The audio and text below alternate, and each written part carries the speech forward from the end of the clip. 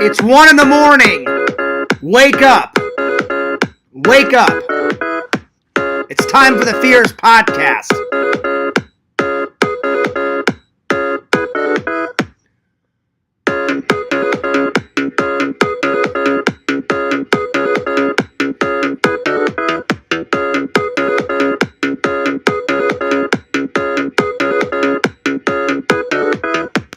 What's up, guys? Fears.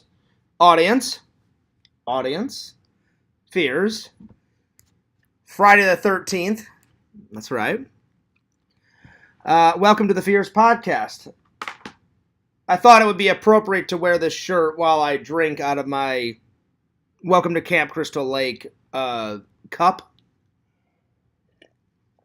No coffee today. I didn't feel like it. Anyway, what is going on? Let's open up the chat. Let's get things moseying. Let's get things rocking. All right, here we go. There we are. Let me just open up the chat here. I don't know if we're going to get a lot of people because it's like 1 in the morning, but we'll see. We shall see. All right. There we go.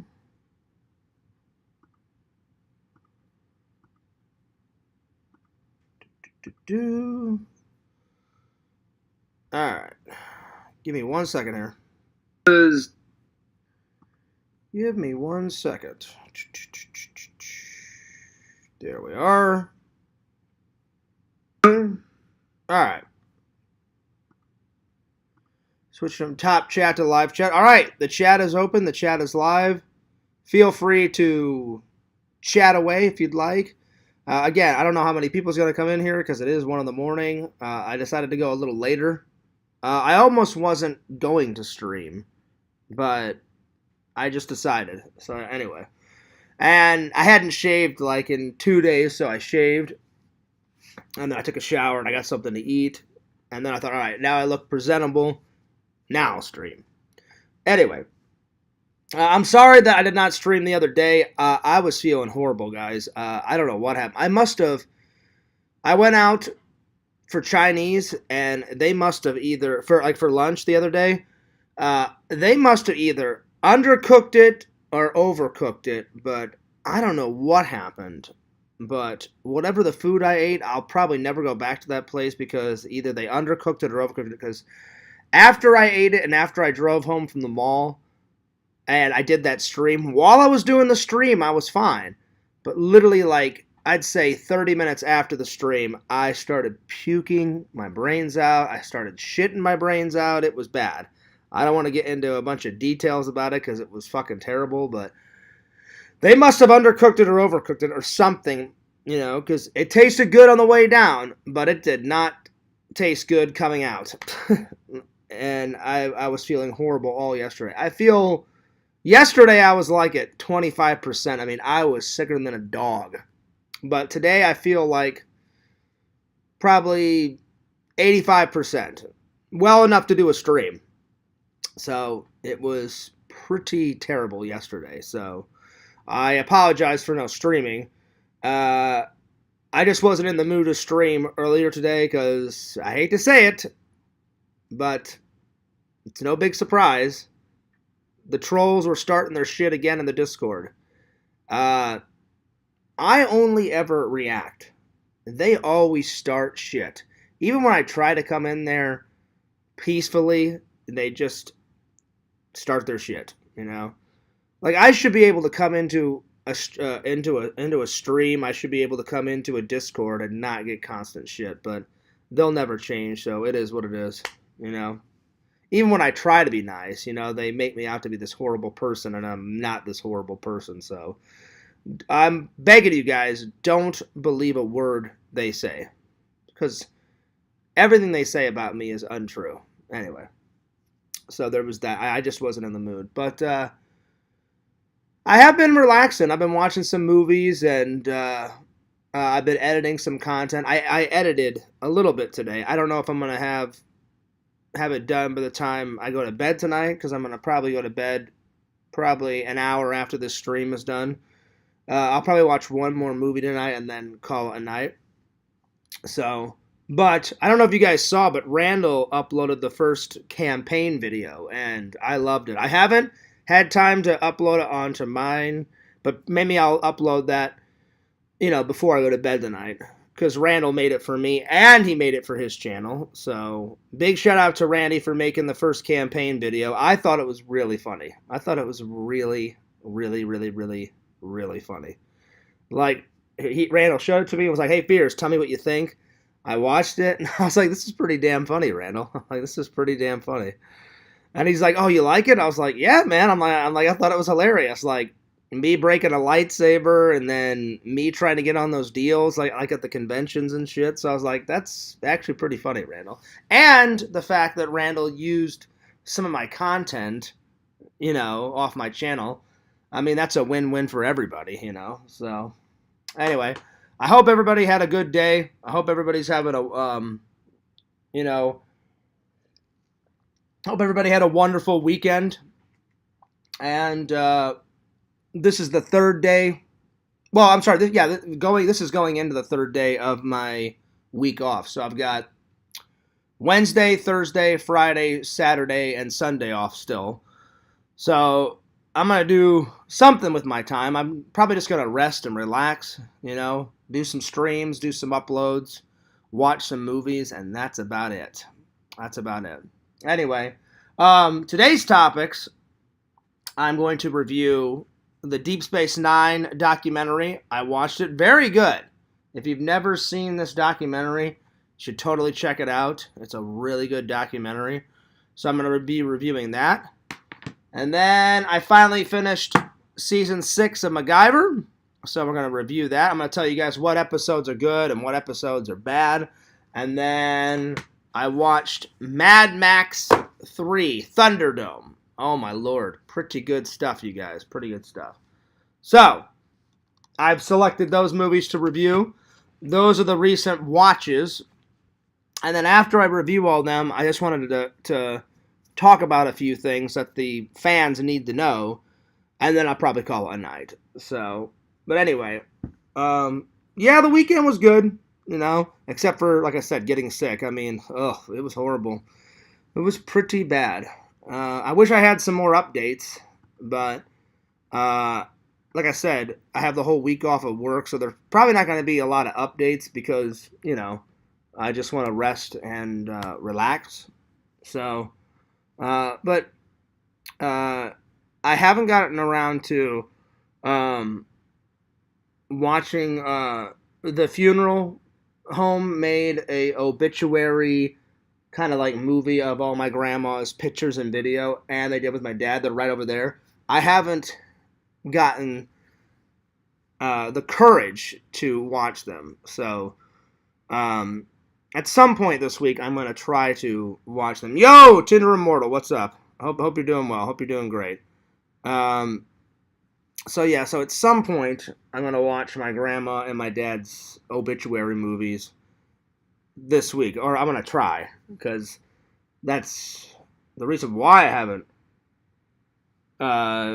watched them is because it's going to be hard to sit through that, because it was hard enough sitting through their funeral, let alone watching their little, obituary movies and stuff. But hey, at some point also this week, I haven't decided, maybe this weekend, I'm going to go back to Disney again. Tinder Immortal, I just uploaded some more Disney content. I did an entire vlog out of a time lapse, and that's on the main channel, so check that out. I know you like Disney as much as I do. And then I had dinner in the castle. That's the newest vlog that I upload, so be sure to check that out. But good to see you again, Tinder Immortal. It's been a while. I didn't know if I was going to get any fans this late, so. Well, Tinder Immortal, she's a fan and she's a friend. I consider her a friend. Anyway, tonight, Fear's going to review Mad Max Part 3. Good movie. I'm going to review Macgyver Season 6. And the documentary of What We Left Behind, looking back at Deep Space Nine. So, I'll start with this one. Tinder Immortal says, Disney Pass That's what's up. Oh yeah, I've been using it. I definitely been using it, Tinder Immortal. I've let's see, with my birthday. Let's see, I used it for my birthday. I used it for Christmas. I used it for uh just this past visit. So I've used it 3 times so far. So I'll probably use it again sometime this week. I don't know when. Maybe this weekend. Maybe on Friday or Saturday. But yeah, something, you know. Tinder Mortal says it's my day off. Well, hey, enjoy your day off. Enjoy your day off. I got the whole week off. Paid time off. So, and just to crush any rumors, people said I took off the week just because of the trolls. That's one of the reasons. I had to just get away and just have some time for myself. But it wasn't all the reasons. It was I've been stressed out. I haven't had any time to like mourn my dad or my grandma, so I thought just having some time by myself would be perfect. You know, I mean, I don't mind talking to you guys, but I've just been kind of working on my own little projects and kind of mourning in my own way. You know, because whenever I was in Missouri, I had to help my mom plan all the funeral and help her out. So, yeah, yes, I did mourn, but I should have mourned more, you know, but there just wasn't enough time because I would have been a shitty son if I didn't help out my mom with those 2 funerals. So she said, "Will you help me, John?" I said, "Well, yeah, of course." I said, "I'll help you." So at some point, they're right over here. They're right there. I'm going to watch those obituary movies of my grandma and my dad. But yeah, it's been hard. So it's just a mixture of all the hate online, and then I was stressed out about having to deal with like my dad's death and my grandma's death. I didn't really know how to deal with it, and now people are making fun of my weight, which is a very low blow because I didn't know how to deal with my dad's death. And I wish I didn't eat my feelings, but it just kind of happened. You know, I didn't know how to deal with it, so I'm trying to figure things out. It's really hard. Whoever said life was easy, boy, were they an idiot. Life is not easy. You gotta figure out all this shit and still look out for yourself and survive and take care of your family and all that stuff. So it's been hard. It's been really hard. So yo, HB, what's up? Good to see you. Good to see you. It's been a while. It's been a minute. Good to see you. Well, I appreciate people showing up this late at the hour. Again, I didn't really feel like streaming earlier because I was getting so much hate online. So I just took a nap, and then I watched some movies.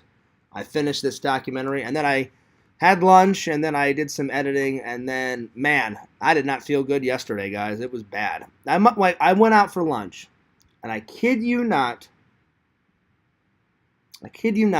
they must have either undercooked it or overcooked it because I was fine eating it.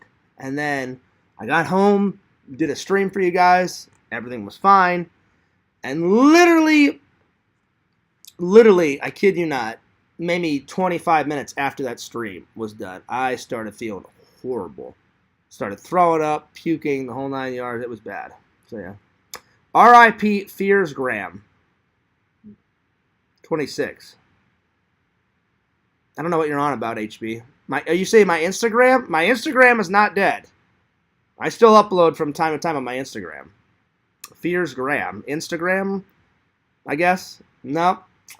Sadly mistaken, my Instagram is still flourishing. I'm doing a crossword puzzle. I'm sorry. I'm a little tired. God, it's 1 a.m. I'm doing a crossword lottery ticket. Oh, that's what's up. So, yeah. Am I pregnant? No, I'm not pregnant. That was funny, though. What did I eat, Tinder? I went to the mall, so I thought, it was like right after church. I went to church. I had a cup of coffee. This is exactly what I had, Tinder. I went to church, and I had a cup of coffee because they always serve coffee and tea right before the service. You know, like when people were coming in, you know, like usually church starts between 10:15 and 10:30. So I had a cup of coffee. Everything was fine. I went to church. And the mall is right by my church. I thought, oh, well, instead of driving all the way back, I'm like, man, I haven't been to FYE in forever in the mall. I said, I'll go and I'll get some cool movies, you know. I haven't been there in a while because I haven't had time with all this crazy shit going on in my life. So I went. Everything was fine. I picked out some movies. And I thought, man, I'm getting hungry. I'm like, I'll just eat something in the cafeteria, you know, like, because I have a cafeteria in the mall. I'll probably never do that again, Tinder Immortal, because I ate at this Chinese place, and I kid you not, it was either they undercooked it or overcooked it, because I've eaten Chinese before, and usually Chinese does not hurt my stomach. Again, I ate it. Everything was fine going on the way down. I came home. I did a stream for you guys. Everything was fine during the stream. I even had another cup of coffee like while I was streaming. Same old day, same stream, everything was fine. I go, take a shower, I'm getting ready to edit, and then bam, it hits me like a fucking thunder. And I started puking. I don't want to gross anyone out, but this is exactly what happened. I started puking my brains out, shitting my brains out, and my stomach pain will not go away until I flush out whatever foreign objects are in my stomach. So I'm pretty sure that they undercooked it or overcooked it. I don't know. It was fucking terrible. And I pretty much puked it all up, and now I feel way better. And no, it wasn't old tea bags, Tinder Immortal. My church has really good tea, really good coffee. They buy new stuff every single week, so I knew it wasn't that. But yeah. Don't get Chinese at the mall. Yes. Correct, Tinder Immortal. I'll never do that again. Because normally if I go to Panda, it wasn't Panda Express, HB. It was this, like, I forgot the name of it. It was kind of like a mom and pops type of Chinese place at the mall. Some place I had never heard of, like Pai Wei or something like that. I think that's what it was called, Pai Wei.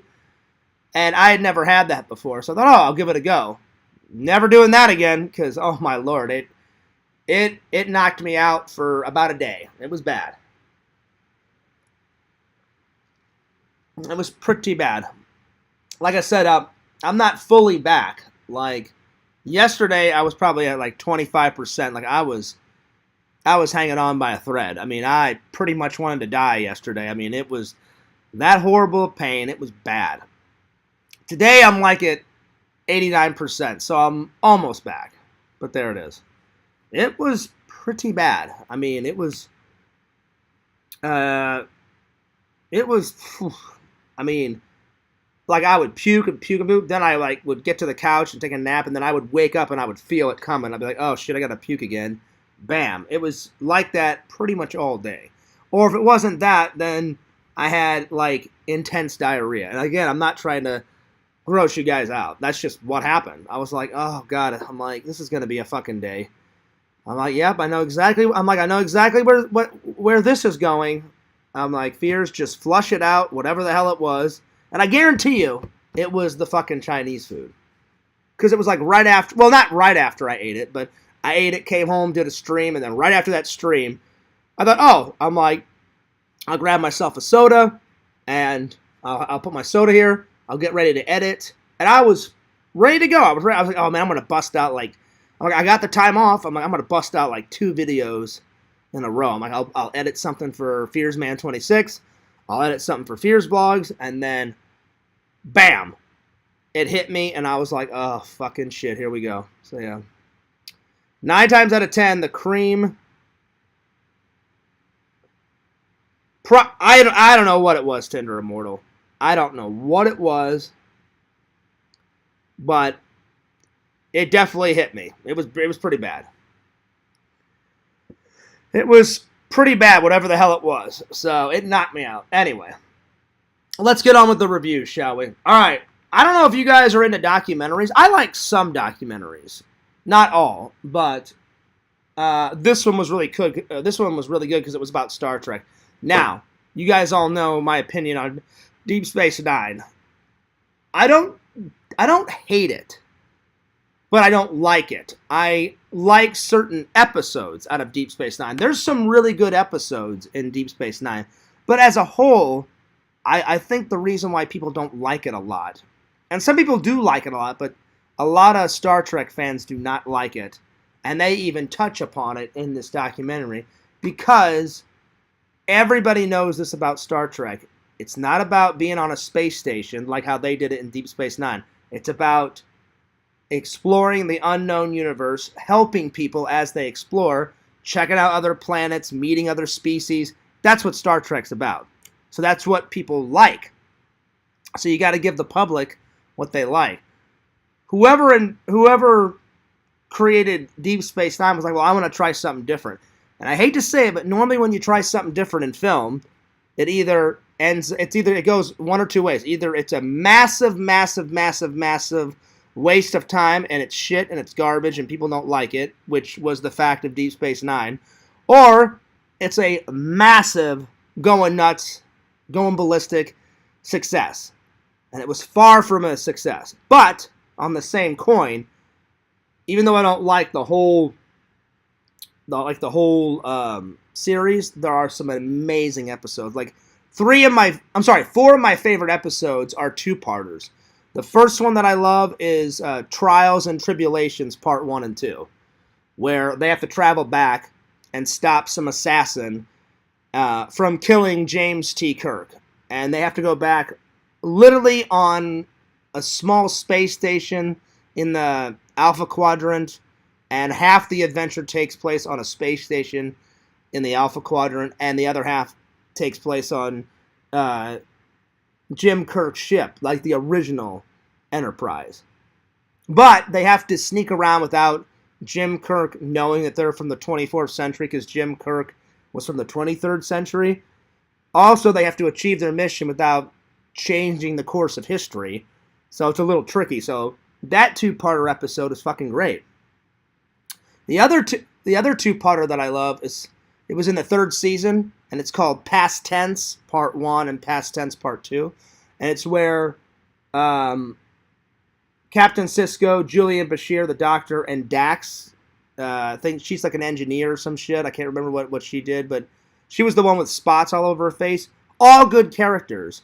They were going down to have dinner on some planet to meet an ambassador. And as they did that, something fucked up with the transporter, and they get riffed back in time. I mean, way back in time and it's kind of funny where they go. They go to San Francisco in 2024, which is right now, and in the episode, it actually tells you the date. I can't remember if it was in August or September, but it's coming up, where they were supposed to time travel back to. And I thought, oh shit, and I'm watching the episode, and I was like, oh shit, like we're in 2024, and that's coming up. August is coming up, September is coming up, so I'm like, damn, that's coming up. So to them, in the 24th century, 2024 is like, oh man, it's way in the past. To us, not really. But that's a good episode. They get whiffled back in time, and Captain Sisko tells Julian, like, have you ever heard of these so-called riots? And he's like, should I? And he's like, oh yeah. He goes, it was a point in pivotal history that changed everything. He goes, not just for the Federation, but for, like, mankind. For mankind itself. And then Julian was like, well, what happened? And he said, we need to get out of here, because if we don't get out of here soon, then there's going to be a bunch of, like, rioting, looting. People are starving in the streets. There's killing going on. And they said the reason why it's so bad is that people are out of work, and they're trying to find work, and they're just trying. And they said most people in the sanctuary districts, like if you watch the episode, are not bad people. There's some bad people in there, but not all bad. And Captain Sisko's like, well, most of them are just trying to survive. They just want to, like, take care of their families. They want to take care of themselves. They can't find work. If you can't find work, you don't have money. You don't have money, you can't buy food, and so on and so forth. And then he explains to Julian, it got bad, and then it got worse, and then it got terrible, and then it got, like, mad hysteria, where people were just going fucking nuts, running through the streets, doing God knows what, And he said the only way it changed is that these people held the sanctuary people that work in the sanctuary that try to help them hostage, and then it ended up forcing the government to think, well, maybe we've done something wrong. We need to change this. So they shut down all the sanctuaries. They open up more jobs. They open up more food banks, and then things eventually get better, you know? And I remember I was watching this, and then I watched this documentary, and I was like, oh, shit. I'm like, that's one of my favorite episodes. It's a two-parter. And they don't really say, they kind of say the date, but it's on a calendar way in the fucking background. And it's on this, and it's also on this massive, digital clock in the episode, on the wall. And you just see it for a couple of seconds. And I was like, that's fucking coming up. That's coming up. So those two are my favorite episodes. Two of my favorite. I think the Trials and Tribulation one, that's in season... It's either in season 2 or season 4. I can't remember. But the past tense one is in season 3. Every single season has got some good episodes. But is it a good series as a whole? I don't think so. But that's just my 2 cents. But the documentary tells, well, this is what we left behind. For better or for worse, some people liked it, some people didn't like it. And I give them credit for trying something new. They're like, well, we don't want to just give the same, yeah, it's a ship, we're exploring. You know, they meet some aliens, you know. They take down the bad aliens, they take down the bad people in the universe, and then everyone's all happy. And they said, we want to do something different. So I commend them for trying to do something better.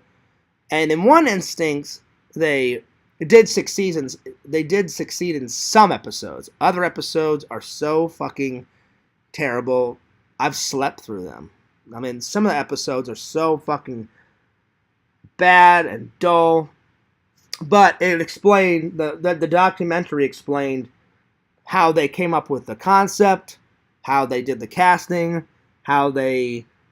what fans said good and bad. Because as me being a YouTuber, I've learned very quickly. Some people are going to like you, and some people are going to hate you. And for better or for worse, I always try. Sometimes I don't always succeed on this because I'm not perfect. I always try and focus on the good. Now, has Fears succeeded in that? Not by a long shot. I've given the trolls tons of stuff for them to troll me about. Not meaning to, just I get so sick and tired sometimes of them, digging a knife, and then I'm like, well, I have to defend myself at some point. I'm like, I'm not a fucking coward. I'm not a fucking pussy. You know? But I've learned over the years, no matter what you say, no matter what you do, no matter how much you fight with these idiots, nothing will ever be good enough. They'll always make fun of you about something. They'll always... And plus, I don't want to be perfect. If everyone was perfect in the world, it would be very, very stale and dull. You know? I like who I am. I'm normally a good person. Have I made some mistakes throughout the years? Yes. And I admit that. But am I perfect? No. I just try and do the best with what I can, with what I got. And if you don't like my content, I really wish they would just leave. They won't, but I really wish they would. I really wish they would just leave me alone. I'm like, if you don't like me, great. I don't like you either, you know, the trolls. Leave, you know, but they won't. So I've just accepted it. I appreciate all my loving and loyal fans. I really do. So, for better or for worse, I've learned that. And they even said that in the documentary. So when I heard that, I was like, wow, that struck a chord with me. Because when that guy said for better or for worse, you're always going to have people that are gonna say negative shit. And it's actually this guy right here. He's one of the producers on Deep Space Nine. And I think he's a writer too, because he said I've written a few in the documentary. He said I've written a few episodes.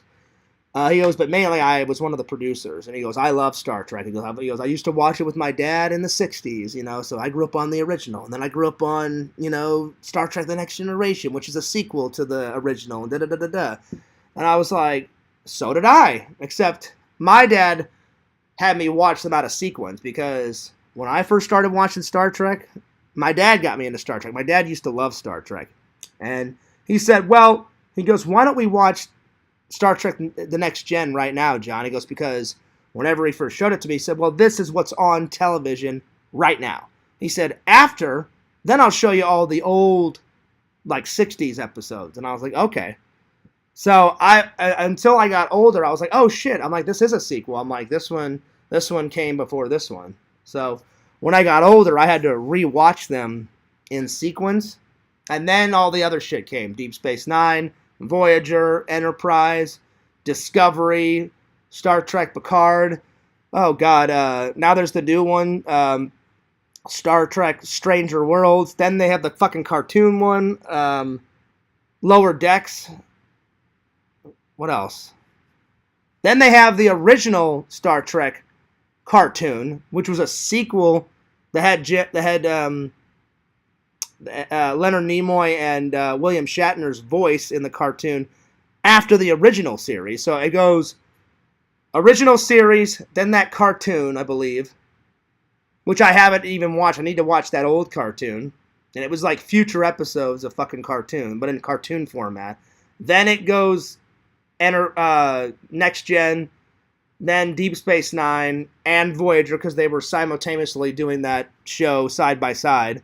Then Enterprise, which is a prequel to everything. And then Discovery takes place 10 years before James Kirk ever enlists in Starfleet and takes over the ship and all that other shit. Then it's... oh, fuck. I think Lower Decks happens in between some adventures of Next Gen, and then Star Trek Picard happens after everything. That's like the up-to-date shit. And then Stranger Worlds, that's right before Captain Kirk takes over. It's like the adventures of Captain Kirk's mentor, like Captain Pike. And then once Captain Pike dies, then it's James T. Kirk. It's hard to remember all this shit, but Fears needs to get up on his Trek watching. I just bought seasons 1 and 2 of Stranger Worlds, but I still need to watch the 3 seasons of... I'm halfway through the first season of Picard, and I'm 1 season into Discovery, so I've got quite a lot to watch. So, but it is a good documentary. It is a good documentary. I liked it. It is, as much as I don't hate anything. Sometimes Fears says that, and then after the stream, I'm like, well, that's not true. I don't hate anything. I don't even hate any trolls. Because hate's a really hard word to say. I strongly dislike some trolls, and I strongly dislike. I don't really like Deep Space Nine, but I like certain episodes, and I've told you guys 2 of my favorites. Past Tense 1 and 2 is an amazing episode. So fucking good. It's well shot. It's well scripted, acted, fucking everything. So if you've never watched Past Tense Part 1 and 2, it's a 2-parter. That episode is fucking great. Watch that episode. It's in Season 3. It's really good. And then Trials and Tribulations Part 1 and 2. That's either in Season 4 or Season 2. I can't remember, but that's a great episode too. So watch that. And in every single season, they've got 2 or 3 episodes. That's why I bought them all, even though I don't like it. I'm like, well, I like certain episodes, and I've got to have those episodes because I like watching those episodes. And I only watch those episodes. I've only watched Deep Space Nine once from start to finish, and I did not like it. But I liked those.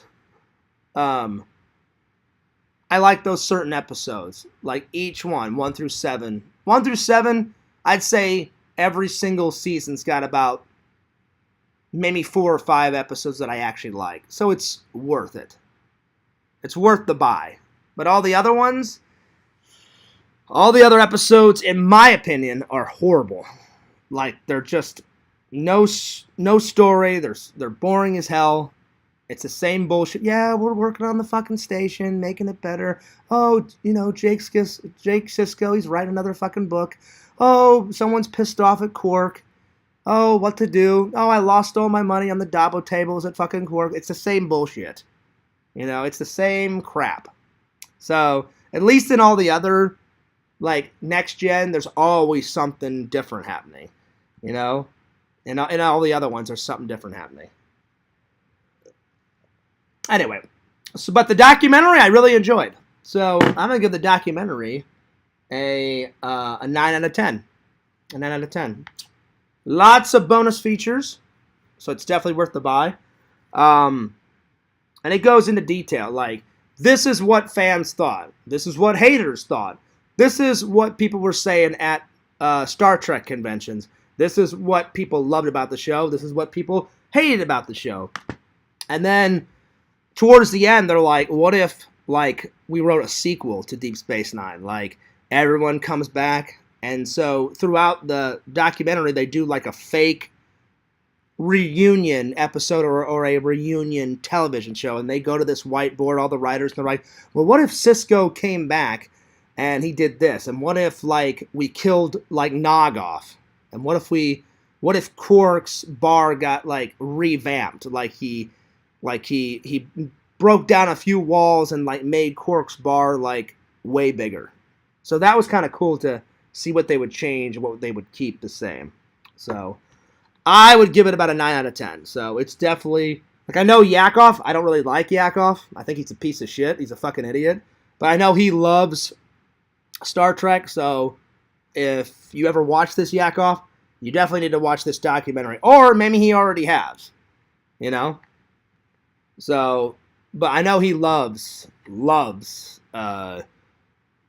he literally, like, he told me, he goes, oh, Fears, I love Deep Space Nine. It's one of the greatest things I've ever watched. He loves Deep Space Nine. Then he would like this. So, but it is a good watch. So check it out. All right, let me catch up with the comments. Let's see here. Where did I leave off? Tinder Immortal said, I'm doing a crossword lottery. Check out. Well, good luck, Tinder Immortal. I hope you win. I hope you get lots of money. And then I told everybody what I ate, and then, let's see here. Let's see what else. I got a good laugh out of Dear Zachary. I'm a bit of a documentary fan. I've never seen that one, HB. So what's that documentary about? Because I've never seen that one or heard of that one. Let's see. Was Deep Space Nice the one with the smoke show blonde with the huge shitter? I mean, there was a couple of blondes in it, HB, but I don't know what you mean about a huge shitter. There was a huge, like, there was like a huge, massive bar in the middle that was Quarks, and they had all the hollow suites and all that shit. So yeah.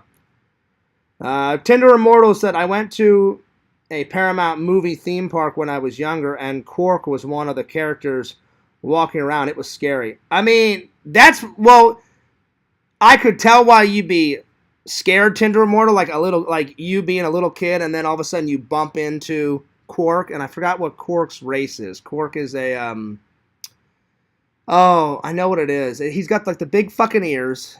I just don't remember what they call those type of people in Star Trek. And they're all about profit, and they have, like, the 250 rules of acquisition, and so they do look weird, Tinder Immortal. So I can understand you being a young little girl, you would get freaked out about someone in makeup, you know. But actually, Quark, his race is like one of the coolest villains. Because Quark, he's kind of a villain, but he kind of cares sometimes. And he's just really looking out for his customers, his family, and himself. Like, he doesn't really want to take over like some of his other race does. Some of his other race wants to go fucking nuts and just take over everything and acquire everything. But he's like, you know what? He's like, I'm good. I've got my bar. I've got my business. I love my family. I'm just going to, like, focus on my family and myself. Because Quark he's selfish. Like, he thinks of himself and his family, and he loves his family, but his family comes second, according to Quark. He focuses on his business and himself first. Not really about the cause, and then his family comes second, and I would say his friends come last. So yeah. So I can understand why you were a little freaked out, Tinder Immortal. Timmy says, John Beers is a gentleman. I hope he meets a lady this year. I hope so too, Timmy. I really do. But I don't know. We'll see. Time will only tell, my friend. It wouldn't hurt, you know. I definitely would enjoy that too. John Fears doesn't hate medium steaks. This is true. Timmy. I recently tried them, and they're actually pretty good. I took the dude's advice, and I was skeptic, though. I just didn't want all that red juice to come out, because I thought that was blood, but someone told me that's not blood in a steak. It's like juices like from the meat and stuff, and I was just like, it really freaked me out. I was like, I don't want blood in my fucking steak. So I was very hesitant to try it out, but I'm glad I did try it out. I'm glad the dude twisted my arm, and I finally did eat it, because it was really good. It was really good. I really enjoyed it, and yeah. Did you ever watch the... No, I haven't. I have not. I have not had a chance to watch that yet, Timmy. But it's on the to-do list. I've got a lot on the list. But anyway, if you like documentaries, I definitely think you should give it a watch. And I had not watched a documentary movie, because I've bought a few documentaries, and they're in. Like, some of my favorite documentaries are that one guy that ate nothing but McDonald's for 30 days, and then he made a sequel to it where he makes his own fast food, but it's like a healthy fast food restaurant. And then he did a documentary about trying to find Osama bin Laden. That one was interesting. And then he did a movie about product placement in movies. Like if you see like a Dr. Pepper, like in the Spider-Man movie, like when he shoots his web, he's like, why are certain products in movies? And he said, the more products you put in movies, a lot of free shit you can get for your movie. So he said, I'm going to try and make an entire movie out of just product placement and get the money for that. So that was actually a cool documentary. So I think this is with those three, this is my fourth documentary that I've ever bought. And every single documentary that I've watched is really good. It's pretty good. So definitely check it out. Plus, I'm a big Star Trek fan, so when I grabbed it, that was at FYE. When I grabbed it, I was like, I'm like, even though I don't really like Deep Space Nine, I only like a couple of episodes here and there, I'm like, maybe the documentary will be a good watch. And it was a good watch. It was a good watch. I would never do that, Timmy. As much as I like the BK Lounge, Fears is kind of... I haven't went to the BK Lounge in a while because I need to get this fucking weight off. So... I definitely, for sure as hell, would not go there 30 days in a row, my friend. No. Anyway, let's continue on. All right. You guys know that I love Macgyver. I'm almost through the entire series. I just finished Season 6 last night. I'll admit, as you go through the series, I'd say the best seasons are 1, 2, and probably 3. 4, 5, 6, and 7, there's good episodes in them, but I think they started to like lose money towards the end, because you kind of see Macgyver, his image changes. He's always had, the mullet, but he wore like a lot of military stuff in the beginning episodes because he is a Vietnam vet, and then he went to college and got 3 degrees. I forgot his degree. I know one of his degrees is in physics. And I think the other one is in chemistry, and the third one, I don't remember the third one, but that's the reason why he's so smart. Like, he's so smart, he's like, hey, villains, hey, criminals, fuck you. I don't need a gun. Like, I'll just use my brain and just get out of any situation because the villains are fucking morons, and I'm way smarter than these villains. And then the villains actually have the audacity. They're like, yeah, we're going to lock you in this cage, and we're just going to do whatever the hell we want. And there's no way that you can get out of this fucking thing. And then Macgyver's all like, yeah, I will. And they're like, no, you won't. And he's like, dude, you're a fucking moron. I don't even need a gun. Just give me 5 minutes with my brain and me by myself, and I'll just get out of here. And he does, There's only like one episode where they kind of hint at, oh my God, like, I've ran out of ideas. And then he looks at his friend Pete Thornton, and he's like, Pete, he goes, I'm always thinking of ideas. Why don't you come up with a fucking idea? Like, why is it always me that has to come up with something to get out of these hairy situations? And then Pete's like, all right, like, I will, Macgyver. And so then Pete actually thinks of a good idea. MacGyver's like, you know what? That's actually not a bad idea. Let's try your idea. And then they try the idea, and it actually works. Yo, Visions, what's up? Visions goes, well. I hear you, Visions. I almost didn't do a stream today. I didn't know if anyone would be up this late, but I thought, what the hell. The reason why I didn't do a stream yesterday, Visions, is because I was telling everybody I must have ate some bad food, whether it was undercooked or overcooked, whatever. I ate something, and man, whew, it was bad. It was fine going on the way down, and then, like I said, I got home, I did a stream, everything was fine, everything was chill. After the stream, I took a shower, I was about ready to sit down, make some dinner, and edit like 2 videos, and I was so gung-ho. I was like, all right, I'm like, everybody liked the Disney shit, everybody liked the time-lapse Disney video, all right, cool. I'm going to bust out 2 more videos, and I was literally about to sit down, and then it hit me like a thunder, and I was like, oh shit, what the fuck is this? I haven't had a Crohn's attack in forever, and it was bad. And I don't want to gross anyone out, but I was pretty much all night puking my brains out. It was, because the pain doesn't go away unless you flush all those foreign objects out of your body. So, boy, was I flushing away. It was pretty bad, my friends. So, yeah. But, good to see everybody tonight. So, yeah. Well, I try to be as truthful as I possibly can, Timmy. I mean, you know, whenever I do a review, I'm like, all right, here's what I like about it. Here's what I don't like about it. If a movie's good, I'll tell you it's good. If the movie's crap, well, I don't want to waste your guys' this time. I'm like, this movie's crap. Don't even fucking waste your time on this, you know? So, I do my best. Anyway, Season 6, I will tell you guys what episodes are great and what episodes are crap. All right, here we go. All right. Tough Boys, that's okay. Humanity, good. The Gun, crap. 20 Questions, good. The Wall, crap. All right. Lesson in Evil, it's my favorite episode of Season 6. Because MacGyver takes down, in Season 4, he takes down this guy called Dr. Zito.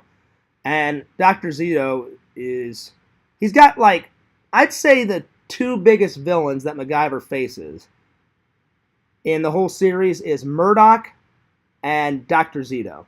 He only battles Dr. Zito twice. Once in Season 4, once in Season 6. Because at the end of Season 6, he takes Zito down in a powerful way. I don't want to ruin it by telling you guys. I'm sure everyone's already seen it because MacGyver's like, what? Like, it's a couple decades old because they made it in the 80s and then in the early 90s and then it got canceled. But if you haven't seen it, it's a really good episode. So it's my favorite. But normally his arch villain, he always has at least 1 or 2 encounters every single season with Murdoch. Murdoch is just fucking off his fucking rocker, insane, pretty crazy. So, yeah. So, that one's always a good one. Harry's Will, which is MacGyver's grandfather. That's a good episode. MacGyver's Woman, that's all right. Bitter Harvest, good. The Visitor, crap. Squeeze Play, that's crap. Jericho Games, really good. The Wasteland, it's all right. Let's see here. I have Ostrich is really good. High Control, crap. There's But for Grace is crap. Blind Faith is good. Faith, Hope, and Charity is really good. Strictly Business, that's good because that's another episode where he takes Murdoch down, so that's a really good one. Trails of Tears, that's all right. And then Hindsight is crap. So each episode, though, I mean, each season, they've got their good points, they've got their bad points, but there's a lot of good ones in this. I'm not really looking forward to Season 7 because Season 7, Jesus fucking Christ, I couldn't get that out. Season 7, I guess they were winding the series down and they didn't have much money to work with because they're like, all right, it's the last season. Just get through the last season so we can fucking close this, television show down. There's not many good ones in that. There's a few good ones, but not many. So I'm going to give season 6 probably a 6 out of 10. 6 out of 10. So there it is. All right. Now for the main event. Visions. Oh shit. I fucking watched this and oh my god, was this fucking great. Holy shit. Action packed all through it. And you were right, there was some comedic moments, but a lot of action in it. So I'm going to give this a 10 out of 10. Really good. I mean, Mel Gibson as Mad Max, he is kicking ass. He's taking names. There's great sets, great actors, cool stunt work, tons of cars exploding, people flying all over the place, going nuts. There's an airplane in it. I mean, it's nuts. So definitely 10 out of 10. If you've never seen Mad Max Thunderdome, pretty good. Now, I'll be honest. Out of 1, 2, and 3, my favorite so far is probably number 2. But I do like number 1. I do like number 3. But I think 2, The Road Warriors, probably my favorite so far. I'd probably say my second favorite is the original Mad Max. Then the third one is Thunderdome. And then we'll see if the fourth one is any good, because I got the fourth one right over there. So we shall see, my friends. But essentially, in the third one, in the distant future, it's got even worse. I mean, it went from good to bad, bad to worse, worse to terrible, terrible to shit fucking garbage. I mean, I wouldn't want to live in Mad Max's future. Like the first one, the first movie, there's somewhat of a structure society. He's a cop. He's got a family. So he's trying to make it, you know, and then a gang kills his family. So he's pissed. Anyone would be pissed if anyone's family got killed. You'd want revenge, you know. He gets revenge. Then in movie number 2, there is pretty much no more buildings anymore. I mean, society has pretty much rotted away the buildings. They live in the desert. There's sand everywhere. Barely any food. Barely any water. They're always fighting for food and water and oil and gas and fucking the whole 9 yards. And it is like an all-out war in number 2. He makes a couple of deals with some people, and he ends up helping some people. And then it ends up good for the people, but then he's kind of like Mad Max. He's always kind of a loner. He's like, all right, well, I helped these guys. Just give me enough food, give me enough water, and give me enough gasoline to get the fuck out of here. So he's kind of like, in a way, like Snake Plissken. The only difference is Snake Plissken, he doesn't give a shit about himself. He doesn't... Basically, Snake Plissken is like Joey, unfortunately. Joey doesn't give a shit about himself. Joey doesn't give a shit about anyone, clearly. But Snake Plissken, he's a fucking asshole, Snake Plissken. He doesn't even care about his own life. He's like, yeah, fucking kill me. I don't care. I'm fucking Snake Plissken. I don't give a shit. Just fucking kill me. Like, get it over with, you know? But the difference between Mad Max is, Mad Max, he is a loner. He's a bit of an asshole. But in the end, he does kind of care a little bit. So then he ends up helping people. The only way Snake Plissken will help you, you got to twist Snake Plissken's arm and either say, if you don't do this, Plissken, then we're going to kill you. Or, hey, Plissken, we injected some poison in you. So if you don't help us, you're not going to get the fucking antidote. And then usually Snake Plissken's attitude about it is like, oh, fuck. All right, whatever. I'll fucking do it. And he goes, but I'm not doing it for you. I'm doing it because I don't want to fucking die. You know? So Plissken, he's very selfish. He doesn't give a shit about anyone, anything, nothing. Mad Max, he actually cares a little bit. You know? Which leads me to my point, the third one. It's got even worse in the third one. Now, he's like roaming around and he stumbles across this like this bartering system. Like there's no money left. So there's this town called Barter Town, and you pretty much barter for everything. Somebody steals some shit from Mad Max. So he's like, well, I want my shit back. And he can't seem to find the guy. Like the guy that stole his shit is in this town somewhere. And then the person that's in charge of Barter Town's like, well, listen, Like, you may not have much to barter with, but you're a quick guy. Like, what did you used to do before the world went to shit? And he's like, I used to be a cop. And they're like, well, we can use you. They're like, if you end up taking this person down, we'll give you all your shit back. Like, we know the dude that stole your shit. He goes, plus, we'll give you a little bit extra, too. So Mad Max like, all right, that's a deal. So he takes down the guy, and he's about to kill him. And then the reason why he doesn't kill him is Mad Max really doesn't like killing people. I mean, he'll kill if he has to, but he looks over at, like, the woman in charge, and it's really funny, the woman that's in charge. I'm watching it, and I'm like, oh, shit, Tina Turner out of fucking nowhere. It's Tina Turner. It may have been her first film. I don't know. She's more into music, but I did not expect to see fucking Tina Turner in this film. So I was just like, I'm watching. I'm like, wow, this is really good. Right on. Tina Turner out of fucking nowhere. All right, well, there it is. All right, well, let's see where this goes. So I'm watching. I'm like, she's a pretty good actor. Not only can she sing, but she can act. I'm like, okay. It was just kind of weird because I'm like, I did not expect her in a million years to be in this film.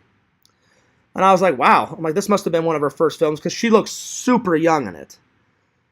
I don't know if it was her first film. Maybe. I have no idea. Anyway. So, Mad Max looks at her and goes, hey, killing was not part of the deal. And then she's like, well, listen, if you go back on our deal, you know what's going to fucking happen. And they have this kind of like wheel of destiny. She goes, if you break our deal, she goes, I made up the laws. I made up the society. That's why Barter Town's doing so good. It's really not because it gives the persona like, oh yeah, like there's a new town. Things are somewhat getting back to normal, but not really. Barter Town, she controls everything. She's a selfish bitch, you know, and she just wants all these resources for herself at the same time being like this egomaniac that wants to be like she puts it out there that she's a saint. Oh, I'm helping everybody, you know, like, I want to help you. If you help me, I'll help you. But really, she just wants all those fucking resources for herself because there's not many resources left in this futuristic world, you know what I'm saying?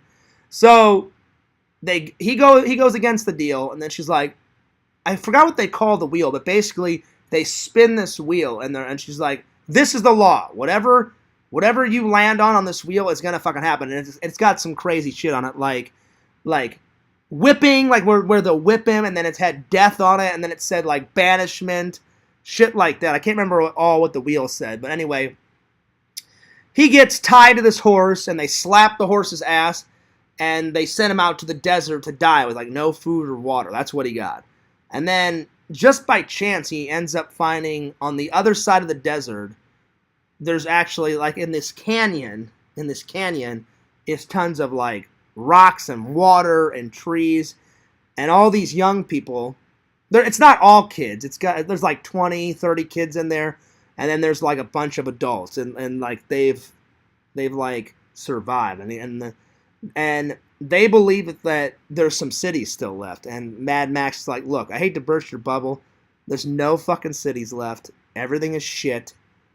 Like, this is home. He goes, make this your new home. You've got water.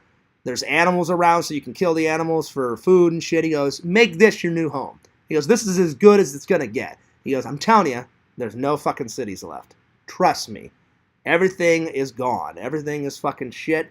Everything is, and like, he goes, there's no going back to, and then he does this whole speech like, he goes, I wish things to go back the way it was.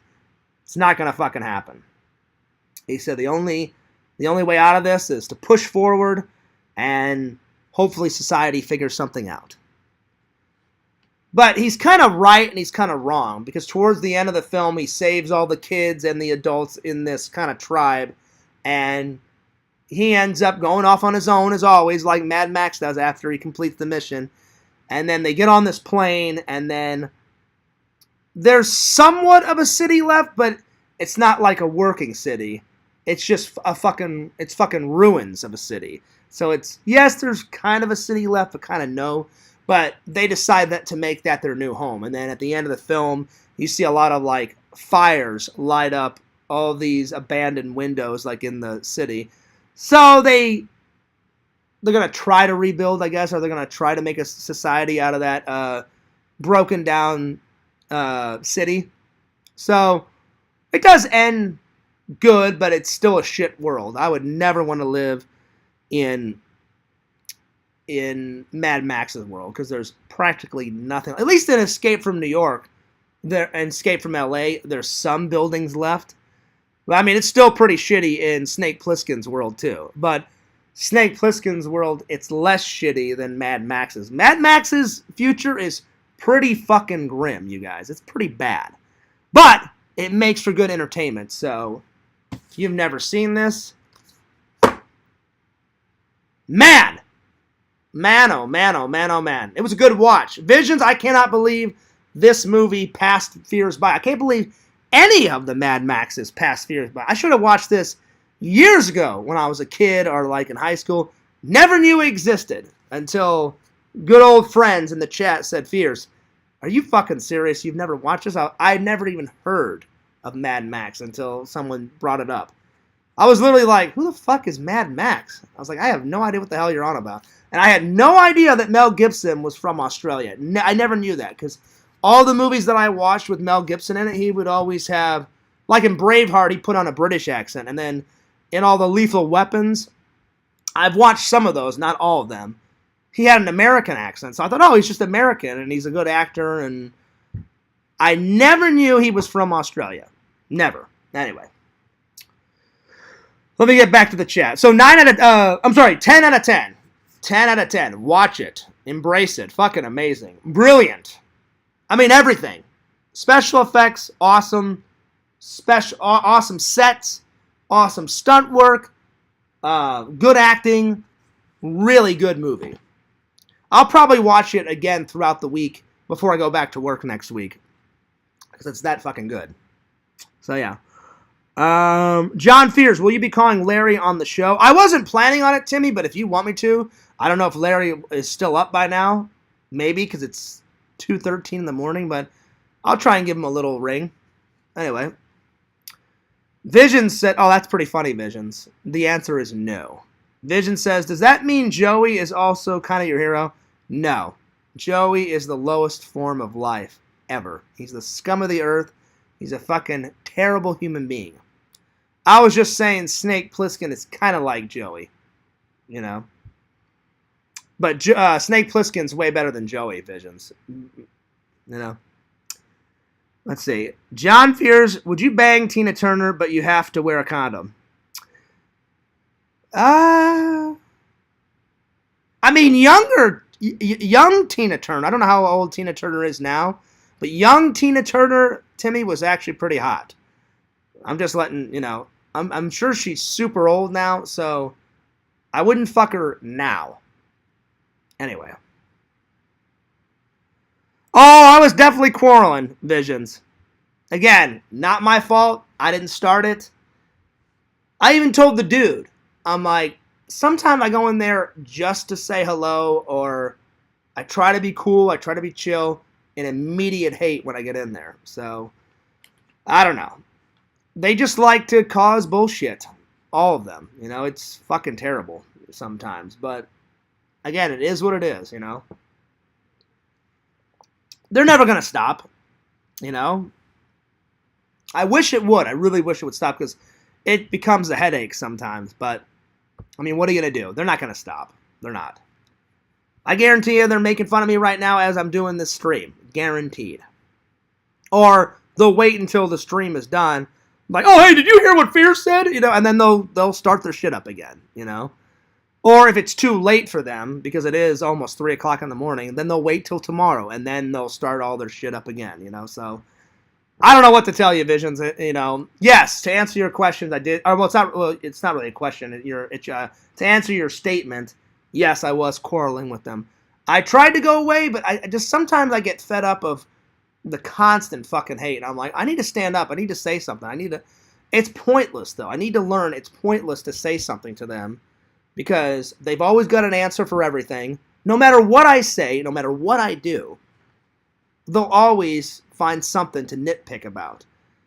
Why didn't you review 5 movies today, Fears? Because I didn't want to. You should have, Fears, and it's always something with them. Kid you not. I'll be honest, Visions. When I die, you know how like Joey was a fucking terrible person and say something on my grandma's obituary, and then I had to call the funeral home and get it get it taken off. I can only imagine if I died what the horrible shit they would put on my obituary, and I'm not even kidding. You know, hopefully they wouldn't put anything. I know that fucker would, because Joey is a sick fuck. I don't like him. I don't like Quentin, but I would never fuck. Maybe because I'm more mature, I would never fuck with anyone's family. Because I have respect for people. I may not have respect for Joey or Quentin, but I have respect for their family. But I just wouldn't push it that far. But apparently, if it's Fears' family, oh, we can fuck with him, as much as we want. And Joey justifies it that it was right, but it's not right. He's gonna regret it someday. He'll never admit it, Visions, but one day he's gonna regret doing that. Like, wow, that was actually, I probably shouldn't have crossed that line. But he's a fake. He's a phony. He would never admit it to his butt buddy troll friends. But in the back of his mind, he's like, you know what? Fears has never fucked with my family. I probably shouldn't have done that to his family. Because my grandma didn't. His quarrels with me. My grandma did absolutely nothing. My dad absolutely did. And he's a pretty sick individual. He made fun of my dad before his death. He made fun of my dad after his death. He literally was like, hey, Fears, you know what? I can't wait till your grandmother dies. I want to celebrate it. And I was like, wow, you're pretty fucked up, Joey, to say some shit like that. It just is what it is. I mean, all I can do is try and be the best John Fears I possibly can. And if you don't like my content, I'm sorry, I really wish they would just leave. If I said a prayer tonight and all the trolls left tomorrow, I would be so happy. I try and focus on all my amazing fans. Like, you're one of them, Visions. You're a friend and you're a fan, but like good people like Larry and Timmy and you and Pixel and Richie and have a Tinder Immortal and HB and all the other good people that actually watch my content, like having a conversation, talking like good human beings, not filling the chat with hate and a bunch of bullshit, and actually like chilling, just hanging out, with the fans, talking about movies, or bullshitting about whatever we're talking about that day, leaving cool stuff on the comments. I don't mind criticism. There's a difference between criticism and hate. Well, why would I want hate on my channels? And I know they don't like when I block them, but I'm not going to put up with hate, Like, you don't like me, I'll take your criticism, because I always try to improve all my videos. I try to improve my content. But there's no need for hate, But they know what buttons to push. It just becomes too much sometimes, for me. And then the dude was like, oh, you took off a week just because of this. Again, that's a lie. I took off a week for a couple of reasons. That is one of them. I said, I just want to be left alone for a week. I just want to, just do my own thing. But I didn't get to mourn much at my grandma's because I was helping my mom and my aunt plan the funeral. Or my dad, so I said, I want to just have a week to do that. And then I was super stressed out about a bunch of things in my life. So I didn't want to have a nervous breakdown. So I was like, I just need to go away and just do my own thing for a week. And I don't think there's anything wrong with that. My boss was like, Fears, it's not bad to take a vacation. He goes, I think you should. And then they were like saying that I got suspended. I did not get suspended from work. My boss said, Fears, you can do whatever you want. He goes, I'm just suggesting. He goes, you have the time off. You've accumulated a bunch of PTO time, paid time off.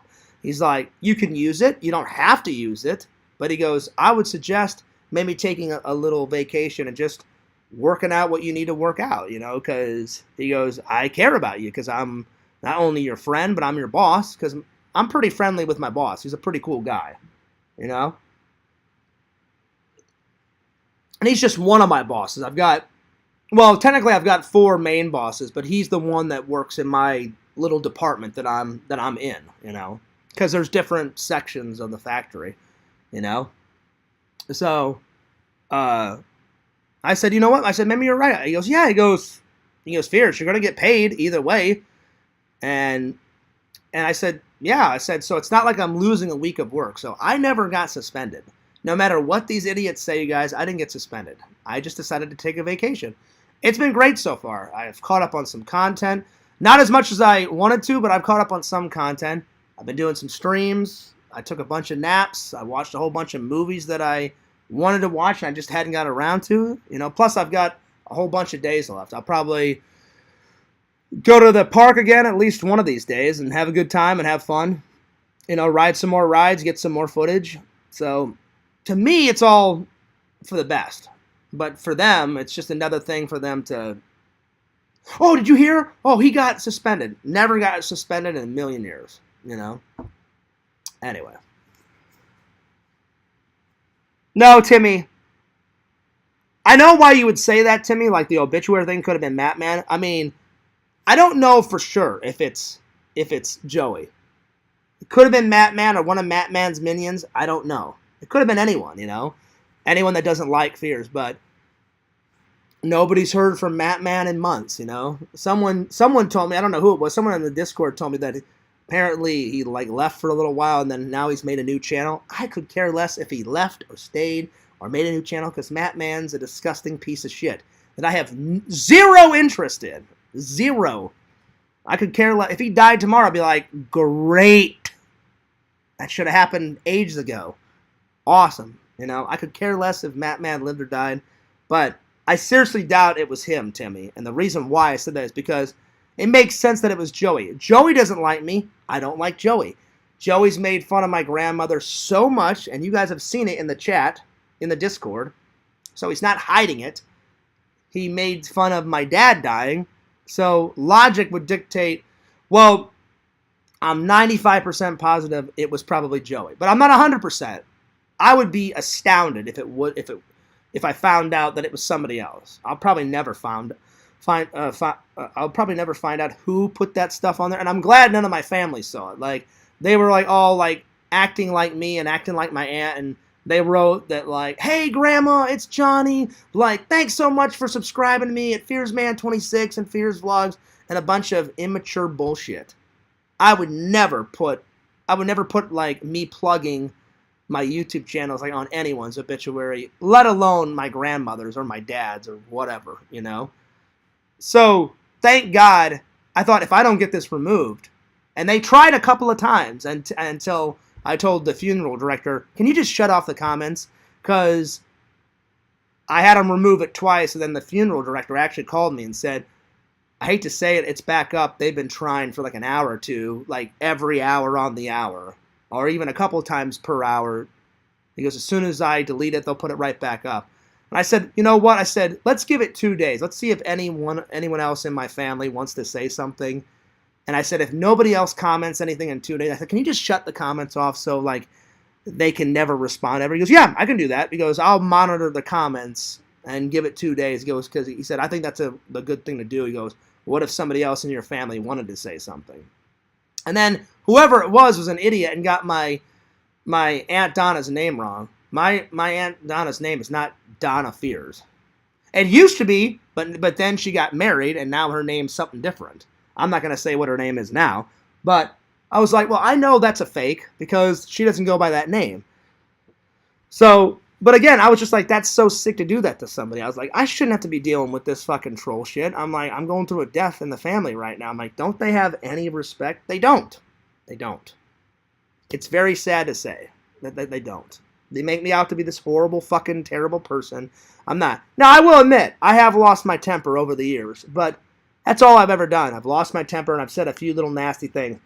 I've only done that out of reacting. I've only done it because I'm defending myself, because I am not afraid one little bit of any of these fucking idiots. We're going to come and we're going to meet you, Fears. Great. I dare you to show up. They never have and they never will. They never have and they never will, because they're spineless cowards. All they will do is sit behind their keyboards, and they're probably not used to people defending them. They're like, oh man, when we trolled Tommy, oh man, he didn't do anything back to us. They don't like it that I actually fight back and give a damn about what people say about me, But I just get tired of doing it sometimes because it's just so fucking tiring. It's just exhausting at times, you know? Anyway. It is what it is, but I don't know what else to do. I mean, really, there's nothing else I can do except for pushing forward and just focusing on my content, focusing on the good people that like my content and the good fans, and try to block and ignore and get rid of the nasty comments as much as I can. I mean, that's all you really can do. If you ignore the trolls, eventually they'll just go away, and I hope they go away one day. I really hope they go away. You know, because, oh my God, the amount of shit that I get on a daily basis is fucking mind-numbing. It's ridiculous. And I've done absolutely nothing wrong. But it is what it is. But, because Larry wrote me and said, hey, man, Fear, I wish there was something I could do, Fear, to help you. And I went, Larry, so do I. And I like Larry, he's a friend, but I was like, Larry, if I'm being honest, there's nothing that you can do. And he's like, what do you mean, Fierce? I'm like, just what I said. There's nothing that you can do to stop them from trolling me. Nothing. I said, if there is, go for it, Larry. But I said, there's nothing that you can do. Nothing. They're going to do whatever they're going to do because they feel entitled that, oh, we can do anything, you know? And it won't stop. So, it is what it is. But I appreciated, let's see, that's how nice of a guy Larry is, because he was like, well, I'll ask this for Fears, like, hey, is there anything I can do? And I appreciate Larry saying that, but there's nothing you can do, Larry, because they're going to continue on to do their shit and say whatever the hell they want to say and make fun of my family and make fun of me, and it's going to probably go on and on and on forever, you know? They'll probably make fun of me even after I'm dead one day, you know? Sadly, because that's just how evil of people they are, you know? Didn't know you were streaming. I told you I was streaming, Larry. I told you I was going live. Anyway, let me get through the comments here. Let's see here.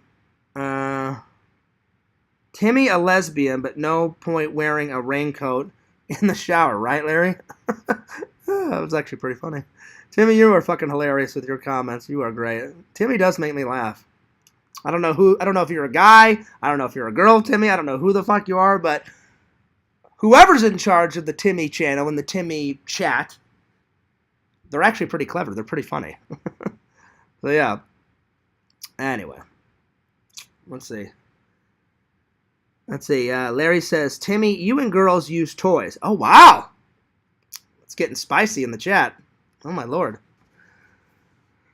I didn't really tell you off, Larry. I didn't really tell you off. I was just telling you the truth, Larry. Larry, I would never tell you off. I just told you the truth. You said, hey, is there anything I can do? And I said, no. I said, Larry, I wish there was something that you could do. But there isn't. Because they're always going to make fun of me for something. Something, you know?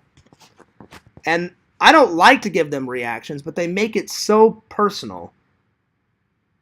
Like, when they make it personal about my friends and my family, especially if it's someone that I love a lot.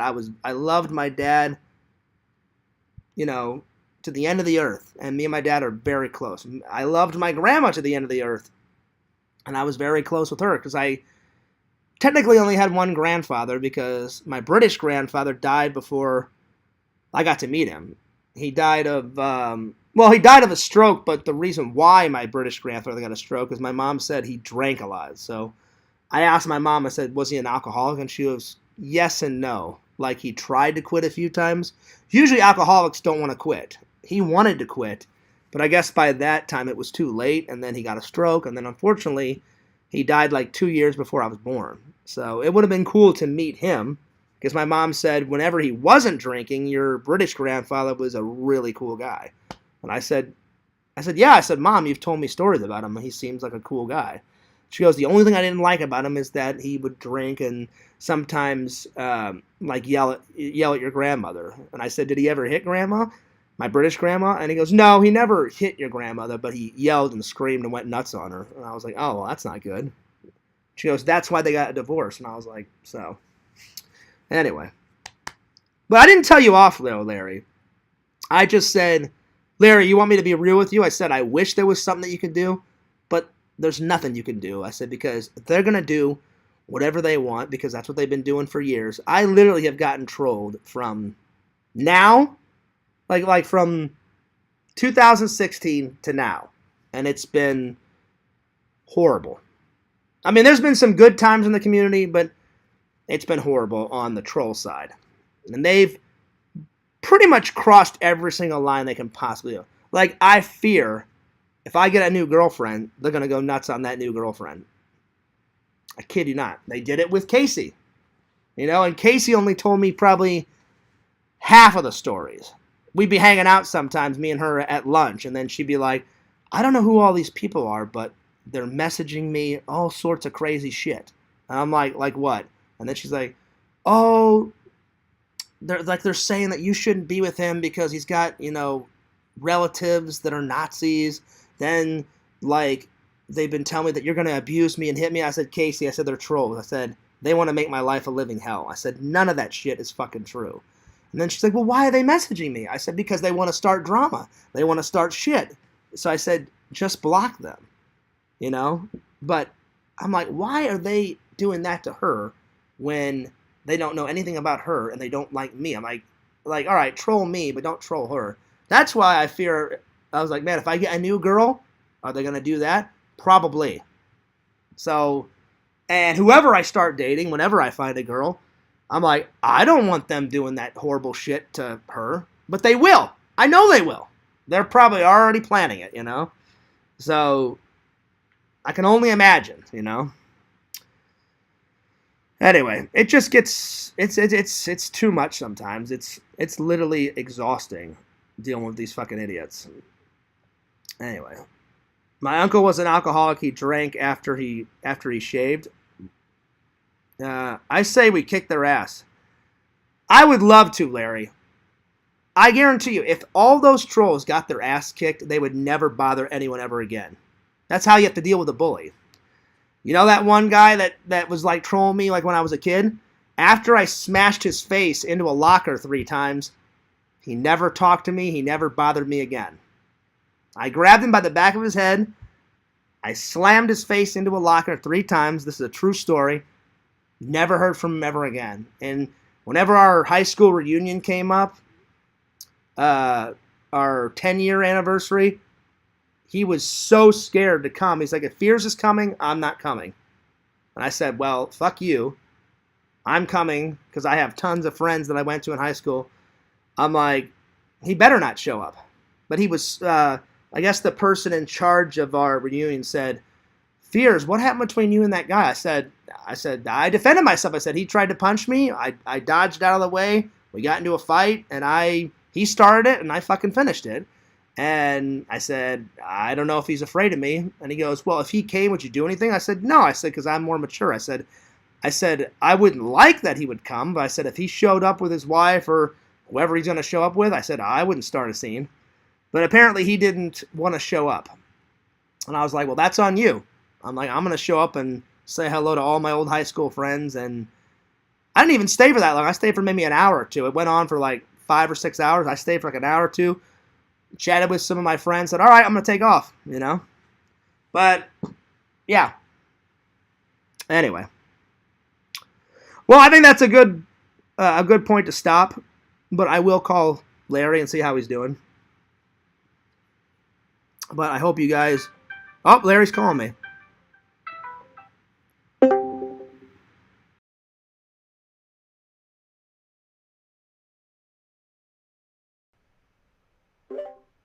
Hello? What's up?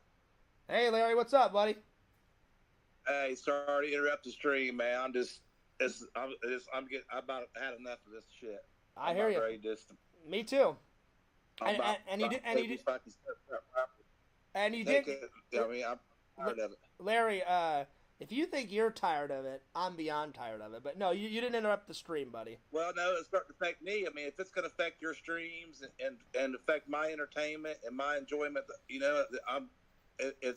it's not just fucking with you; they're fucking with me too. So, well, like I said, I appreciate it. I'm about ready to fucking just show them what old Larry can fucking do. But Larry, there's nothing that you can do. I appreciate you saying, "Hey, Fears." Oh, bullshit. There's nothing you can do. If they've already decided that they're going to troll me, they're going to troll me. Okay. I mean, there's. Well, I mean, they listen to this. Okay. I'm just saying, there's nothing you can do because they're their own people, and they're like, well, if we want to make fun of Fears, we're going to make fun of Fears. You know, it's like That's. I mean, unless you showed up to every single one of their houses, Larry, and beat the shit out of them, you know, that would probably get them to stop. But if you don't do that, they're not going to stop. They will never stop. I don't know if that would make them stop, but like I said, that. Oh, I guarantee you, Larry, if someone literally like beat the living fucking tar out of them, they probably would never. If I did That's what they need. That's how I was raised, John. So was I. I mean, we didn't. So was I. I was raised. I mean, we had this. We picked it out. I've had my ass whipped many times, but I've never backed down. I've never backed down from a fight. I've never backed down. Like Joey thinks I'm afraid of him. I am not afraid of that pussy-fied little bitch. I'm not afraid of him whatsoever. I may be old and out of shape. I may not. They may kick my ass, but you know what? I'm going to get my shots in. That's all I can say. But it's pointless. Like, you know, it's they're just going to do whatever they want to do. I mean, I'll be honest, Larry. I get tired of it. I get tired of it every single day. I'm beyond tired of it. You know, it's just, but it won't stop. Yeah, maybe I'm just in a bad mood too. I don't know. But like I said, I thought about it. I can't fucking sleep. I just can't believe there's that many assholes out there. Yeah, assholes. I mean, it's the internet. I mean, what are you gonna? I mean, I don't know what else to say. I mean. Everyone on the internet has got their own little thing that they're going to say. Like I said. Well, hey, I met you on the internet, and you're not like that. So yeah, I mean, well, I'm one of the. It's not everybody. Well, that's what I'm saying. It's not everyone, but there's a lot of assholes on the internet that have got their own little comments that they're always going to say. And like, I'll go back to the original thing that I was going to say. In entertainment, or if you're a YouTuber, or if you're an online personality, people are going to like you. And then the other people are not going to like you. And people are going to have their little comments, and then some people are not going to have their little comments. Why? Because everyone's got their own fucking opinion, you know? And then it's worse, like, every time I make one little fucking mistake, they got to call me out on it, you know? And they don't have to. Like, your and your. Sometimes when I know the difference between your and your. When I'm typing. Who gives a shit? Exactly. They know what you're saying. Exactly. Exactly. Who gives a flying fuck? It doesn't. I don't give a flying fuck. I don't fucking care. And the reason, know what the fuck you're saying. But I'm giving you exactly. And the reason why I bring that up, that's just one example. I'll be typing. I'm a really fast typist, so I'll be chatting away and I'll be typing my little 2 cents back to these idiots, and then they're like, "Oh, Fears, you wrote the wrong your." Who gives a shit? But they know. Right. They know all that. Like, oh, I'm gonna call him out on this. I'm gonna call him out on that. They know all that shit annoys the fucking living Christ out of me, you know? Then Yakov, like, he's got his own little fucking thing. Ooh, I'm a cook. Wow, I'm better than you, Fears. Not really. You know, I'd say, like, nobody's better than anyone else, you know? I'm not making fun of him because, like, he's a cook. I don't see him on the fucking Food Network. Yeah. I mean, come on. I'm just saying. That's what I'm making. Yeah, they got on my ass for making fun of him that he's a cook. I wasn't making fun of him that he's a cook. I'm like, I give the guy credit. He's got a job. He's working hard. Exactly. Don't act like it's exactly. I was not making fun of his job. I was making fun of the fact that I'm like, who makes you better than me? I'm like, you're no better off than me. Hey, look at this way, Fears. Look at this way. He probably serves what? Let's say he serves 50 people dinner. Okay, that's a good deed. He's fed 50 people. Exactly. How many packages do you get from people every day? Hundreds, thousands. Hundreds of thousands. But I'm just saying, nobody's better. The reason why I was trolling him back was I was giving a little taste of his own fucking medicine. I was like, what makes you better than me? You work as a cook, great, that's fine.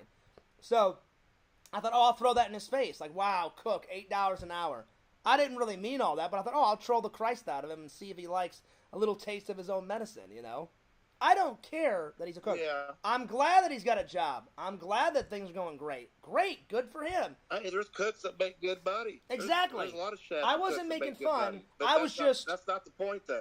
My point was just to troll him because, you know, they make fun of my job too, and I'm like, what makes you have the right to make fun of my job? I'm working. I have a job. I'm trying to make a living, trying to make a life for myself, just like all these other idiots are. But they feel like they have the authority. You work for FedEx. It's a Fortune 500 company. It's one of the biggest I mean, it's a billion. It's a $1 billion business. Plus, I recently got promoted. I'm sorry, I didn't get. I'm sorry. Job. I'm sorry. It is a good job. I didn't get promoted. I got a pay raise. Excuse me, not a promotion. I don't want them to say I'm a liar. I didn't get promoted yet, but I got a pay raise recently, which was good. You know, so I wasn't making fun of his job. It may have looked like that, but I was like, oh, I'll give him a taste of his own medicine. I'm like, who gives them the right to make fun of my family? Who gives them to make fun of my job or whatever? They don't. They don't have any. It's just these idiots sit behind their fucking keyboards and just say the most. Then you got a little. Then you got that Adam guy that's always across the country talking shit. I mean, that's easy to do when you're across the country. He knows nobody's gonna go. See, the thing about him is he's really go up in the United States, buddy, and see what happens. The thing is, it's really weird with him. Sometimes he actually isn't. Won't be no fake wrestling bullshit. Well, the thing is with him is, like, I can figure some of these idiots out, but I can't figure him out. He half likes me, but then half hates me, and then sometimes he is a massive fucking dick. But then other times he can actually say something nice. So I'm like, well, what is it? Do you like me or do you hate me? And then he always makes the bullshit that I never want him to be my manager. He isn't my manager. If I ever got, I'll tell you, Larry, if I ever got like famous, like Casey Neistat status or Roman Atwood, I would hire Randall. He's like one of my best friends. I know you would. I take no offense to that. Because you'd probably hire me for security, or I'd be. Yeah, because I would want to give back. I'm sure you'd hook me up somehow. Yeah, I would want to give back to my friends and my family, the people that actually give a damn about me. And Randall gives a damn about me, because I'm one of his best friends. I love Randall like a brother. Randall likes me like a brother. Right. You know? So I'd be like, Randall. Visions, same way. You could. Yeah. Visions would definitely do all your promotions and all, you know what I mean? Yeah. I'm just saying, like, I guarantee you the first one I would call, I'd be like, hey, Randall, dude, I just hit 1 million subs, or, like, let's say I got to Roman Atwood status where he's got, like, 15 million. I doubt that'll ever happen, but let's say it happened. I'd be like, hey, Randall. I would probably call Randall before I hit 15 million. Probably the minute I would hit 100,000 or 1 million, I'd call Randall and be like, hey, Randall, now we got some clout.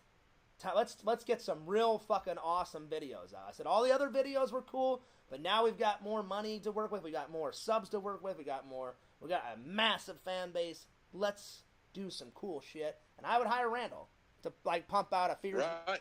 I'd have more money then, and I would probably have Randall pump out like a Cameo Man and a Fears Man cartoon weekly. I'd have him do more campaign videos. Randall's a really good editor. He's a way better editor than I am, and I'm not saying that because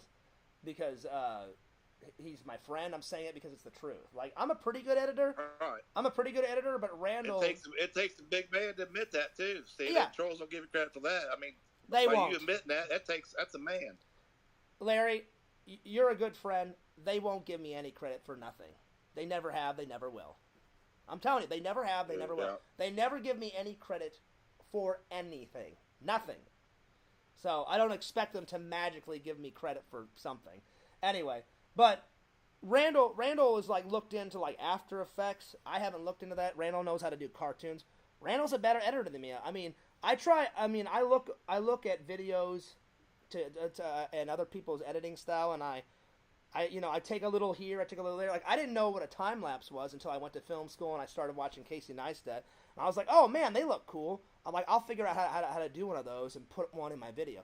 I love time lapses. I put at least 1 or 2 time lapses in almost every video that I do. Whether it's like you do a damn good job too, man. I don't know if I've told you that. Well, I appreciate that, buddy. I know I don't tell you enough, man. I appreciate your hard work. And you do a damn good job. Well, I appreciate that. And see, and the reason why I keep going is for fans and friends like you. Like, people like you, Timmy, Larry, Visions. I mean, I could name off 100 people that actually give a damn about me, care. And I do what I do for these 3 reasons. 1, I love making content, whether it's a stream or a video or whatever. I don't want to let the fans down, and I enjoy giving back to the fans. And 3, I have a passion for film. I always have. Ever since I was 4 or 5 years old and I watched my first movie. The very first movie I watched straight through, I wish was Ghostbusters. It isn't. Ghostbusters was my second film.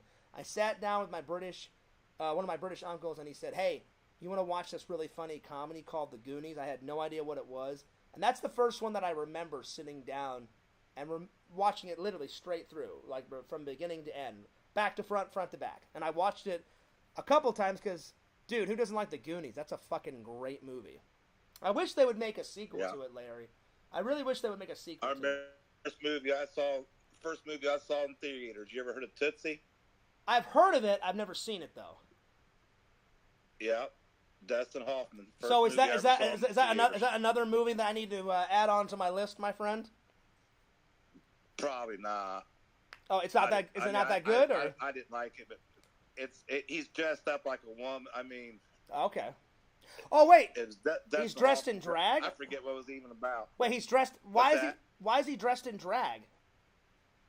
I don't know if it's in drag. I mean, I don't know. Well, I mean, if he's dressed as a woman, that's in drag. It's weird.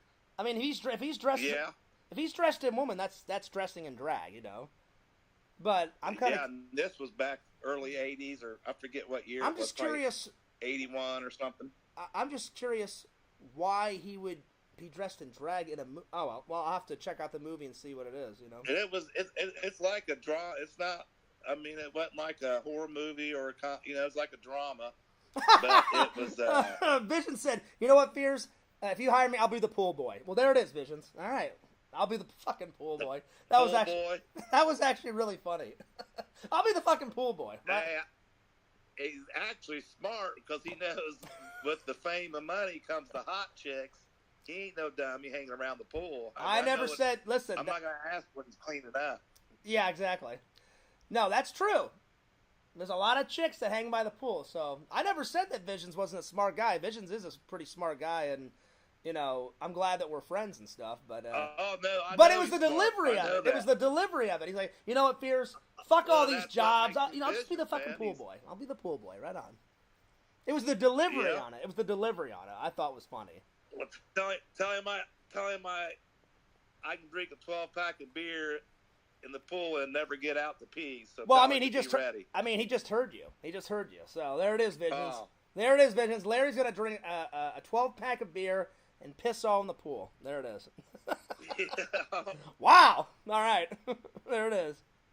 No, man, like, I appreciate all my loving and loyal fans. It just gets fucking tiring after a while dealing with these assholes, you know? I'm like, nobody deserves any of this shit, you know? Like, I think I got it worse than Tommy ever did. I really wish. Nothing against Tommy, but the minute they found me, they're like, oh, fuck Tommy. We got a new person to, like, fuck with, you know? I can't wait. I hate to say it, but I can't wait until they find somebody new. Lord have mercy on that new fucking guy, you know? Right. Tommy, though, they just kind of hit him all at once. I mean, that Leafy, they kind of just got him, and then it was kind of disappeared. I think he still gets trolled, but that Leafy, I guarantee you, I know he had a lot of viewers and shit, so that made it even worse. Larry, I guarantee you, Tommy may still get trolled. I'm sure he does, you know, because usually every YouTuber gets trolled in some way, you know, or another. But he doesn't get as trolled as much as I do. I mean, right? It is but I think Tommy likes it though. Tommy likes getting trolled? I doubt it. Yeah, I mean, why else did he go? He goes on the Foul Mouth Network, and that's all they do is sit there and rip his ass, and he goes out of his way to go on there. Well, see, I think he must get paid. Well, they rip his ass. Well, I don't know. I've only watched Ken's show like once or twice. I remember Ken ripped Rasmus Rant's asshole for like 2 hours straight. And the only reason why I watched it is because Carrie went on there and someone sent me the link and I was like, why the fuck is Carrie getting involved with Raz's shit? And I'm like, why is Raz on this show? Why is Carrie on this show? Then all of a sudden I heard, like, oh, hey, Fears, the reason why we sent, and I don't remember who sent me the link, but somebody sent me the link. This was a while ago. And they're like, hey, Fears, not only are they on the show, but your friend Tommy's on the show. And I was like, oh, God. I'm like, this is going to be World War III. I went, all right, send me the fucking link. And, man. So I've only watched maybe two of Ken's shows. And each one of those, Raz, Carrie, and Tommy was on the first one. Then the second show was just Raz and Tommy, like, duking it out. And then That was it. Ken's actually a fan of mine. I've watched him since day one, and Tommy's the one that made him too. I mean, Tommy's the one that made. Oh, really? I mean, he literally made that channel. See, I had no idea about that. All over him. And Ken's actually a fan of mine. I've seen him. I haven't seen him in the chat in a long time, but I've seen him in my chat before. He's left a few comments on some of my vlogs and some of my other videos. So I'm like, oh, he's probably a fan. I'm like, he probably found me out through Tommy or Raz or somebody. Probably through Tommy though, but I had no idea that they just give Tommy shit daily when he goes on that show. I had no idea about that. I mean, why would I? I mean, they make a ton of money off of him. They got 15 different donations, and I counted them. 11 of them are about Tommy. I had no idea about that. And then they stopped the whole show for $1 to talk about how fat Tommy is. He's gonna die of a heart attack.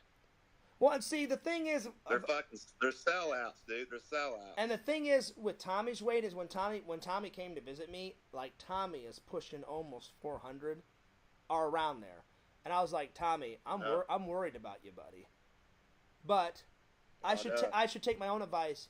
I'm telling you, the main reason why I got a little chubby is because I did not know how to deal with my dad's death, and I ate pretty good back in the day. I mean, I would have a burger here and there, but people have seen me slim before, and I used to be skinny, and then I would work out, and I got athletic. Not super athletic, because I didn't want to be fucking Arnold Schwarzenegger style, but I was pretty athletic. And then I didn't know how to. You're 40 years old too. You're supposed to gain weight.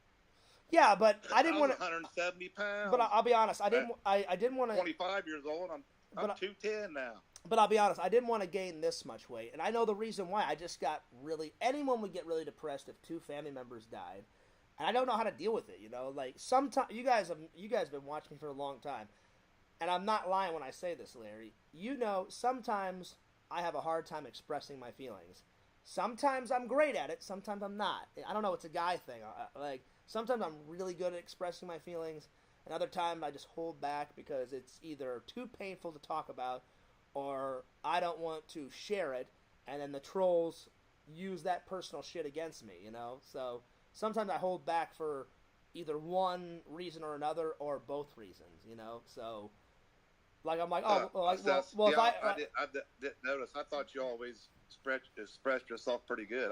I never did notice. If I'm happy and I'm talking about something that if I'm happy and everything's fine, then I'm okay explaining something. If discussing a movie or something that I'm really passionate about, but if it's something serious, I've always had a problem coming up with words sometimes. Sometimes not, sometimes yes. It's just depends on the situation, I think a lot of people are like that. Well, you know enough movie lines. You ought to just start quoting movie lines. I mean, I do. You know every movie line made to mankind. I mean, I've done that before, and people love it. I can recite dialogue. Hell, I could probably sit. I know you can. I could probably sit here. I've watched Ghostbusters so many times. I could sit here and probably do the whole movie, say every single line, probably within an hour. If not less. I know you could. Yep. So they make fun of my memory, but that's I've seen it in action. Yeah, they make fun of my memory, but that's not even Ghostbusters. It's random movies. I mean, you've got. Hell, I don't know if it's a photographic memory or if you're just so passionate about it, but there's something there. It's not normal. Well, I'm pretty good at memorizing. That many. I've always been good. Anytime I've been in a play, Larry, I've only forgotten my lines of a play I was in once or twice. I'm pretty good at memorizing dialogue, and I'm pretty good. That's one good thing I am good at memorizing. There's other things that I'm not good, like stories. If the story is from a very long time ago, I'll get the high points. That's why they think I'm a liar sometimes, and I'm like, I'm not a liar. This actually fucking happened. I don't remember everything, but I give people the highlights. Like, that one story about me and my friend Ben, they're like, oh, Fears, the story's changed so many times, and I'm like, because I only remember aspects of it. Like, I remember we were there, we were partying, he got super drunk, I got super drunk. All of a sudden, Ben's like, I gotta go to the bathroom, Fears. And then he went off. Then there was a knock at the door, and it's like, hey, Arizona police, we're shutting this party down. And I went, oh shit. it's only like the first or second week of college. I have to get the fuck out of here because they're going to arrest me for guilty by association because there was drugs everywhere. That's the first time I saw drugs like up close, Larry. It was a big ass frat party, right? So there was. Is that where you blew the cocaine off all over the floor? Or no. That was another party. But this is the one I'm telling you where I went. We have to get the fuck out of here. And I raced, and my friend. Now this is the part. I remember I went and raced somewhere and grabbed him and said, "Buddy, we got to get the fuck out of here." And he's like, "No, Fears, the party's just started." And I'm like, "Dude," I'm like, the cops are at the front fucking door. I said, if they find out. I said, people have been doing drugs in here. People are drinking. I said, if they find out, I said, we're going to get arrested, guilty by association. And he's like, and then he said something like, well, Fears, we've just been drinking. I'm like, I know that. You know that. But I'm like, it doesn't matter. We're still going to get arrested. I said, I cannot get arrested my second week of college. I said, my parents will fucking kill me. And so I told people the highlights. The next thing I remember is remembering that there was a window in the bathroom. And I said, if there's a way to open that, we'll just slide out the window. I opened the door, and there's some guy crazy in there sitting on the toilet, and he didn't have the needle in his arm. He was about to inject something into his arm, possibly heroin. I don't know what it was. And he's like, hey, man, and I remember... He wasn't diabetic, huh? And I don't know. And I remember him saying, hey, man, do you want some of this? And he, went like that. I remember him doing that, and I said, fuck no, get out of my way. And then he wouldn't get out of my way. And then I remember saying, as clear as day, Larry, I said, if you don't get the fuck out of my way, I'm going to grab you and launch you into this fucking room. And I had to be careful because I'm like, what if this guy sticks me? He wouldn't get the fuck out of the way. So I grabbed him by his arm and his shoulder or whatever. And I just threw him out of the fucking way, grabbed my friend Ben, threw us in the bathroom, locked the door. And then right as I locked the door, I could hear, I don't know if they busted down the door or opened the door, but I could hear the police. So I thought they were already in the house, and I was like, we've got to get the fuck out of here. And I opened up the window. Yeah. I went through, because I was skinny mini then. My friend Ben, he was a little chubby, and he's like, Fears, I'm stuck in the window. I was like, dude, suck it in like Grandpa. We got to get the fuck out of here. And I wasn't going to leave my friend, so I said, give me your arms. And I pulled and pulled and pulled. Finally, he broke like the side of the fucking window, flew out, fell on top of me, and we fell like in these like pricker bushes, and then we fucking ran away. And that is 100% real. But because I don't, because I don't have a photographic memory all the time, they think I'm lying, and I'm not lying. Plus, you was drunk. I was drunk too. So I just remember the high points, like the point where I accidentally blew off the cocaine. I'll tell that story. I remember I was at my friend, another party, and this was the time where I saw drugs. I mean, someone offered it to me, and it was like 2 inches from my face. The frat party, I just saw people doing drugs from across the way. So, whenever I got drunk back in the day, I've told, I think Visions one time asked me, like, Fears, what type of drunk are you? And I said, well, back in the day, I was 4 types of drunk. There's sleepy drunk Fears, happy-go-lucky drunk Fears, exploratory Fears, where I would get drunk and just, if I was in someone's house, I would just walk around and explore areas. Like I would open the door and be like, ooh, what's in here? I don't do that anymore. And then the fourth one was I was just excitable drunk Fears. But I told Visions and a bunch of other people, like, I've never been like, like when people get mad sometimes, like when they get drunk. I've never been that type of drunk. That's just not me, Right. So whiskey drunk. Well, no, I've drank whiskey. I've gotten drunk off of whiskey plenty of times, but I've never got. Don't make you mean. See that? No, I've never gotten mean or mad or like. Sometimes I curse when I get drunk, but I've never been like, hey, and then like slap people or hit people. I've never gotten mad or pissed off while I'm drunk. Nothing. So this type of drunk. That's good. This type of drunk. So like whenever you and me get drunk, whenever you come, you'll see it, buddy. The only other type of I'm sorry. I'm usually the happy-go-lucky drunk, or some, I'm sorry. There's one. There's one more. Get a little rowdy. There's one more type of drunk that Fears does sometimes. I haven't done it in a long time, but back in the day, I would explain a lot of shit. Like my buddy Eric would be like, "Fears, you don't have to explain everything when you're drunk." And I'd be like, "Man, I'm trying to focus. Listen to me in this story. I'm trying to focus." And he'd be like, "Fears, what the fuck are you trying to focus about? Just enjoy the drunkenness, man." I'm like, "Eric, I'm trying to focus, buddy. Like, let me tell this fucking story." Now, see, that's where if you like that, see, that's what weed does, man. If you smoke some marijuana, you would. So I couldn't imagine. So I haven't done how artistic you'd be. I haven't done explaining fears drunk in quite a while. I guess that just fizzled out of me. But when this particular story, I was the type of drunk where I was just exploring. So I got bored. I'm drunk off my mind. I open this door and there's tons of people in this room, and they're like, "Fears, close the door. Get in here real quick." And I was like, "Why?" They're like, "We don't want people seeing us doing this." And they had trays full of cocaine. And I was like, "Holy shit!" I kind of sobered up real quick because I was like, "Oh shit!" I had never seen it. It was literally like some lady was holding a tray and they were like sniffing it off of it. And I was like, "I've never seen that shit, only like in movies." Someone brought the tray over, kind of like this, and said, "Hey, you want some, Fears?" And I didn't mean to hit it with my hand. I just said, "Fuck no, I don't want that." And I went like that. And I remember doing that. I said, "I don't want that shit." And I guess my hand accidentally hit it. And the woman was like, "Fears, what the fuck?" And the tray hit the ground, and all this cocaine went on the ground. She's like, "Fears, that's like $1,000 worth of cocaine."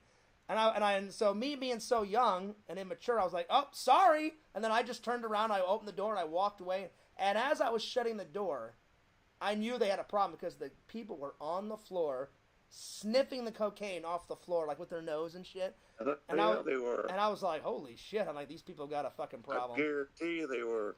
So then I just shut the door, Yep. and so I didn't. So that's 100% real. I may have not gotten every single line of dialogue right, but that's why they think I'm a liar, and I'm not. I'm like, I was drunk. Here's the high points of the story, you know.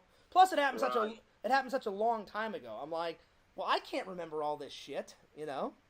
Like I remember exactly. And how could you make up them sniffing it off the rug when you've never done drugs? I have never done drugs. That desperate. I have never done drugs, and it was weird to see people that you wouldn't know that if you didn't to see it. Yeah, and I'll be honest, those are the only 2 times in my life where drugs have been that up close in my face. Like when I was trying to get Ben and me out of that party, I saw people doing drugs across the way, and then they started banging on the fucking door. And I'm like, "Oh shit, the police are here! Oh fuck!" And then I don't remember what fraternity it was because my college was so much littler than Arizona State. I don't know if you've ever been there, Larry. Arizona State is fucking massive, and my college was near Arizona State in Arizona. And me and my friend had never been to a frat party, and my friend was like, "Hey, Fears, like, I've got some buddies that go to Arizona State, and they're with such and such fraternity. Like, you want to go to this party with me?" I went, "Sure, why not?" I'm like, "I've never been to a fraternity party." And it was literally like something out of a movie, Larry. It was all like the fucking meatheads. "Yeah, I can take a football and throw it 1,000 yards." And I was like, "Oh, man." I'm like, me and my buddy Ben do not belong at this party. But I'm like, well, it's free beer, so right on. And so, like, the first 2 hours of the party was great. Like, we partied till about, I don't know, 10 or 11. And then I guess some neighbor complained. That's why the cops were there. And it was like maybe around anywhere between 12 or 1. And the cops were pissed. That's why they're like, "Arizona Police Department, open this fucking door." I mean, they were going ballistic. And I was like, "Oh, shit. I'm going to be in so much fucking trouble." And there was liquor and drugs everywhere. It was insane. It must have been bad because usually the police don't. Usually they don't fuck with frat houses or college parties. Well, I think I don't know why. It must have been wild. I don't know why the cops were called, but I mean, when I was at that party, I remember it was loud. So maybe a neighbor or somebody complained. I don't know why. Or they found out there was drugs there or something. Maybe, yeah. I mean, there was drugs all over the place. It was bad, you know. So, and I told my friend a couple of times, "Hey, man, Ben, I think we should take off." And Ben was like, "Oh, we will," you know. And then I was an idiot. I parked my car right in front of the frat house. So I was like, well, we can't get in my car. Plus, I'm like, I don't want to drive home drunk. So we just ran through the bushes in the back. And then we ran down the sidewalk, way down the street, and we found like a Whataburger. And that was the first time I ate Whataburger. We ate there, and I said, let's just chill here for a little while. And then I said, hopefully in about 2 hours, I said, they'll all be gone, you know. And so we just hung out at that Whataburger, and then the Whataburger actually closed, and so we just stood outside. And he said, "Hey, Fears, do you think there's been enough time?" I said, "Well, let's go see." I said, "We'll get close to the house." But I said, "We'll still stay far away so none of those cops will see us." So we just kind of peered around, And I waited. There was one cop there left. I remember he got in the car and drove off. And then I said, let's wait another like 10 minutes. Because by that time I was sober. And I said, all right, so we'll wait like 10 minutes after this guy leaves. And then we should be fine. And then we waited like 10, 20 minutes. Then I kind of looked around. I didn't see anybody. I went, Ben, get in my fucking car. Let's get the fuck out of here. And then we left. And that's exactly 100% what happened. So. Has John Fears ever been in jail? I've been in there once. I've told you guys that. Did you like it? No. I've told you guys that story before. Remember, me and my friend did that. Yeah, but I didn't know if you. Me and my friend did that. Did he like real hard time? Like no.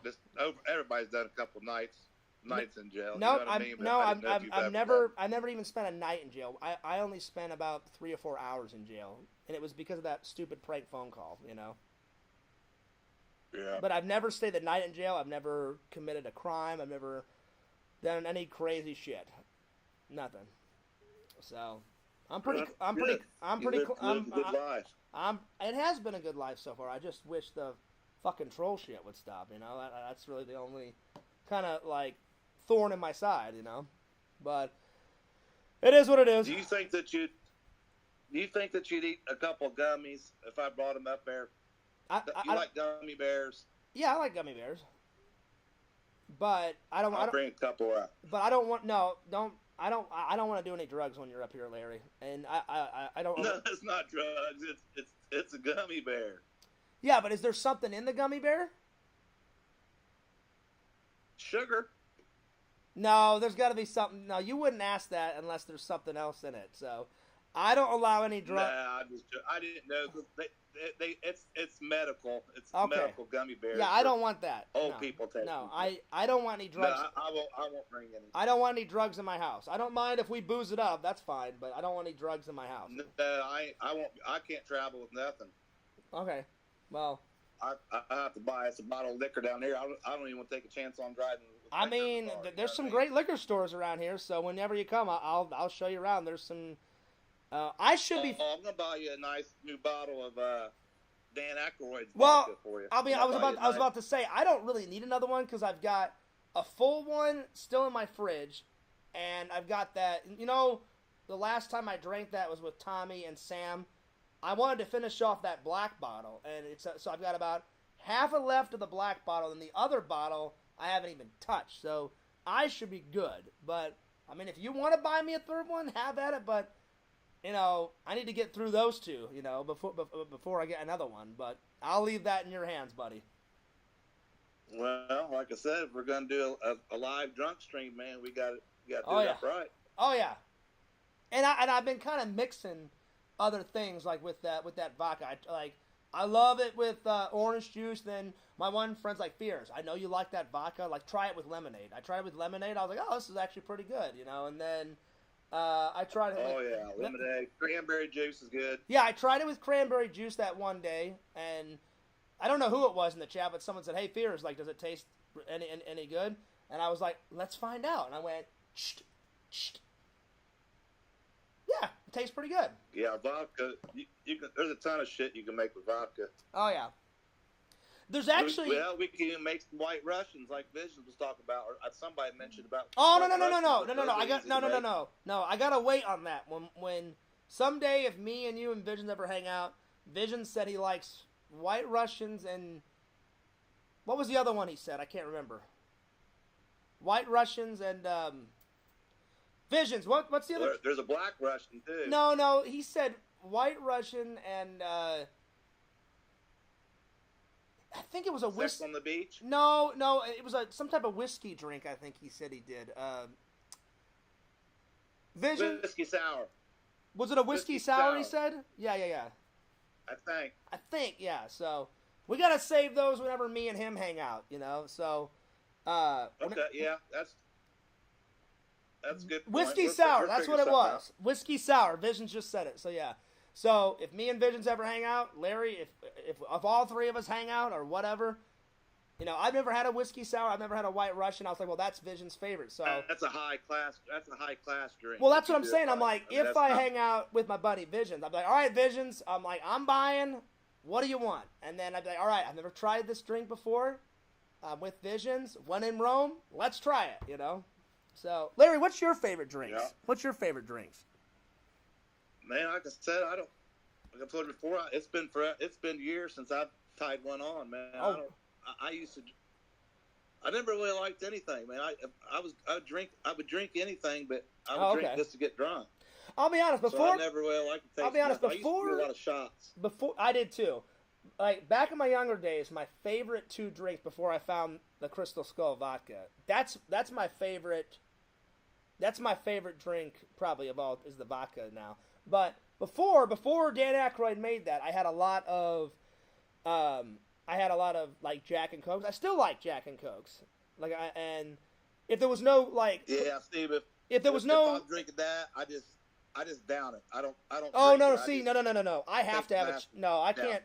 I can't just open up the bottle and go, all right, you know. No. I gotta have a chaser with it.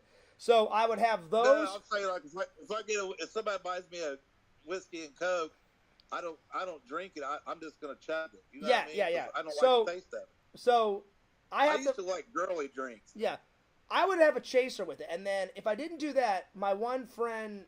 I've told you about my gay friend Kristen. My gay friend Kristen, I've been her friend since like the 4th grade. She would always have parties, and that was the first time where she introduced me. She's like, "John, have you ever tried like vodka and orange juice?" I had no idea what she was talking about, and I said, "Is it like a shot?" She's like, "You can do it as a shot, or I can just pour you a glass." And I was like, "Yeah, give me a screwdriver." Yeah. So those were like back in the day. Those were my 2 favorite drinks. I don't know what vodka she would use too. She would just put vodka, some type of vodka, and then she put orange juice, and I was like, oh. I'm like, Kristen, this actually... cheap-ass Smirnoff or something. I was like, Kristen, I'm like, this is actually pretty good. And she's like, oh, I knew you'd like it. And I was like, no, I'm like, it's not my favorite drink in the world, but I'm like, it tastes pretty good. But back in the day, my favorite... have you ever had Jägermeister? I've had it a few times. Black stuff tastes like licorice. Yeah, I've had it a few times, and that's not my cup of tea. It's okay, it's all right, but I'm just like... The taste of it is a little nasty, so, yeah. What about tequila? That's fine. I don't mind that. You like tequila? Oh, man. You talk about tasting like shit. I'll be honest. I've never had a problem with tequila. Never had a problem with that. So, yep. Anyway, buddy, it's getting late. I'm going to let you go because it's almost... Yep, I'll let you go about it and be interrupted. I was just happy pissed off tonight. It was half and half today. I was having a good day, and then when they started their fucking constant shit like they always do, then I got pissed. But I wanted to say something.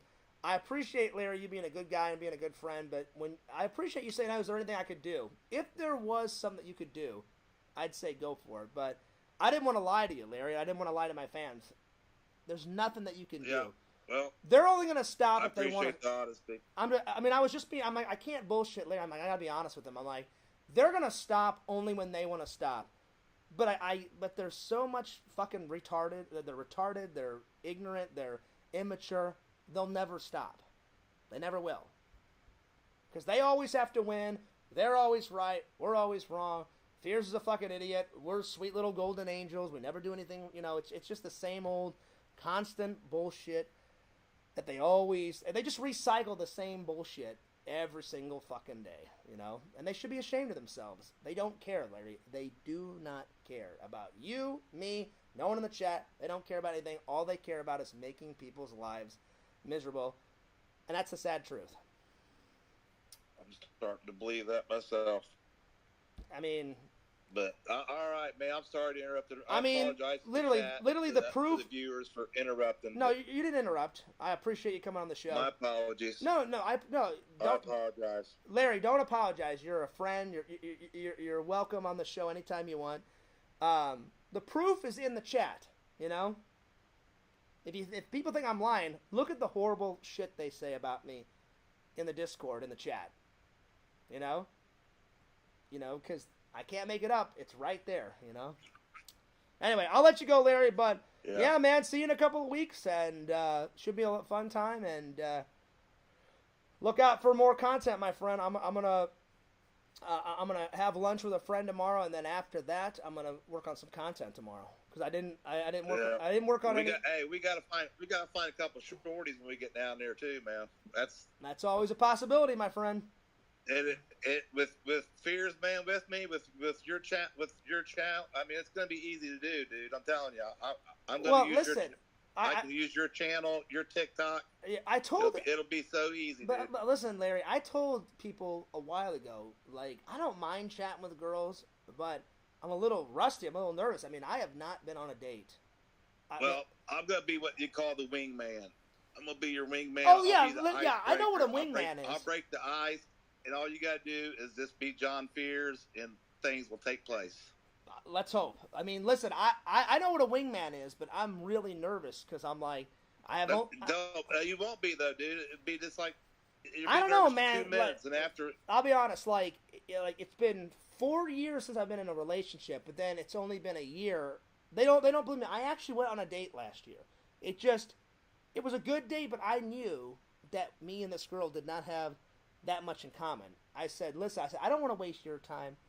You don't want to waste my time. And I looked at the girl and said, can I be honest? She goes, oh, absolutely, please. She goes, most guys play a bunch of games. I said, yeah. I said, I'm not that type of guy. I said, I don't want to play any games. I said, you're a very nice girl. I said, I just don't see enough of the same similarities. I said, I don't know if it would work out. And then she goes, yeah, I thought the same thing too. And I said, on the other hand, I said, if you want to do a second date, we can. I said, because there was nothing wrong with this first date. I said, did you have a good time? She goes, oh, I had a blast. I said, I had a blast too.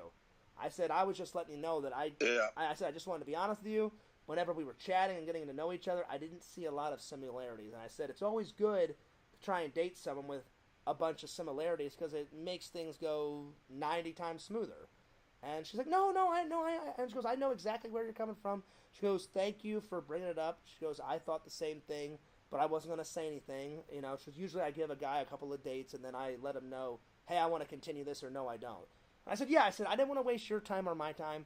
And so we just ended it right there. And she said, well, thank you for being so honest and generous and not wanting to waste my time. I said, no. I said, I don't want my time wasted. And I said, I sure as hell don't want to waste anyone else's time, you know. So she's like, no, I really appreciate that. Well, but they don't. But I'm telling you, a couple numbers. We're going to get you a couple. Well, I appreciate that, Larry. Followers. But I have no like I said, the thing is with them is why would I lie about that? I haven't been on a date in years, and then when it does happen, they're like, well, we don't believe you, Fears. I'm like, I don't care if you don't believe me. I was there. I know what the fuck happened. I did go out on a date with this girl. It just didn't work out, you know. Right. You know, it happens every day, man. Exactly. Happens every day. And I'll be honest, I was actually excited because I was like, oh, wow, I haven't even had a date in quite a long time. So I'm like, so there was a lot of pressure, you know. So I was like, well, I'm like, it's either going to work out or it doesn't work out. I said, if it doesn't, oh, well, Fears, move on to the next girl, you know. So, yeah. It just felt like you're trying. I mean, obviously, we saw the girl in the Disney vlog. Then you found out she had a boyfriend. Yeah, so I really... Obviously, you wasn't trying. Like... We fucking saw her right in the fucking vlog. Yeah, like... Come on. Like... she was wonderful. If she wouldn't have had a boyfriend, I would have loved to have gone on a date with her. When we were chatting, I was like, this girl is so sweet. She's beautiful. She's got a great job. And I said, maybe this... she seemed like she was nice. She was gorgeous. I fell in love myself. She was like, she was super sweet. And in my mind, I said, maybe this is it, Fears. I said, go for it. And I really wanted it to work. You never know. Maybe on the road, her and her boyfriend will break up, and you guys will come... Your paths will cross, and you'll be good. But see, I'm not the type of guy. I wouldn't want to break up someone's relationship. But you know, things happen. Like it's called respect. That's called respect. It's respect. I would respect there. But if they had their own problems and it broke up, then that's on them. But I wouldn't want to get in the middle, you know. So when I found out, I said, if I would have known that you had a boyfriend, I would have never asked you out. And she's like, well, I didn't want to waste your time. I just thought I'd let you know. She goes, I have no problem, like, coming to Disney and meeting you there. But she was like, I don't think my boyfriend would approve if, like, you came and picked me up and we both went to Disney, or if I came out and had coffee with you. I said, no. I said, no guy would like that. I said, and I don't want to be that guy. No. And she's like, well, I appreciate understanding. But still, though, you never know what might happen. You guys might just start meeting each other there, and it might naturally take place. You both might fall in love. You never know. Well, I just told her, I said, well, listen, I said that's cool. I said I could always use another friend. And I said, listen, I said you don't have to give me your number. I said you can if you want. I said, you've got my number. I said, the next time you're in town and you want to go to Disney, give me a ring. I'll save your number. I said, I know your name. I said, we'll meet up. And I said, we both got Disney passes. Perfect. And she was like, yeah, that sounds great. She goes, I can always use another friend too. I said, perfect. But I'll tell you what, Larry, the one thing I didn't tell her, though, is I was like, in my mind, like, maybe this is it, Fears. I'm like, maybe God's telling you something, like, ask her out. But I didn't ask her out right away. My plan was, I'll be her friend, we'll meet at Disney, and then after we have, like, one friendly hangout, then I'll ask her out. But, like, my plan was, like, hey, I really enjoyed our friendly hangout. Listen, I don't know if you'd be interested, but I really enjoyed the day with you. I'd love to get to know you more. So I'm going to ask you out, and just be honest with me, yay or nay. I think you're cool. Would you want to go get some dinner or get some coffee or go to Disney on an actual date? Let me know. But I never got to do that because I messaged her, and I was very patient. She didn't write me back until 4 or 5 days later, and she told me and said, hey, I'm just curious why you haven't posted the video on TikTok yet, and you guys all know the reason. I thought if I post that video before I get an answer, maybe the trolls will go nuts on this girl. Surprisingly, she hasn't got any shit. Thank God, And right. I was like, I'm petrified. Like whenever I get a girl, are they gonna do this? Because they did the same shit to Casey. Like about 3 or 4 months in. Oh, did you hear this, Casey? Did you hear that? Fears is terrible. He's a terrible human being. He fucks Nazis. He is a Nazi. He's got an obsession with pumpkins and all the other bullshit that they always come up with. So I was like, well, what if they do the same shit to Brittany? I'm like, I don't want that to fucking happen to her. I'm like, she's a very sweet, nice girl. And it was perfect. She was not too young. She was not too old. She was 36. I was like, this is perfect. I'm like, I'm 40. She's 36. I'm like, that's not too young. She looked younger than that. She looked good for 36. And I didn't ask her my age, but I tried to get her to tell me without asking. I was like, I was like, hey, I'm like, when did you buy a pass? She's like, well, she goes, I bought it like on one of my birthdays. I'm like, oh, you just had a birthday. I'm like, how old? She's like, oh, well, she's like, that was last year. She goes, I'm 36 now. That's pretty sneaky. So I was trying to get it because you know what to do, dude. Well, because I know I was like, well, I don't. I'm like, I want to know her age because I'm like, I don't want to chat with this girl and waste my time. And then she's like, hey, I'm 21, And I was like, oh, okay, never mind, So I was like, I got to get her to say her name. Or her age, without me going, hey, Brittany, how old are you? Because you're the number one rule is you're not supposed to ask a chick how old. So I don't remember what I said. I said something, and she just blurted out her age. I went, all right, good. I'm glad that she said it. And I was like, oh, wow, you're 36. I'm 40. And she's like, oh, you don't look 40, John. I was like, oh, well, I said, she goes, you must take good care of yourself. And I kind of smiled. I was like, not right now. But I said at one time I did. But I mean, I said it. I said it as all you gotta do, dude. You said everything you said was perfect. I said it as a. Now you just gotta find a girl that don't have. You've been dating her right now. She didn't have a boyfriend. Yeah, it's simple. Yeah, so I said it as a joke. Like I kind of laughed and I said, well, at one time I took care of myself. I said, I've been going through some shit right now. I said, and normally I'm not this heavy. I said, normally I work out. I said, and then I told her about like my dad and stuff, and she goes, oh well. She goes, I could see why someone would get depressed with all that. And I said, yeah. I said, it's been a lot. So I really wish she didn't have. What kind of pass did she have? Well, she had the top-notch pass. We didn't get that far. We chatted for, I don't know, maybe 30 minutes, like, on the boat. And then see, that would have been a good thing to bring up. You could have said, well, oh, you're season. Say, no, I got. Well, that way she knows you got. Since we were. You're serious when you show her your pass, I mean. I did show her my pass because she asked. She said, what pass do you have? And I pulled it out in my wallet and I showed her. We talked a lot about. Did she have a season pass? Yeah, she does. This is exactly what we talked about. On the boat, we talked about how many years we had lived in Florida, and then... Damn, you was on the boat with her, too? Well, she had got on the boat, and she was already on the... She was already on the boat, and I got on, and then I didn't recognize her right at first, and then when she turned around, she kind of noticed that I was doing a time-lapse at the back of the boat, and you guys have seen which time-lapse I'm talking about, where the boat... I filmed the back of the boat, like, whizzing through the waves and shit. And then she said, oh, what are you filming? And then that's when I said, oh, I'm a YouTuber. And then the conversation started. So we talked a little bit about YouTube. Well, she seemed awful happy being in the Fears Man vlogs. That's all I she didn't. Say. Yeah, she didn't mind. If I'm her boyfriend and I see that, I'm gonna be pissed. Well, she does. I mean, nothing that you did, but I'm just saying. I'm just saying she didn't say anything about a boyfriend when we were chatting. So no, I'm not saying you. I'm just saying if I'm her boyfriend and I see that, I'm gonna probably beat her when she gets home. Well, I hope not. I'm not gonna. I'm just joking. I'm not gonna beat her, but I'm gonna be pissed. Yeah, no, I know. I hear what you're saying.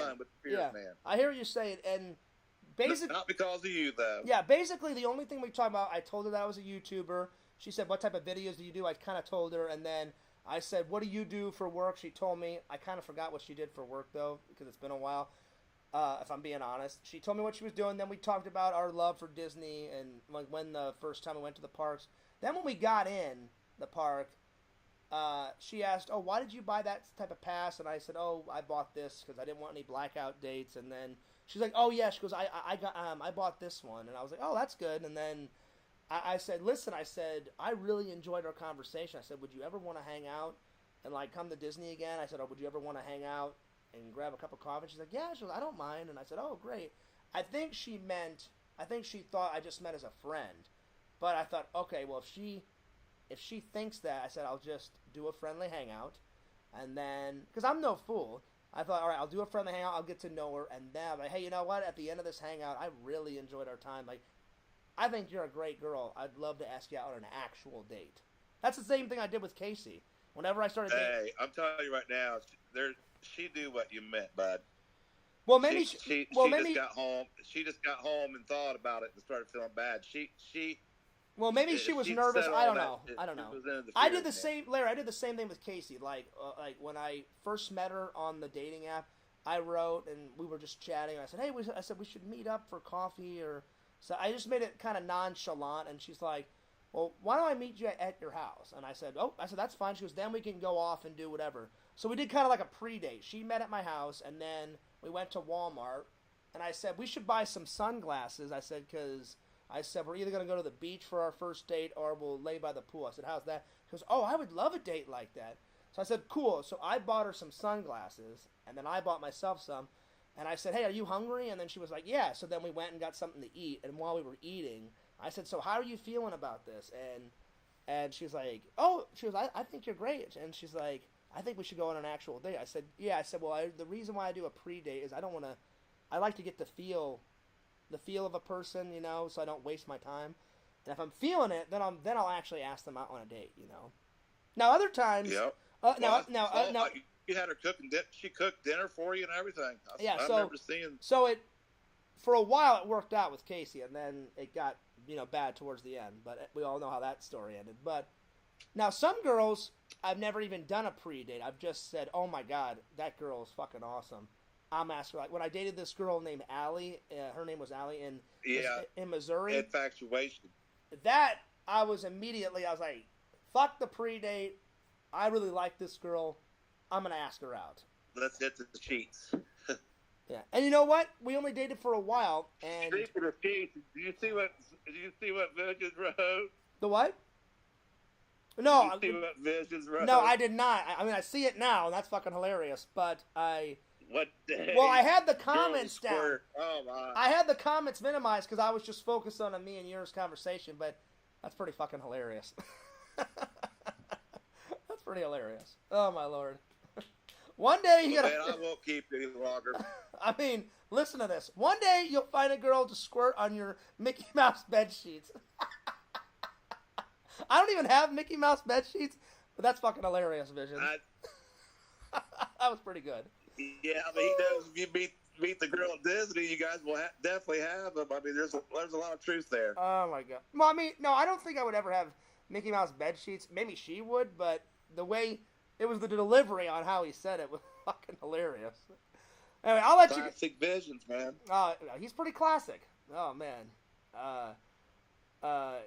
His friend Mannequin or whatever his name is, that guy's funny but weird. But Visions is pretty classic. Oh, I think they're all cool. I think your chat's cool as hell. I mean, Beer Man, dude, is pretty funny. Oh, yeah, Beer Man's funny. And then who doesn't... we got a lesbian. Listen, and then who doesn't like Timmy? Every gender.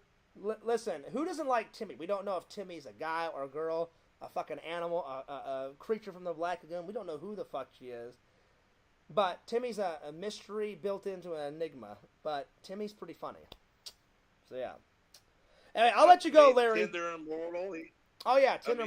Well, she's got a good chat. Oh yeah, listen, I love my loyal fans. I just hate all the hate sometimes. I love and adore all of my loyal and dedicated fans. I wouldn't be John Fears without them, you know. I would love to hear from more of them if they'd write me, you know, because the last couple of times in the P.O. box, I've gotten hate from Joey or the fucking Oracle that I should be so afraid of, which I'm not. I'd say you sent me something good, and then Triple Nickel Pickle Tickle, which I haven't heard from him in forever. I don't know if he stopped watching my chat or my podcast or whatever, but he sent me the selfie stick, and I've used it 3 times now. You know, like the selfie stick. Yeah, I forgot about old Triple Nickel. Yeah, Triple's cool. He was always a good dude. I don't know if he's taking a break from the internet right now or what, but he sent me some. So I've only technically gotten 2 good things of fan mail. The rest have been kind of shitty from, you know, shitty trolls. But I'd love to. I mean, I love all my loving and loyal fans. I'd love to hear from more of my loving and loyal fans. I tell everybody, if you send me something, within reason, don't send me crazy shit. But if you send me something, I'll either unbox it or I'll read it, either in a video or in a live stream. You know, because sometimes I don't have enough time to make a response video. So I'm like, all right, I'll just do a live and then I'll just read all the mail in a live. You know. No educational sex books. Yeah, I've already gotten that from a certain person. I know it. Yeah. What dumbass did what dumbass did that, man? You're not a dumbass. It was just very surprising and very. I was like, oh wow, okay. Did you see my face? I'm telling you, man. I'm telling you. Did you see my face? I guarantee it. I should have said to Tommy. Tommy NC would have loved it. You know damn well he would have. Well, I thought it was funny. I kid you not. Here was my reaction. Let's say this is the book. I open up the book. I'm looking through it.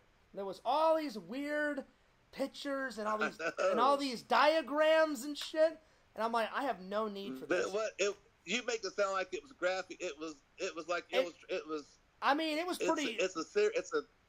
On some pages, it's a real book, man. I understand. On some pages, though. Positions, man. On some pages, it was very graphic. It was very graphic. Like one of them was like, yeah, chain your man to the fucking wall and pour candle wax down his back and burn his back and all this other crazy shit. I was like, that was just the introduction part. I guess, yeah. Get to the meat of it. Oh, they're like, oh yeah, like spice it up. You know, burn the shit out of his back. That'll get him really going, and then like we'll get to the really hardcore shit. You know, I'm like, this isn't hardcore. This is pretty hardcore to me. You know, I don't know. The whole back part was about eating ass. They have a whole chapter on licking butt. Oh, I saw that. I mean, I was flipping through the book, and I was like, okay, I could have went without seeing that. Oh shit, flip through the book some more. No, there's people. That book had highlights in it. People took notes. Somebody really took it serious. I mean, it was. That's why I immediately. Somebody went through that shit. That's why immediately I gave it to Goodwill. I was like, I'm not gonna keep this. You know, I'm like, I'm fine. But no, I thought it was funny. You kind of gave that to me as a gag gift. Now everything else, Larry, it was amazing. I mean, I kept most. I actually thought it'd be good content for you if you opened it up and said, "Hey, let's look at some of." If you went through a couple chapters. No, that's just not me. I wouldn't want to talk about that. I keep that's a little tacky. No, it's not tacky. I'm just saying, like, whenever I'm with a girl, I keep all my sexual personal life to myself. Like whenever I was dating Casey, people would ask like, "Hey, Fierce, what happened?" I'd be like, "It's none of your business." And then I would just tell them about the dates that me and her went on. I'm like, "Yeah, we had a good date. We had a good time." You don't kiss and tell. I don't kiss and tell. You don't kiss and tell. Because as much as I love my fans and everybody out there, it's none of their business. Like I don't go prying into anyone else's sex life, you know. Because I don't. I like to tell. I like to go back and. That's none of my business, you know. I like to go back and tell all my buddies, man, all the horny details and tell them. Even I'm telling even my close friends, like that's just me. Even my close friends, me and Eric, I've never done that. I've never been like, "Hey, Eric, what about you and Aaron?" You know, and he's like, "Yeah, we had a great time. We went Christmas shopping." You know, like me and my buddy Eric, we've only told a couple details, but I'm like, I could care less about Eric and Aaron's sex life. That's none of my business, you know. Right. I wish I didn't, but I got a couple buddies got some hot ass wives, and I ask Oh, them trust every me, night, Eric's wife, like, you know, Eric's wife is very beautiful. Like, Aaron and me have been friends for quite a long time, ever since me and Eric became, good buddies. So she's very beautiful. Just I don't look at her that way because she's a friend. I look at her more like she's like the sister I never had. But even if we weren't friends, which we are, but even if we weren't friends, I'd be like, well, that's Eric's girlfriend. It's none of my business what their sex life is, Anyway, that's just not me. Anyway, I'm gonna let you go, buddy, because it's getting really late. It's getting really late. I'm gonna have to turn this off because I'm getting really tired. Yeah. So well, I appreciate you taking my call, man. But I wanted to tell you, I appreciate you. I appreciate you asking about if there's something that you can do. But I was just like, I don't want to let Larry down. There's nothing that he can do to get him to stop. I'm like, either they'll stop on their own or they never will. And because they're that immature, they'll probably never stop. It is what it is. Anyway, I'm gonna let you go, buddy. But all right, bud. But I will. I'm going to pick out probably 2 movies. Oh, well, it's so late. I'll probably only watch 1 movie tonight. But I'll pick something out tonight to review tomorrow. And I will see you later, Larry. Peace out, buddy.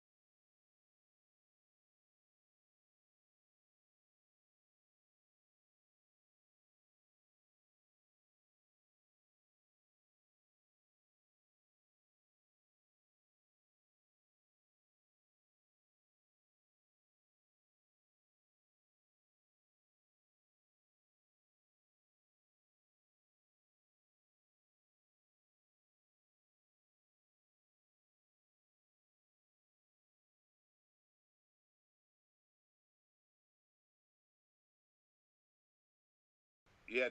Can you hear me now? Something happened. I can hear you, but the stream can't. Well, I don't know if I don't know if they can hear me now. I mean, I've been trying to. Can you just restart it?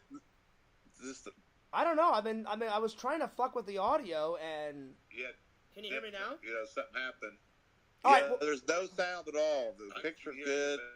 Everything seems normal except for the sound. I think I fixed it because I refreshed the page and I can hear it now. I've been trying to. Can you just restart it?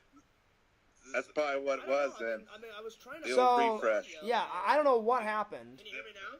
But it happens. Well, technology's part of it. Well, I refreshed the page, and then I went into my audio in my OBS, and I must have hit something because there's 3 audio like little buttons, and the first 2 were on, and then the third one was all like highlighted in red, and then when I clicked on that, it went from red to green. I was like, I guess it's on. Maybe I accidentally hit it when I went to go, turn your call off or something. Because now the chat says, it's not your fault. Well, it was my fault. Well, it was my fault. No, it's not your fault. It was my fault that I accidentally hit it, but I was like, I don't know how it happened because I went like this to turn it off, and I don't know. Maybe I accidentally hit it by accident with my finger. I don't know what happened, but it happened by accident. But all right, buddy, I'm glad I fixed it. I'm going to end the stream. That could be a new segment, though, man. You could put it on silent, and we could try to figure out what you're saying in the chat. That would be buddy. A hell of a segment. I'm good. It's hard enough doing a stream. Man. It's hard enough doing a stream, but it's hard enough doing a stream. But with them one with audio. They'd be like, Fears, we can't fucking hear you. So, yeah. I know. Oh, man. What the hell was that thinking? Never a dull minute, my friend. Later, bud. Never a dull minute on the old fucking internet. I'm telling you. All right, I'll see you later, buddy. I love it, man. All right. Later. Bye, buddy. Lord. Fucking Larry. Never a dull minute. I don't know how it happened. I apologize. I was like, the audio's on now, but I literally went like this to, like, turn off the thing, and I don't know how. There's 3 little audio things in OBS. Like, I'm looking at it right now. There's a blue bar, a green bar, and then a yellow bar. And the first 2 are on. And then when I scrolled down, the little button to turn on the audio was red. And I just clicked it from red, and it turned green. I was like, I guess that's what it was. But I don't know how I accidentally turned that off. I have no clue, you guys, so I apologize. All right, let me continue on reading the comments, and then I'm going to pick a movie out, and then I'm going to call her a day. But I hope you guys enjoyed the stream. I know some of it was depressing, but it probably won't help what me and Larry talked about. But I just wish I wish the trolls would just get off my back. I wish they would just cut me some slack or just stop. We know they won't, but, there it is. All right, let's see. Where did I leave off? Let's see. I already read the thing about Vision saying that I'll find some girl and squirt on the Mickey Mouse bed sheets. No one is talking to us. Nope, talk to us. I'll give you $100 for it. Visions, if you can find it at Goodwill, it's the Goodwill in Claremont. So, they may still have it. I doubt it because I gave it like quite a few days ago, but it may still be there. I have no clue. All right. Well, I apologize, guys. Let's see. I'm gonna scroll down. If I missed anyone's comment, I'm sorry. No one can hear you. Come again. Fears is on silent mode. I know. I don't know why I got on silent mode. John Fears looks like Marlon Brando. Well, that's a nice compliment. We're missing out on some gems. I know. I don't know what the hell happened. I was like, I'm trying to end the show. I'm trying to read all the comments, and then it just kind of conked out. Let's see. We can all hear you now, Fears. Well, that's good. Larry is good at fixing audio. Well, he didn't fix it. I just kind of fiddled with the audio, and I fixed it myself. So, but Larry had a hand in it, because if Larry wouldn't have told me, then I wouldn't have known that there was a problem. So, yeah. So, I apologize for the 2 or 3 minutes where there was no audio. But, well, that'll about sum her up, guys. But I appreciate everybody tuning in. I know it's very late for everybody. I didn't expect... I only thought maybe like 2 or 3 people would watch at this hour. But 12 people are watching. So I I know I've got some loyal fans out there, and the thing is I love my fans, I care about my fans, just sometimes the hate is just too much, man. It's overwhelming, and I don't deserve any of that. I really don't, but you know how they are. They're just going to troll and bitch about whatever the fuck they want. It's just so goddamn annoying. Excuse me. I don't mean to take the Lord's name in vain, but it is. Anyway. Time for a can crush.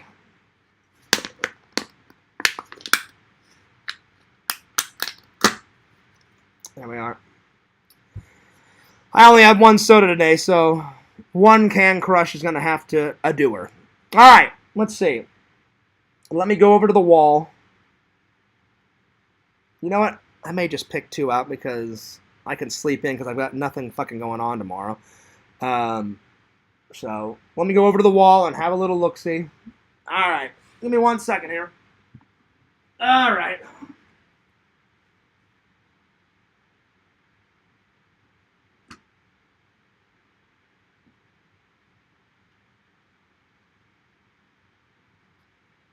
You know what? Let's see here. I've been on this Mad Max kick, so I might as well just watch the 4th one right fucking now. So this is the newest one. When did they make this? They made this in, I think 2020 or 2021. So, and I don't even know if Mel Gibson's in this. It's got these two. He's either British or Australian. I think she's British, but I don't know. I don't know if it's got any of the original characters from, 1, 2, and 3, but it is the next one in the series, so I don't know. I mean, if it doesn't have Mel Gibson in it, it doesn't look like it's got Mel Gibson, and I'm not seeing his name anywhere, but, oh no, Tom Hardy has taken over for Mel Gibson, so he's playing Mad Max. Tom Hardy's a good actor, but it would have been cool to see like an old, like Mel Gibson, like an old Mad Max, like still kicking ass and taking names, saying, "Oh my God, this world is so fucked. There's no oil, there's no gasoline, there's no fucking water. I'm like 70 years old and I'm still living in this shithole of an earth, But we'll see if it's any good. So I'm gonna do this one. And then, let's see, what else?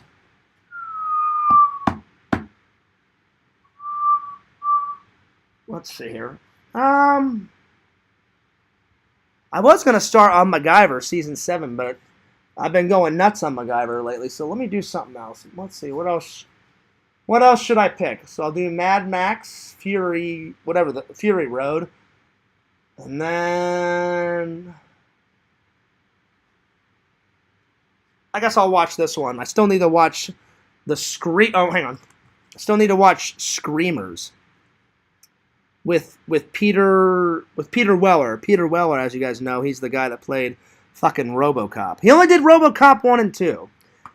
Good thing, because RoboCop 3 is so fucking terrible. It's like fucking shit water mixed with like fucking bacteria water mixed with fucking goddamn toxic, that toxic waste green shit out of fucking the first Batman, where the Joker falls into that vat of like green shitty ass chemicals. That's how fucking bad RoboCop 3. It's got some good scenes in it, but overall, it's a fucking terrible movie. So, but he did a great performance in RoboCop 1 and 2. So, it takes place way in the future, 2078. And he's a Rebel Alliance Commander General assigned to protect 6-8 outer post on the outer edge of the galaxy. Well, there it is. 2078. All right. Well, we'll see how shitty that world is, too. Really, when you watch these movies, I feel bad for the people in the future. There's only been a couple of movies where it's been an amazing utopian society, like no war, no crime, everything's good, and that's usually in Star Trek. Or Star Wars, I know there's some war in Star Wars, but for the most part, they go to these other worlds and these other lands, and it's really peaceful. But then you watch all these other crazy fucking movies like Mad Max, and then this one, Mind Warp, where they're like, she's got this kind of like the Matrix. She's got this, like, microchip in her fucking back of her neck, and she's like, oh my god, the real world is shitty. I'll just be in this computer world. And she just lays in this bed all through the fucking movie and just plugs in this wire in the back of the fucking microchip. And then you think she escapes, but it was all a fucking dream. So this was a cool but weird fucking movie.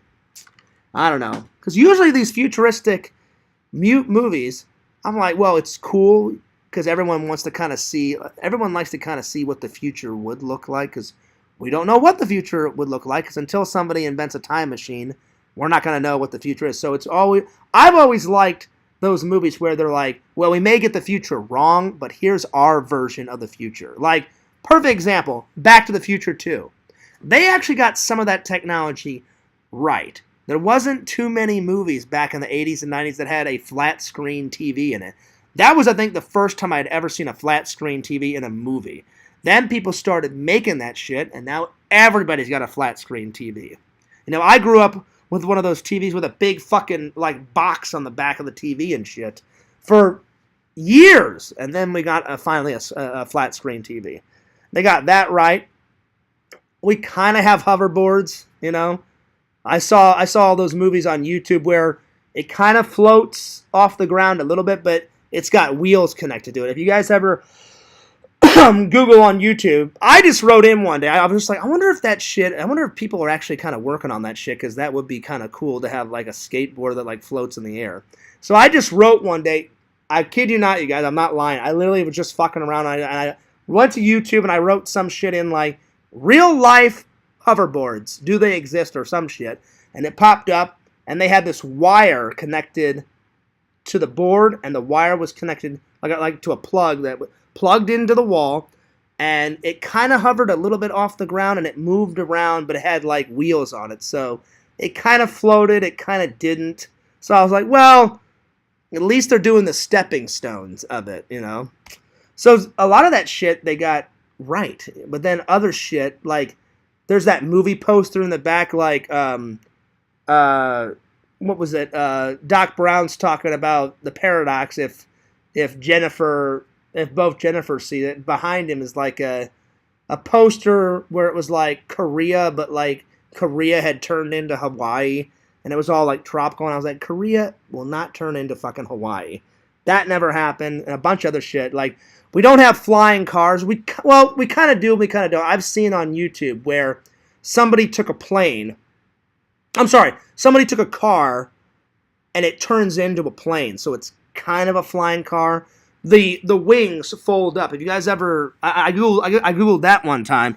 It's essentially a car with wings, and the guy drives around in the YouTube video, and then he goes, "Oh, check this out." He pushes a button like on the dash, and you literally see a shot of like the wings unfolding out like that, and then it flies. So I'm like, well, that's not really a flying car. It was probably already a plane. It's a mixture. I'm like, the wings float out. In Back to the Future, there was no wings. It was just a DeLorean where the wheels went from this to this, and then they fly out. That's it. You know, then the fucking Biff Tannen, when he arrives in the fucking taxi, and the guy's like, hey, where's my receipt? And he's like, right here. And he goes, be careful, Timer, this is a rough neighborhood. Where's my receipt? Then he rips the fucking receipt, and then the fucking taxi flies off. So we don't have flying cars yet. Maybe one day. I doubt it, though. But that would be cool to have that shit one day. All right. I'm taking off. But did I ever skateboard? You know what, Larry? I made a very sad attempt back in the old day of Fierce trying to be a skater. I only stood up on the board maybe 50 times. Maybe. That's a rough guess. Mostly I was on my ass. But at least it was fun to try to skateboard. But I made a very sad attempt at trying to be a skater. I think it was just a phase. But yeah. Larry says, we'll miss you, Joey. Not. Well, I hate to burst your bubble, Larry. That fucking idiot's not going anywhere. Joey will troll me to the end of time. I've just accepted it. If he actually went away, I would be astounded, you know. Or he likes to fuck with people's minds. He'll be like, oh, I know what I'll do. I'll go away for a little while, and then I'll make a fake channel. And Fears will never know that I still watch his channel. He'll always be around some way, Larry. But it's always good to dream. It's always good to dream. But him, that fucking idiot Quentin, that bastard Moody, fuck you, Adam Achidi, all those other dipshits. They'll always be around because they're fucking morons. And they just love making people's lives miserable. Anyway, it is what it is. But anyway, well, thanks for everyone watching. I appreciate it. You guys are awesome, loving and loyal fans. You guys are awesome. I appreciate that you guys give a damn about me. I appreciate that you guys don't troll me.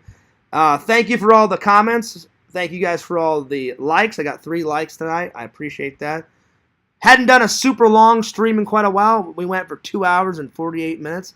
That's a pretty long one. I haven't done a really long one in quite a long time, you know. So, and you know what? I've never done a 24-hour stream. God, I think the only people in the community I know Sega's done a 24-hour one. I know Carrie did one, and then at one time everybody thought Matman was normal. Boy, were we fucking wrong. I know he did when he was in the community a long ass time ago. I know he did like a 6-hour one, and then he did. I think he did a 24-hour one.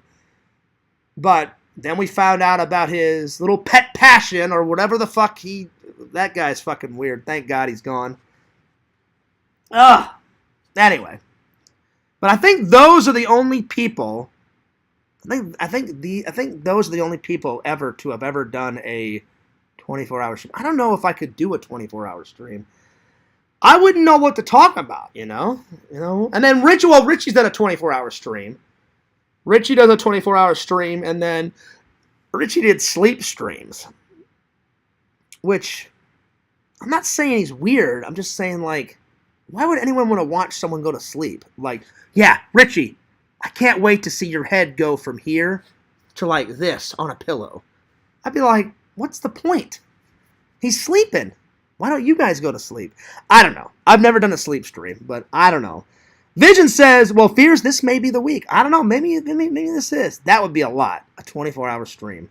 I would have to start it, though, like, if I started it, like, at, like, 1 o'clock, like, on Wednesday, like, tomorrow, then I would have to go to, like, 1 o'clock, you know, on Thursday. That would be a long-ass time. I mean, I wouldn't know what to talk to you guys about. You guys would have to help me out and come up with some topics, because like normally I come up with 3 topics, I talk about whatever I want, and then that's it, you know. But I don't know, I'd probably lose my voice after 24 hours, you know.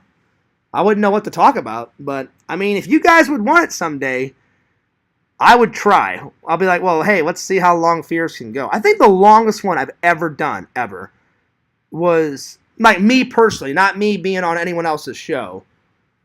I think I had, like, a bunch of buddies in. I think, like, one time I had, like, it was me. I think Visions, I'm being honest, I think you were in one of the longest ones. I think it was you, me, Randy. I think Richie was in. We had a bunch of guys in there, and we were just bullshitting around. Because I remember after the stream, we kind of hung out in the off-air hangout for a while. Pixel was in there, I believe, too. And either I said it or somebody said it and went, wow, Fears, that was a fucking long one. And I think it was right around 3.5 hours to 4 hours. I think that's the longest one I've ever done. I don't think I've been in shows where it's 5 or 6 hours, but I've only stayed for a bit, you know. And then I'm like, all right, well, I'm getting fucking tired. I'm out of here. And, so, yeah. Keep going. The fans love it. Well, I'm glad that you guys like the long ones. Sometimes, I'll be honest, I don't know what else to say. I'm like, I don't know what else to fucking talk about. But I mean, if you guys want me to keep going, I'll go for a little while longer. I need to use the restroom real quick, so just study Mad Max real quick. I'll be right back. Oh, will this stay up by itself? No, it won't. Ah, hang on. Let me use my little cup. So you just study Mad Max. And I'll be right back. I'm going to use the restroom. I guess I could cheat, right? I could cheat and do a 24-hour stream and just, like, put a DVD right in front. Like, let's say I go to work one day. I go, all right, I'll just put schnunk just like that. And then all of a sudden I'll come back from work and like, hey, guys, it's still streaming. I guess that would kind of work, but then they're like, no fears. I'd probably get shit for doing that. No fears, you cheated. We're going to troll you into the end of the earth. We just looked at a DVD for hours while you were at work. We want to see you, fears. You cheated, you motherfucker. I know what they would say. So, because right when I said that, I was like, oh, I wonder if I could do that and get away with it. Nope. Because they would call me on it. They'd be like, you cheated, fears, you motherfucker. Like, you thought it was bad before, fears. Now we're going to troll you even 10 times worse. I'm like, I don't know if you can do it more because it's pretty bad right now as it is, you know? I mean, I'm going to use the restroom real quick. So just study Mad Max real quick and I'll be back.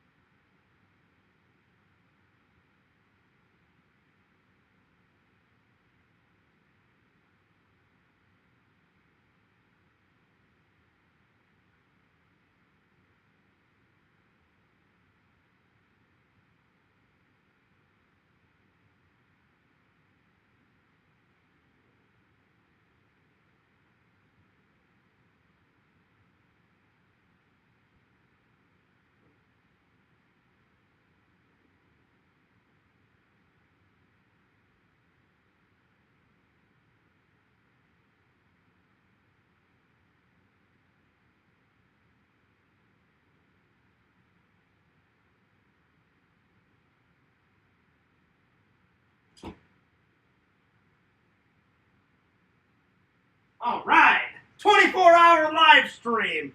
Tonight's the night. Probably not. Probably not. I don't know. I'll go for a little while longer. I don't know. I don't get it. I don't get the obsession with 24-hour live streams. I just don't get it. I'm gonna go get some more juice. I'll be right back.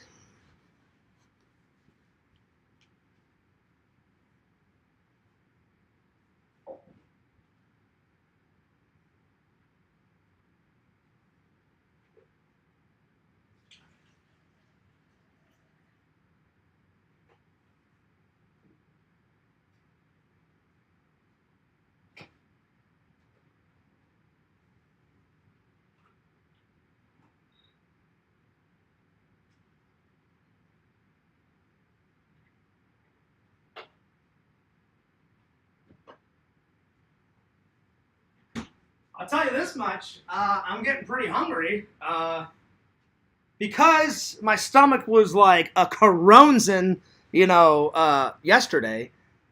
I didn't really eat much today. Well, because now technically it's into Wednesday since it's 4 a.m., so probably after this stream, I'm probably gonna get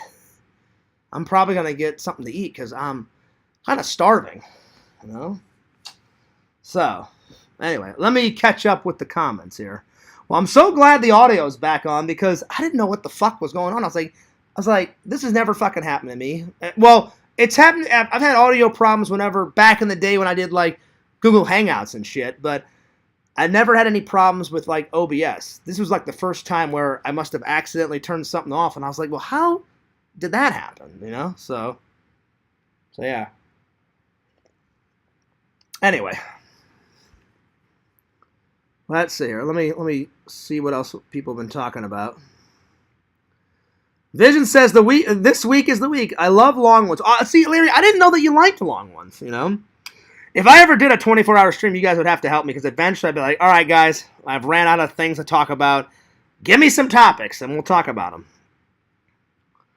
Timmy says, Carrie was in there getting nude. Where?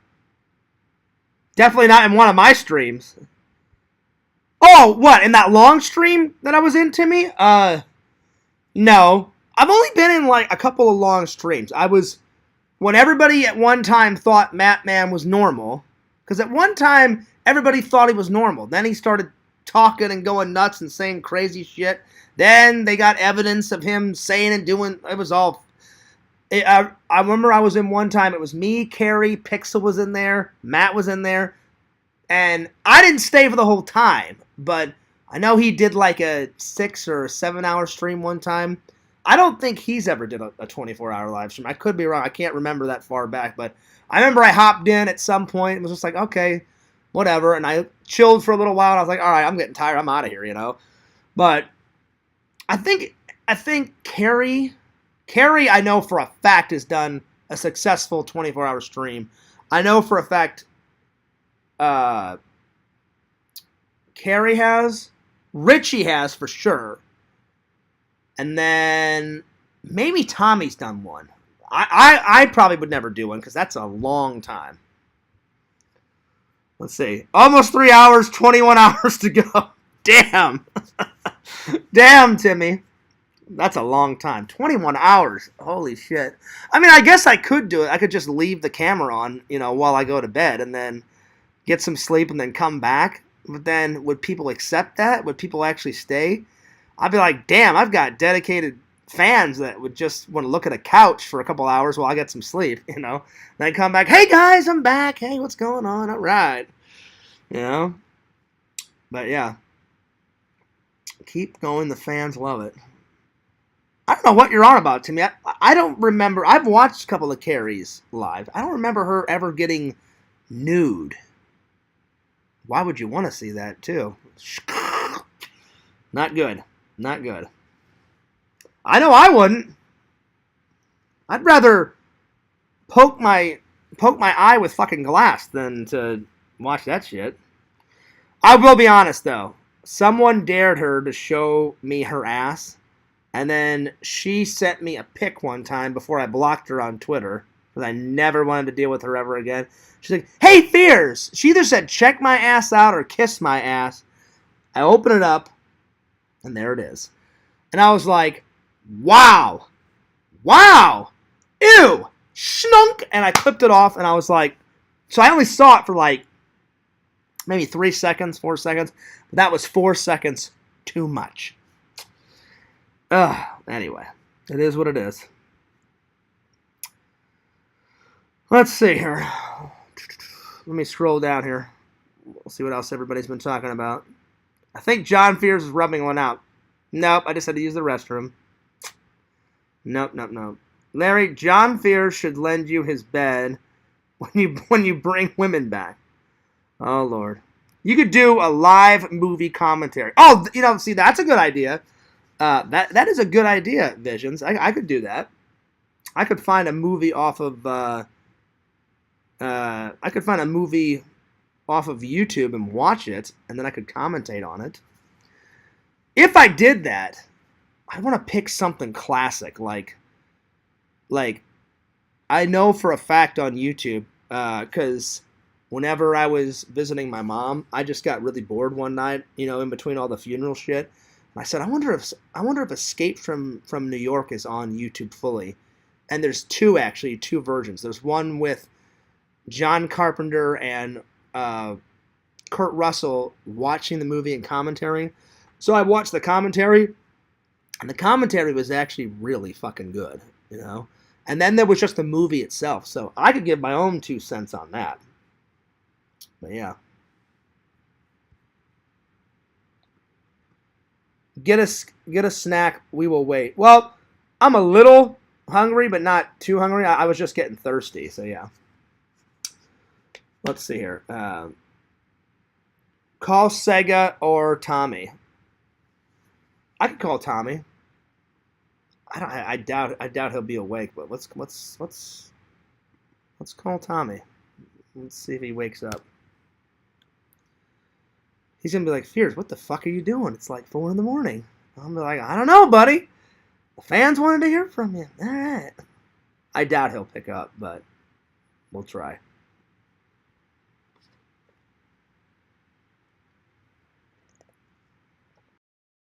All right, here we go. He's not gonna pick up.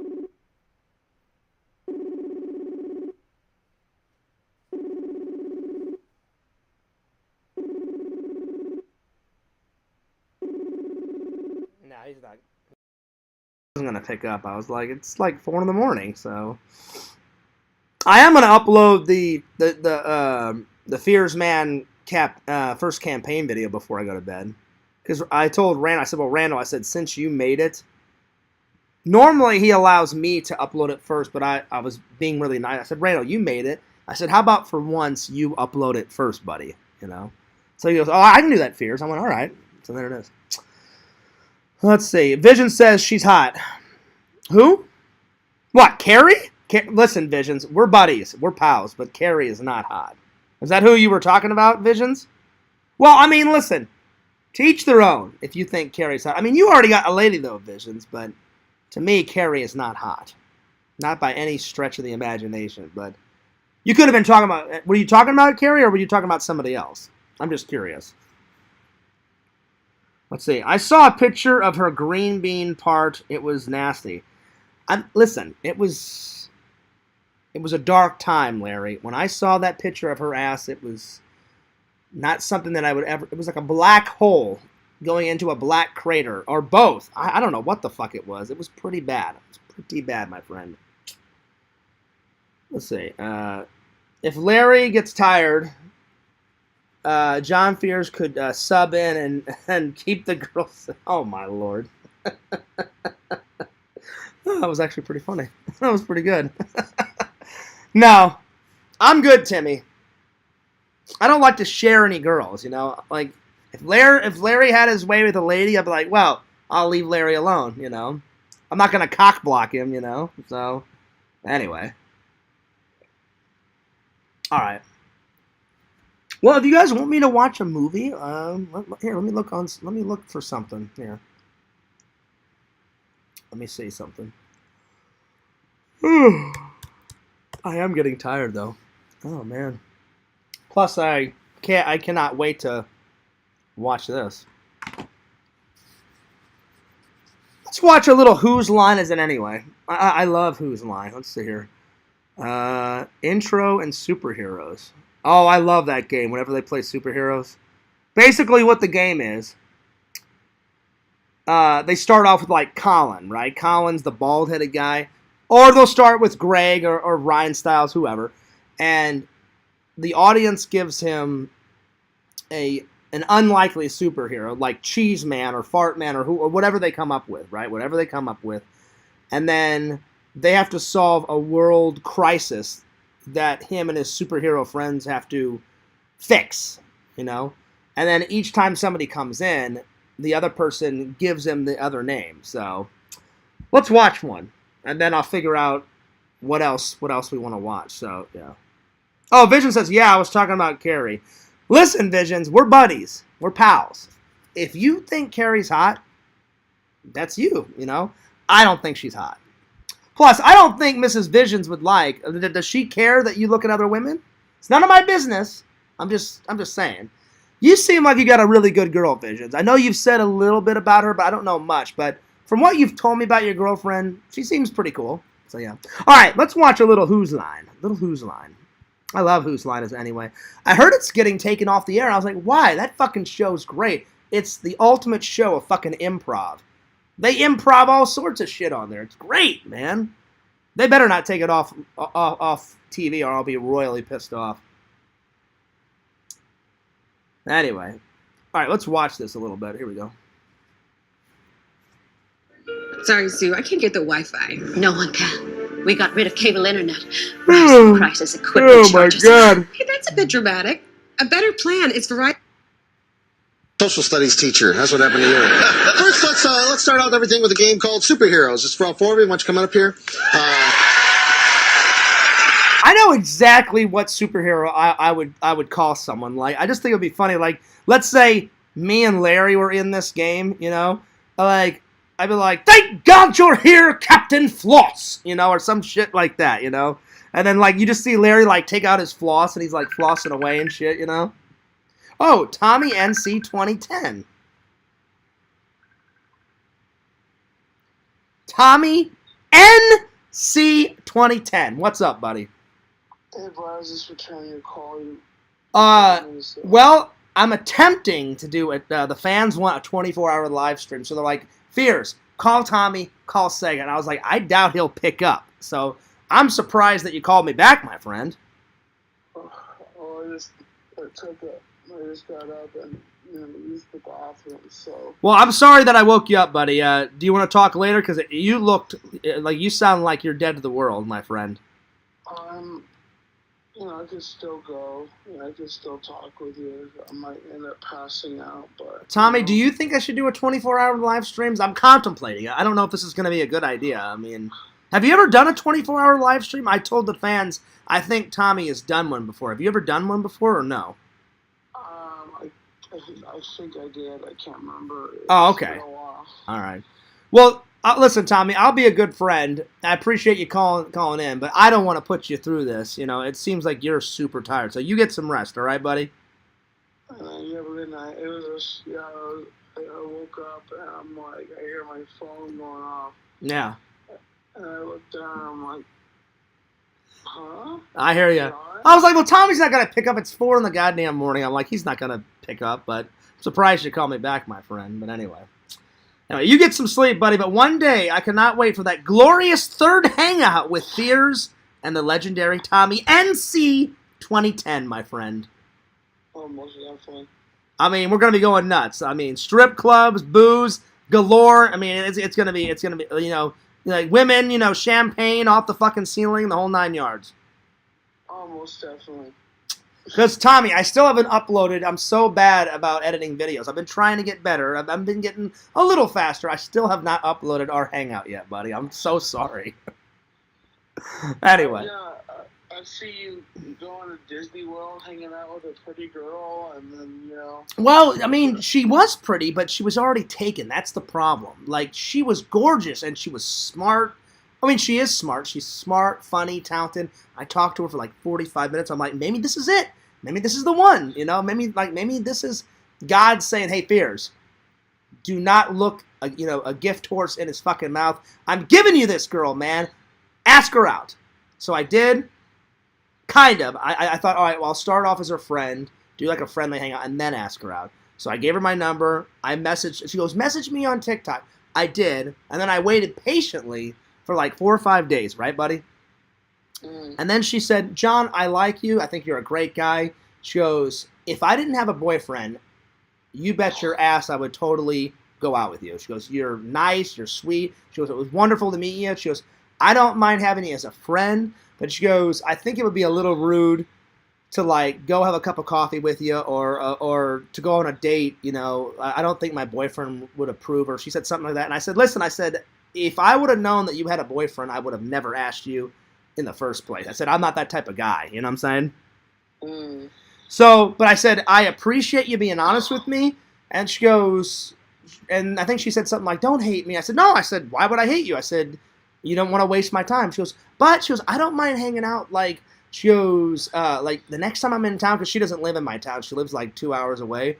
And she said, the next time I'm in town and anytime I'm near Disney, she's like, I've got your number. She goes, I'll message you on TikTok or I'll give you a call. Then you can save my number and we'll just meet at Disney. And she goes, you don't mind being friends, right? I said, no. I said, I don't mind being friends. I said, I could always use another friend. She goes, yeah, then we can make some TikTok videos together. So, so far we've made one.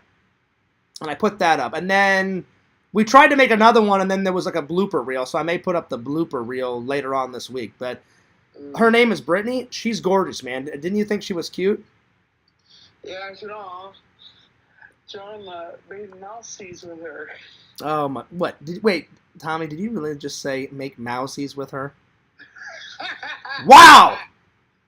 Listen, I wouldn't mind making mousies with her, but she's got some other rat that she's dating, you know? So if she's dating another... Nice, John. Well, Tommy, I was trying to make a joke there, buddy. You said mouses, and then she's dating a rat. I was just joking, obviously. John ends up in Mickey Mouse jail because he was found making love at Disney. No, here's the thing. It's no.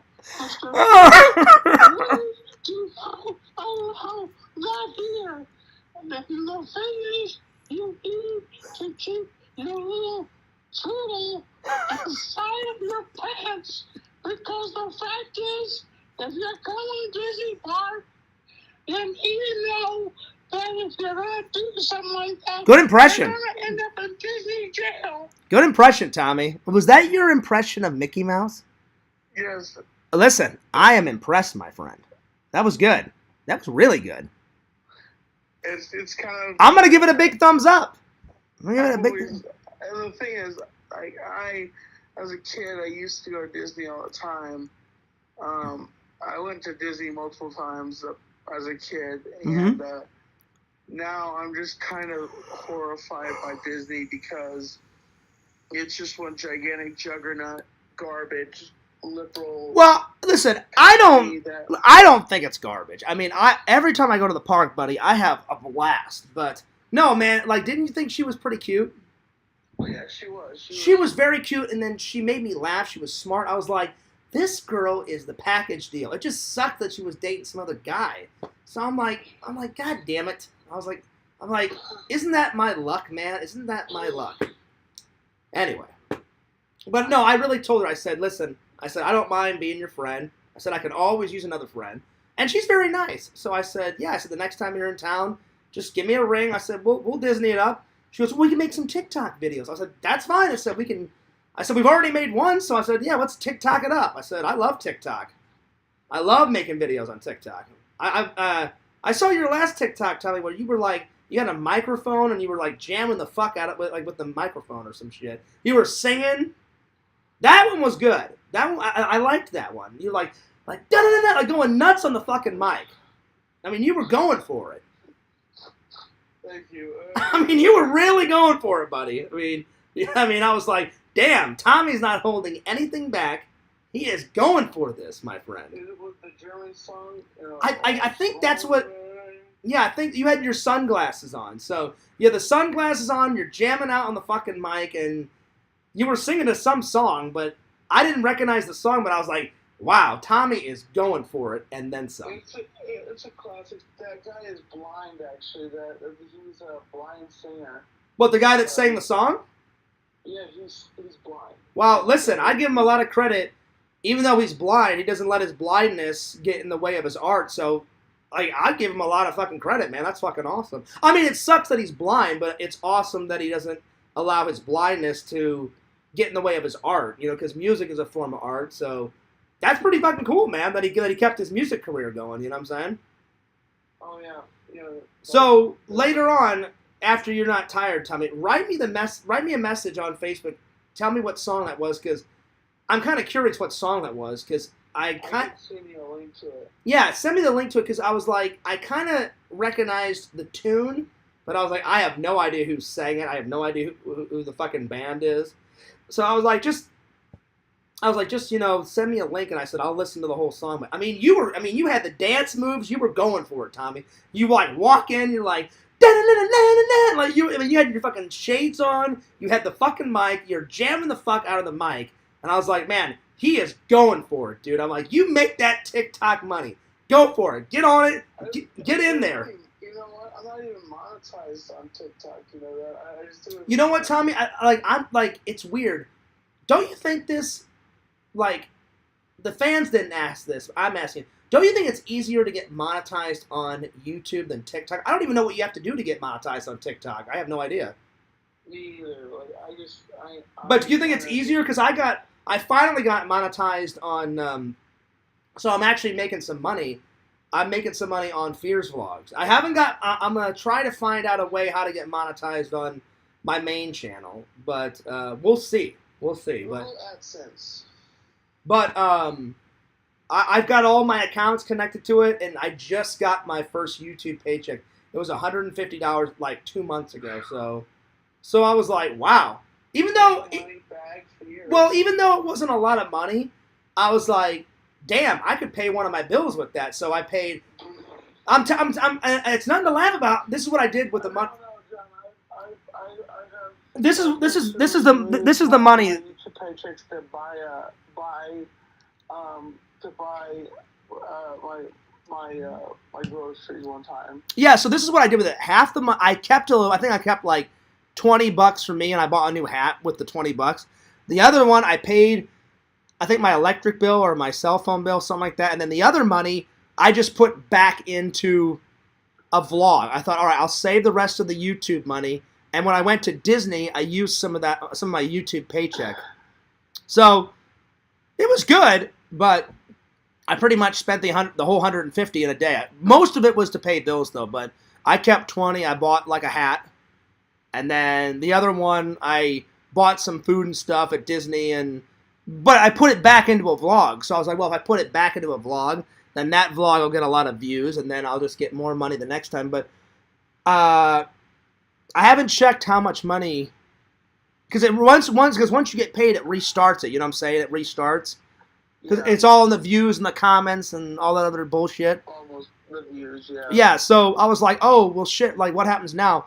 And I Googled what happens now, and it says it'll just restart, and then in a month or two, they said you have to make at least $100. They said if you don't make $100 in this month, it'll just save that money, and then the minute it hits $100 again, like the first check was $150. So I was like, all right, well, we'll see how long it takes for me to get a second YouTube paycheck, because it took me a long time to get that first paycheck, because it took me forever to get monetized, my friend.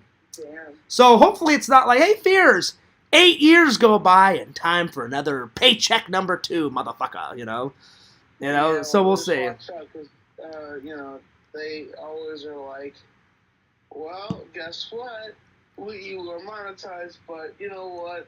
We heard a song in the background of your video. Oh yeah, they've already done that. So I've had to be real careful. Like I've had to find like some of my vlogs. They said you can still upload your vlog, but you won't just get paid for this vlog. So I've had to worry about like different stuff in the background. But I'll be honest, I don't really do it. I don't really do YouTube for the money. I mean, the money's nice, but I do it to give back to my fans. I love making content. So, because I'll be honest, buddy, you're probably the most, you and Adam the Woo are two of the most famous YouTubers I've ever met. I'll be honest, Tommy, I'll be honest, I'll probably never hit 100,000. But it's cool to have a friend that has hit 100,000. I mean, Adam the Woo, I don't know if we're friends, but we've talked like 3 times. I've met him 3 times at my buddy Jeff's conventions, and he's always been nice. He was in one of my vlogs. I've gotten a photo with him each time. Very nice guy. But you and me, we've actually hung out. We're actually friends, you know. I'm sure if me and Adam hung out more, I'm sure we would become friends, because I love his vlogs. Adam the Woo, he's not my favorite YouTuber. He's no Casey Neistat, but he makes some pretty good content. But, I mean, I would die a happy man if I got to meet Casey Neistat. Let alone, like, hey, Casey, you want to be in one of my vlogs? Then I would really die a happy man. I mean, oh, shit, fucking Casey Neistat's in one of my fucking vlogs. But if I just got to meet the guy, I'd be like, oh, damn, it doesn't get much better than this, you know? Probably the only thing that would be better than meeting Casey Neistat would be, like, I don't know, like meeting Dillian Harper and getting to have sex with her or some shit like that, you know? You know, so, you don't know who Dillian Harper is? No, Tommy, listen. Whenever you have some private time, go on one of those porn sites and just write in Dillian Harper. Yummy Dillian. You'll approve. She is hot as fuck. She is so hot, dude. Wow, John. She's like 35, 36. She is a hot tamale, my friend. She is smoking hot. Interesting. She's pretty hot. I've been watching her for years, my friend. Well, not years, but you know what I mean. Anyway, I'm going to let you go, Tommy. You get on that sleep, though, all right, buddy? Because you sound like you're dead to the world, my friend, but I just wanted to have you in the stream. But, Tommy, it is cool to have a friend that's not only a YouTuber, but gives me so much support. And I can't wait to hang out again, buddy, whether you come down here or I'll hightail it up to, Bumblefuck, Black Mountain, wherever the hell you are, and we will terrorize the town and we'll go nuts. Carolina. Yeah, but your city is Black Mountain, though, right? Yes. Yeah. So I don't know when I'll get there, but either you'll come down here again, you can stay at Casa de Fears, or I will eventually get to stay in the legendary Tommy NC 2010 studio on the black couch. So if I come, I'm staying in the studio. That's where I'm gonna stay. I'll vlog in the studio, I'll vlog it up. I will be on the couch in the studio. All that shit, man. There's a couch out here in my living room now. I just got me a couch now. But how legendary would it be if I came to stay? All my fans would be like, Fears, you're an idiot. You were there and you didn't even stay in the legendary... it was a big secret, your studio. And then I accidentally said something one time. My bad. Remember that? You were like... That was your... I understand. You were excited, and I was like... I was just trying to have a reveal and, let everybody... I mean, you still revealed it, but I was like, well, it's just a room. Like, I didn't know you had turned it into a studio. And I remember... It was kind of funny, Tommy, because you're like, Fears, what the fuck? Like, don't tell anyone about my studio. I was like, well, I think they already know, because I'm like, you're in there streaming, And I was like, but I don't know if anyone could tie it together, because I'm like, well, he does his weekly show in his studio, so I'm like, people already know about it, But yeah, I didn't mean to, man. My bad. No, John, it's okay. Everybody knows now it's an apartment, but But listen, if I come, I'm staying in that studio. Oh yeah. Oh, most definitely. Because you have decorated the studio. I mean, you've hyped it up this much, Tommy. All my fans be like, we now we're doing the Super Fun Time show in it now, so like. So have you retired? Is this your new show? Have you retired the Tommy Talks? Have you retired that? Kind of, but we're gonna we might do Tommy Talks at some point, but okay. Super Fun Time is kind of the new show we're doing now. I know your buddies. I forgot your buddy's name. Your two other buddies. Justin. Justin, and who's the other guy? Well, Tyler has been doing his own thing right now, but he is always welcome to come back and do the show with I know, yes, it's you and two other guys, and I've actually called in. I've called in a couple of times. Yeah. So technically I've been on what's the show called again? The Super Fun Time show. I have been on the Super Fun Time show, but at some point I would love to come on as a guest, buddy. Oh yeah. Most definitely, John. We'll book you. So let me know. You can book me. I'll come on the show. And Tommy, we still need to do our third episode of the Tommy and Fears podcast, man. The fans are wanting that. So let me know about that, my friend. If your computer is still messed up, I know you said that one time, then just come on my show. We can do it on we can do the third episode on my podcast. I gotta talk with get OBS back on my computer again. I haven't got a chance to do that. Just get on it, like I said. But if you haven't done it yet, let me know when you're available, and we'll do the third. And you know how like we were picking different topics. I think last time I picked horror movies. So this time around, you can pick whatever you want, whatever topic you want. We can talk about it.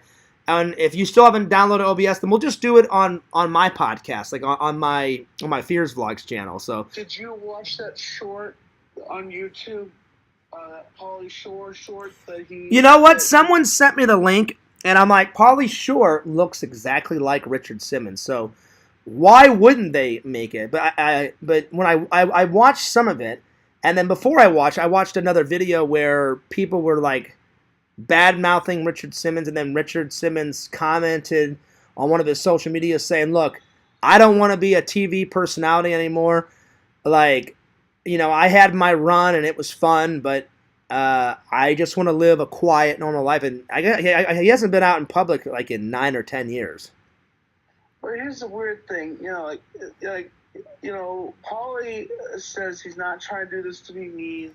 He does this because he loves Richard, and for Richard to Richard, I feel like it's wrong of Richard to say that doesn't want any connection to this. Well, the thing is I think whenever you make a bio on someone, I think you have to get the person's permission. I'm not 100% on that. You know, maybe you don't, but I mean, for Pauly Shore not to get Richard Simmons' permission, I mean, you can like someone as much as you want, but that's like if I was like, you know what, Bin Laden, I mean not Bin Laden, you know what, President Obama is great.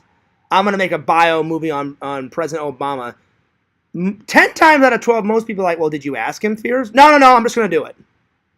Most times when Hollywood makes a bio movie, they ask the person, or sometimes they even have the person in the movie. It's like a cameo. Like, you know, when Will Smith played Chris Gardner, you know, at the end of the film when Will Smith is portraying Chris Gardner and he's walking with his son, as they're walking down the street, the real Chris Gardner walks past them and he says, "Hey, how you doing?" And then Will Smith, as the character, just kind of waves and says, "Oh, hey, what's going on?" And then they pass him, and then the movie ends. You know. Yeah. So I don't know. I watched a little bit of the short film, and he did a good job as Richard. I'm not saying he didn't, but I'm just saying you probably should get the guy's permission. You know. But I don't know. Pauly Shore, he was really big in the 80s and 90s. I don't know. Oh, yeah. I don't know what he's doing now. I know he has a YouTube channel, and I know just through, you know how like YouTube sometimes suggests videos. I met Pauly. Oh, did you? He came to, when he was making his comeback tour, he came to Black Mountain, to Silverado. It was a local. It's kind of a dive bar. Well, I know he does stand-up comedy, and I know he's been in a few movies here and there, but I think his stand-up comedy is still kind of, you know, keeping him going, you know. But I mean, I think, and I know he has a YouTube channel. I have never subscribed to it, but I think I've checked out a few videos, you know, because sometimes he appearances on the Larry Sanders Show. Yeah, that, and then you know how like sometimes YouTube will suggest videos for you, like if it's on your front page, they're like, oh, you like this type of vlog or you like this type of video, well then they give you suggestions like, oh, you'll love this video, check this video out, you know, and then yeah. Anyway, I'm going to take off, though, Tommy, but get some rest, buddy. But thanks a lot for being on the show. I don't know how much longer Fears can go because I'm getting really tired. But I'm going to try and go as long as I can. We'll see. Hey, I'll see you, bud. All right, later. Later. I decided to let Tommy go. He was looking like he was really tired. So, yeah. Anyway. Let me catch up with the comments, and then we'll get back to Vision's suggestion on doing some commentary. All right. Let's see here. Where did I leave off? Let's see here. Vision says, I'm going to make some chicken parmesan real quick to get some energy for this 24-hour stream. Well, Visions, I'll be honest. I don't want to burst anyone's bubble. I'll try and go a little bit longer, but I don't know if I'm going to do a 24-hour stream, but we'll see how long I can last, because, man, I'm getting tired. But that chicken actually sounds really good. Let's see. Champagne all around. Good thinking, Visions.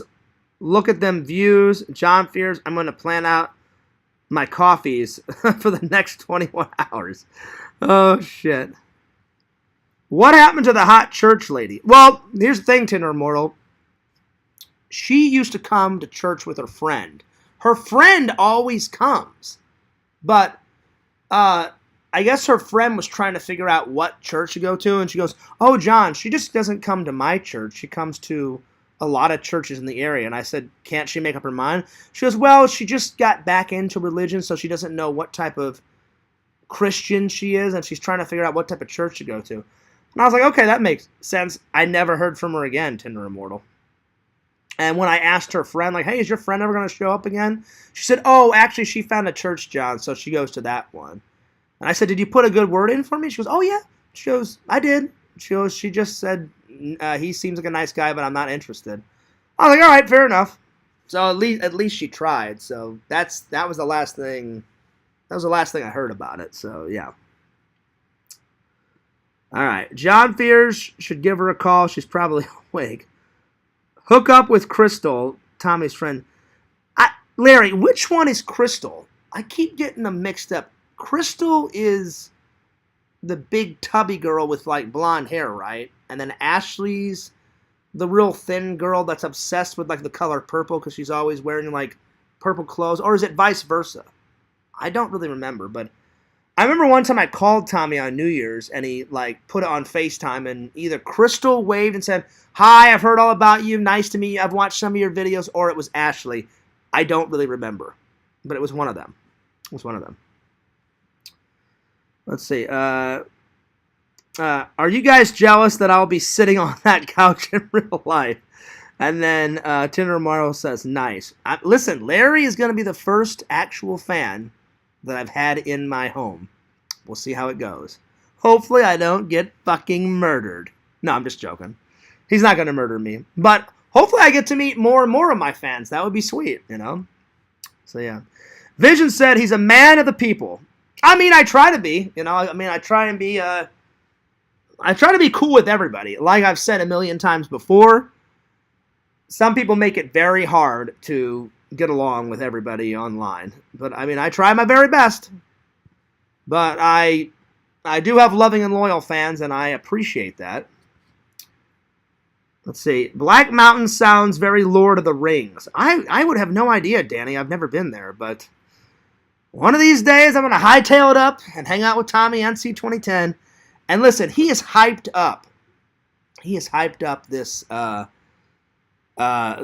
this studio. So just to get a vlog of me on the couch crashing in the studio would be cool. But you guys know how clean I like to live. If Tommy's house is dirty, I won't make fun of him. I'm just going to be like, Tommy, I'm checking into a hotel, you know? Because I can't live in filth. Like, slowly but surely I've been like, you know, like I hadn't cleaned in like a week or two. I've almost got my entire apartment cleaned up. But because I was gone for like a week and a half and then I stayed longer for my grandma's funeral, things have gotten a little, not bad, but a little distressed, and it's bugging the absolute shit out of me. So every day I've been kind of cleaning, except for that one day where I just fell asleep on the couch all day because my stomach was fucking killing me because oh man, like I ate something bad. So, but yeah. Anyway. Tinder Immortal says, Mark Summers said no to a bio movie about him. See, I don't understand why he would, Tinder Immortal, because I've never met Mark Summers in person, but he knew how big of a fan I was. He is the greatest game show host, in my opinion, of all time. I mean, he would tell funny jokes. He would make the audience laugh. He had a cool style about him. Double Dare is, without a doubt, my favorite fucking game show. Legends of the Hidden Temple, yeah, it was all right. It was okay. It was still pretty good. But Kirk Fogg, which was the introducer, the host of Legends, he's got nothing off of Mark Summers. Then, you know, I forgot the black guy's name, the black guy that did Nick Arcade. Nick Arcade was a great fucking game show, too. You know, then they would go into the video world and all that other shit, the video game world. That shit was cool, too. You know, then there was the Tales from the Crypt game show, which only lasted like 2 seasons, but man, whenever it was on, that game was fucking amazing, you know. I remember, like, the kids would go into the Crypt Keeper's haunted house, the same haunted house that you see in the intro of Tales from the Crypt, and the object was they had to find as many white skulls, and the more skulls you got, the more cash and prizes you got. and they would hide them all in different rooms, and then they'd have like probably 2 minutes in every single room, and after the 2 minutes, you'd hear a little like buzzer go off, and that would tell them to move to the next room, you know? And there was all a bunch of creepy shit, like a mummy would come to life and shit. So, but I'm telling you, I don't know why he would not do a bio movie, because that guy's lived a pretty good life, Tinder Immortal, Mark Summers has. When I talked to him on the phone, so I kind of met him over the phone, nicest dude in the fucking world, you know? Such a cool guy. Beer Man says, go to bed, Fears Boy. Well, I mean, people wanted me to keep going, so I'm going to try a little bit longer to, you know, keep going a little bit more. I mean, we've only got 38 minutes left, and then it'll be 4 hours. So let's see if I can last for another 38 minutes. So yeah. Vision says, nice. Ashley is the big one. Crystal is the skinny one. Okay, see, for the longest time, I thought it was reverse. Okay. Let's see. Vision says, I know that Simmons is against the biopic, but it sounds like they're going through with it anyways. All right, well, there you go. I did watch the short film, though, Visions, and Pauly Shore did pretty good in that short film. So, yeah. So, who would play Fears in his biopic? I don't know. I have no idea. That's a good question. That's a very good question. And you know what? Visions, my answer would be, I'll probably never get that famous to have a biopic made about me. So it's pointless to say, oh, this person would, because it's probably never going to happen. But if there was one, I don't know. I don't know who would want to play me. I have no idea. I can't think of anyone that kind of looks like me. Seth Rogen would kind of be cool to play me. That would be kind of cool. Seth Rogen, or like I don't have curly hair though, so he'd have to gel his hair down to the classic Fears comb over, or wear the classic Fears hat. If they ever did, I'd be like, hey Seth, wear this hat, because I wear this hat all the time. It's one of my favorite hats. I love Empire Strikes Back. It's not my favorite Star Wars movie, but it's one of my favorite Star Wars movies, and it's such a comfortable hat too. I don't know. That's a good question, Visions. I don't really have any idea. I have no idea. It's a good question. All right. Who's the host of Nick Arcade? I don't know, Tinder Mortal. It was a black guy, and I don't remember his name. But he did Nick Arcade. Then, remember the show Global Guts or whatever with the aggro crag or whatever the hell it was? That guy's name was Mike O'Malley, because he had Irish roots, I guess. That was his name, Mike O'Malley. That sounds like a very Irish name. I remember he was the host of Global Guts or whatever. And then Wild and Crazy Kids, that was another game show on there. And it was 3 hosts on that. The Omar guy, he was the black guy. Then Danny was the tall white guy. And then I think the short girl with the red, like, fringy hair, I think her name was Shelly or something. So they were a host of that, but I don't remember the black guy that hosted Nick Arcade. I remember the show, but Double Dare, like, was probably the best one, the best kids game show. I love that show. I've told you guys this story before. I wrote the studio a letter a week, and they said, listen, we would love to have you on the show, but they said you don't live in the Orlando area. They said you're from Missouri. They said we will usually pick kids from the Orlando area. But I remember one day I'll show you guys, they sent me a bunch of cool Double Dare merch. They sent me a Double Dare. They said, well, because you've written in so much, they said, we're going to give you a Double Dare / Nickelodeon's hat. And I still have that in a box somewhere. They gave me a Double Dare and Nickelodeon t-shirt. And then they gave me a Double Dare watch. And it's somewhere in storage. And I hope my mom didn't throw it away. So someday I'll have to go through the boxes and show you guys that shit, because it was so cool. And I wore that watch like every day. I guarantee you it probably doesn't work anymore. But yeah, I think I retired it because the strap on it, I think, broke because I wore it so much. But yeah, so I thought it was cool to get all that merch. Danny says John Fears would play himself. Well, there you go. Just over 20 hours to go. You're going to make it. I don't know, Timmy. I'm already getting a little tired.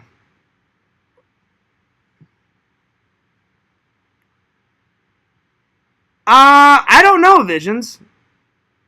I don't know. I have no idea. Oh, man. Oh, God, I'm getting tired. I don't know how people can do 24-hour streams. I mean, I'm hanging on by a thread. Oh. Oh, my Lord. Well, Vision, I think you made that Parmesan chicken for nothing, buddy. I doubt I'll even make it to 4 hours. I'm starting to get a little sleepy. I mean, I'll try and make it 4 hours, but I don't know if I'm gonna make. I don't know if I'm gonna make a 24-hour stream, my friends. But we'll see.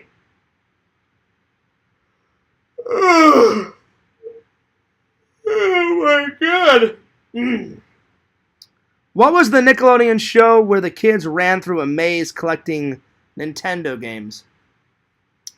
I think that was Nick Arcade, Visions. It wasn't a maze though. They would play games. They would play games to get points for their team, and then there was a big video screen, and I think the video your video game friend was called Mikey, and you would have to get Mikey from one edge of the screen to the next, and then as they would go through, they would have to do little puzzles and little games. Like, one of them, Mikey would go. They'd say, "Move Mikey to the left 3 spaces." And it'd be like, "Ding, ding, ding, ding, ding, ding." And then when they would hit it, then you would either win a prize or like a game would pop up, and it would say video trivia.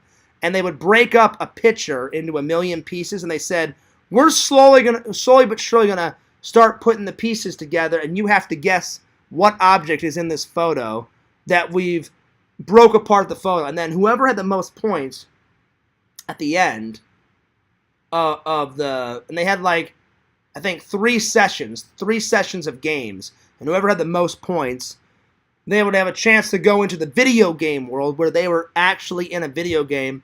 They would go through 2 or 3 levels, and at the end, if they had enough time left, because it was a timed game, they would have to grab 3 of these glowing orbs, and 3 orbs would kill the video game master, And let's see if I can find an intro, because it would tell you how to play the game, and it had all this cool music. It'd be like, "Ladies and gentlemen, welcome to Nick Arcade, the ultimate video game experience.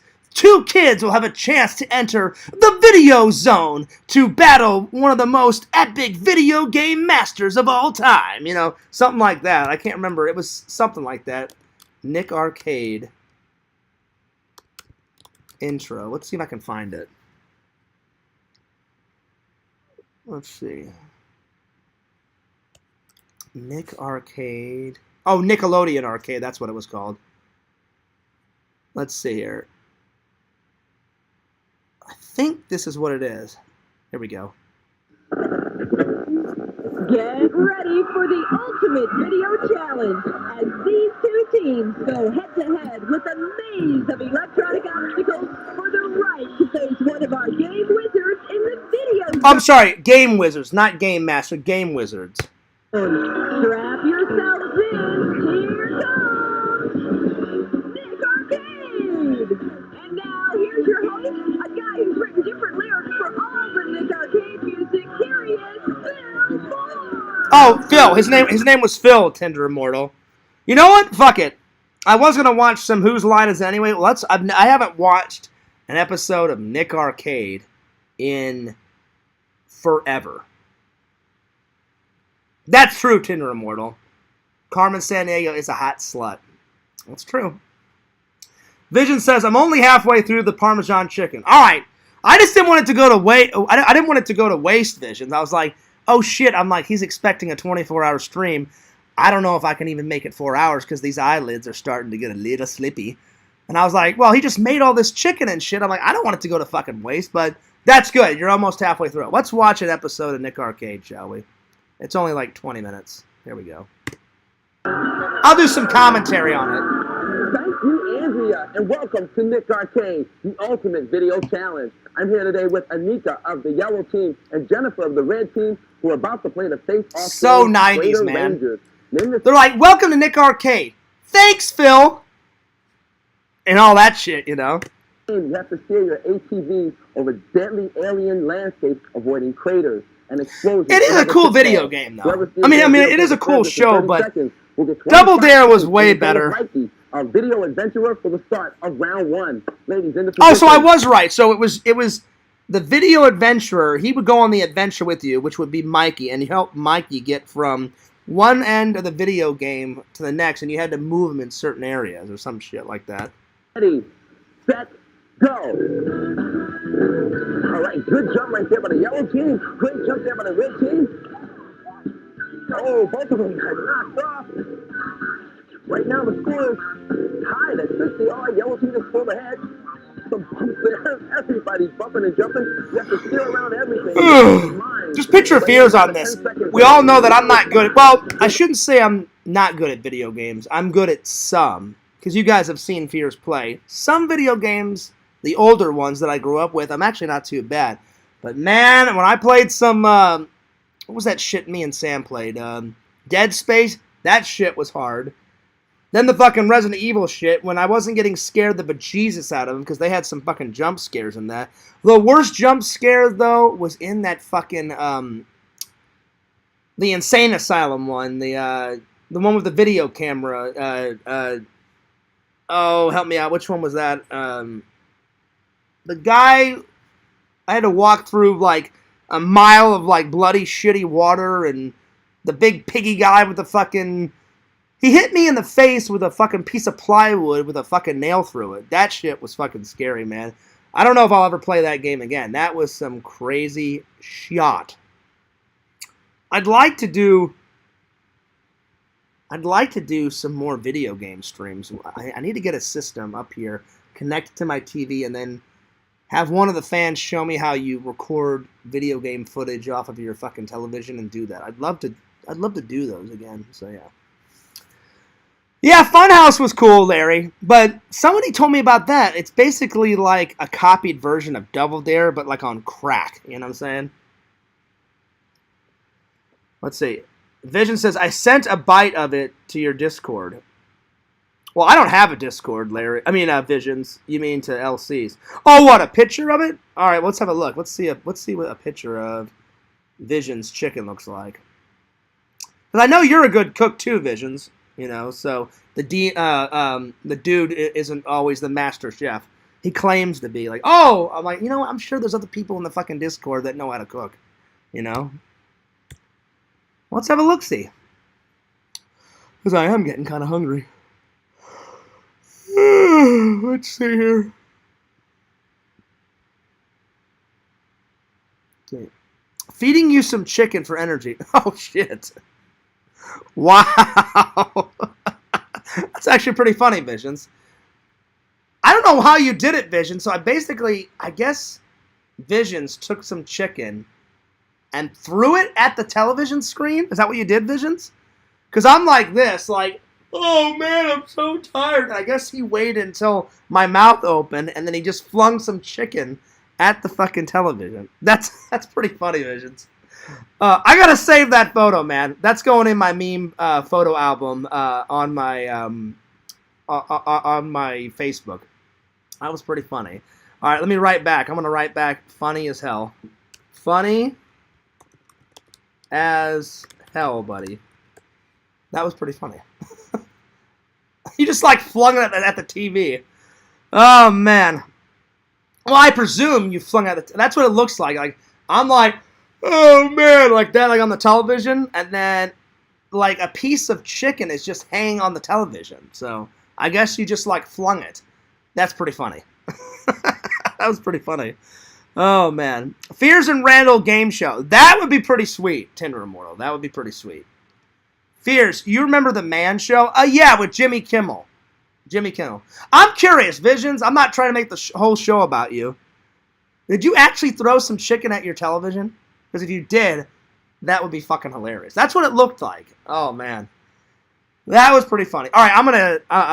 while I'm waiting for his response, I'm going to watch some more of Nick Arcade. Let's watch some of this. 115 to 125. We're down to the last 5 seconds, and it looks like the winner is Raider Rangers is going to be Red Team pulling it up. God, I haven't seen this show in years, man. I kid you not. I think the last time I watched an episode of this, I was like maybe 10, maybe 11, maybe younger than that. And now I'm 40. Great playing. Hey everyone, let's meet who's playing on today's show. The video jocks for the red team are Jennifer and Christopher. Say yo! I mean, like this game. I mean, this game show is cool. It's all right, but I'm telling you, if Fears could transport back through time and be a kid again, and someone said, "Hey, Fears," I guarantee you, this is how it would go. I would be on Double Dare first, then Legends of the Hidden Temple, then Global Guts, because that one was way cooler. And then Nick Arcade. Nothing against Nick Arcade. Oh, no. I would do the Tales from the Crypt one, because that one fucking ruled. So it would go Double Dare first, then Tales from the Crypt, and then Legends of the Hidden Temple, then Global Guts, and then Nick Arcade. Nick Arcade's alright, but I'll be honest, I played more video games at my friend's house, because you guys know, like, I like pinball. And I like board games more than video games. I like video games. There's nothing wrong with them. I like them. Just, I never got really into them as a kid. I mean, I got into some video games. Like some, I would get on these riffs, and I'd be like, I have to beat this fucking game. Like Super Mario Brothers 3. I've only beat it once by myself, and then I beat it once with me and my brother's help. So yeah, I like video games, but I like board games and pinball way better. The scoop on you is that you've been doing ballet for 10 years. Wow. Now, why so long? Have you been in such, one thing? Well, I don't know. I really don't plan to do it as a career or anything, but it keeps me in shape, and it's just fun. Oh, wait. Vision said, terrific. Vision said, I wouldn't waste chicken like that. Okay, well, that's what I thought. So you must have photoshopped it. You must have took a picture, Visions, of your chicken, and then took a picture of that and photoshopped it. Well, if you photoshopped it, I mean, I could have sworn, I was like, did he really just throw chicken at his television? I was like, that's fucking hilarious. But I was like, I don't think Visions would waste food like that. But I was like, let me ask him. Either way, it was fucking hilarious, Visions. As soon as I looked at the photo, I was like, all right, that's pretty fucking funny. So that was pretty funny. So I appreciate another meme photo, because that meme photo is going on my Facebook. I collect all my favorite memes that people do. So that's pretty funny. That was pretty funny. All right. The partner there is Christopher. Christopher races BMX bikes. Now, Christopher, that's like great in itself. I mean, jumping in the mud stuff. Has there won any awards or prizes? Shit. I won I'm not gonna last. 2 up in New York where I used to live, over in Shoreham, Long Island. All right. Well, great. And you do some acting now. I may have to watch this tomorrow, my friends. I'm so fucking tired. Hey, your opponents today are Patrick and Anika. Say yeah. All right. Has been collecting Archie comics. I'm going to skip all the introductions and get right into the game. This introduction's taking forever. The question. Which actor is known for portraying Tarzan in a string of movies? Is it A, Johnny Weissmuller, B, Rudy Valentino, or C, Arnold Schwarzenegger?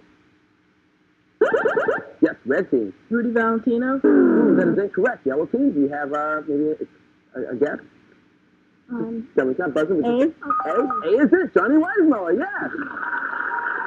And now you are on the board. The score is tied at 25, and you get to move Mikey, yellow team. What direction? That's what they did. So you would answer questions, and then whenever you would get an answer right, you would get points. And then on a video screen would be like Mikey, your video adventure, and I guess he was kind of like the audience / your buddy.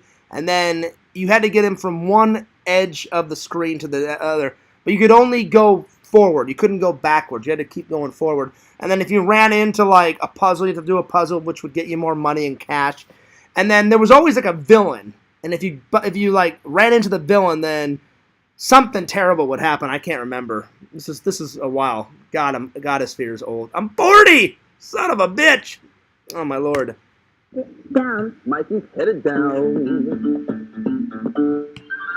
A point square. All right. Yeah, so they just moved Mikey down, and they earned like 25 extra points. So it would be sometimes you would get like an instant prize, like, hey, your score was at 50, you just scored an extra 50 points, so then you'd be at 100.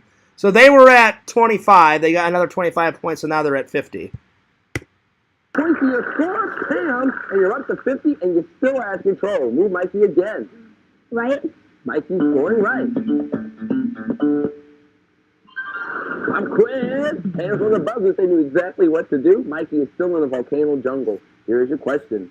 Which of these people is a tribe of small people who live in the African jungle? Is it A, Hottentot, B, Pygmy, or C, Danny DeVito? Yes, red team. Pygmies? Pygmies is it, yeah. You think that assuming it's less than 5 feet tall. You have the point. I'm just going to skip to the end, because I am getting fucking tired. I'm going to watch the end to see who won, or see if they didn't win, and then I'm calling it at night. Listen, I want to do a 24-hour stream for you, but look at my eyes. They're bloodshot. I got to take my contacts out. I'm hungry. I haven't had anything in hours, and I mean hours. And I'm just tired. I don't know how, well, Carrie, she would probably, like, dump, what, 4 to 5 bottles of fucking soda into her goddamn body, eat 18 pizzas. That's probably how she fucking made it through a 24-hour live stream. I don't know how people can do it, man. Ugh. How long am I literally, right now, I've gone 4 hours. It says 3:59, so in about a minute, it's going to be 4 hours. I think that's the longest one I've ever done. I think. Could 11-year-old Fears answer these questions? Come on, Tinder Immortal. Yes, of course. Of course. Don't be turning into a troll, Tinder Immortal. Don't even go there. Because Fears likes to joke around a lot, but I'm actually a pretty smart guy. I mean, I'm not like the smartest person in the world, but I'm sure I could figure out some of these questions. I'm just getting tired. That's why I'm going to skip to the end to see who wins, you know? Because I'm about ready to crash. I'm fucking tired, you know? I've been yawning like... Alright, let's see. Let's skip to the end. Where they go into the video zone. You grabbed 100 points. Hey, let's just take a look at the old... Hershey's drink boxes, introducing an exciting new look and 3 delicious new flavors. And Tinder Immortal, I know, like, when they go into the video zone, like, Phil would be like, it's now time to enter the video zone. And then you'd hear, like, all these, like, all this music, like, like, all this, like, epic music would come on. It'd be a whole other fucking thing. They go into the world, and then they'd pop up on the fucking screen and shit, you know? Carrie used to snooze on stream almost every day. Really? I never saw her fall asleep. Well, no, actually, that's not true, Visions. Me, Pixel, and a bunch of other people one day, we were on an off-air hangout, and she fell asleep in an off-air hangout. So I saw her snooze for like a couple of minutes, and I was like, well, I'm not going to watch Carrie sleep. She just happened to fall asleep, and then I was like, all right, I'm going to take off. And I'm like, I'm not going to watch some hilarious, you know, girl, like, you know, doing one of those. But, yeah. But I never saw her on a live stream just say, all right, guys, later, and then, you know, fucking conk out, you know. I never saw that, but I bet that was hilarious to watch that. All right, let's watch them go through the video zone, and then I'm out of here. Marshmallow and banana split. They're the best thing next to chocolate. Back to you, Phil. Oh, here they are, right here. The yellow team. They're going through that door into the video zone. There's a wizard waiting for them. So come on back and see what happens. I wouldn't miss it. Are you ready? The video zone, motherfuckers!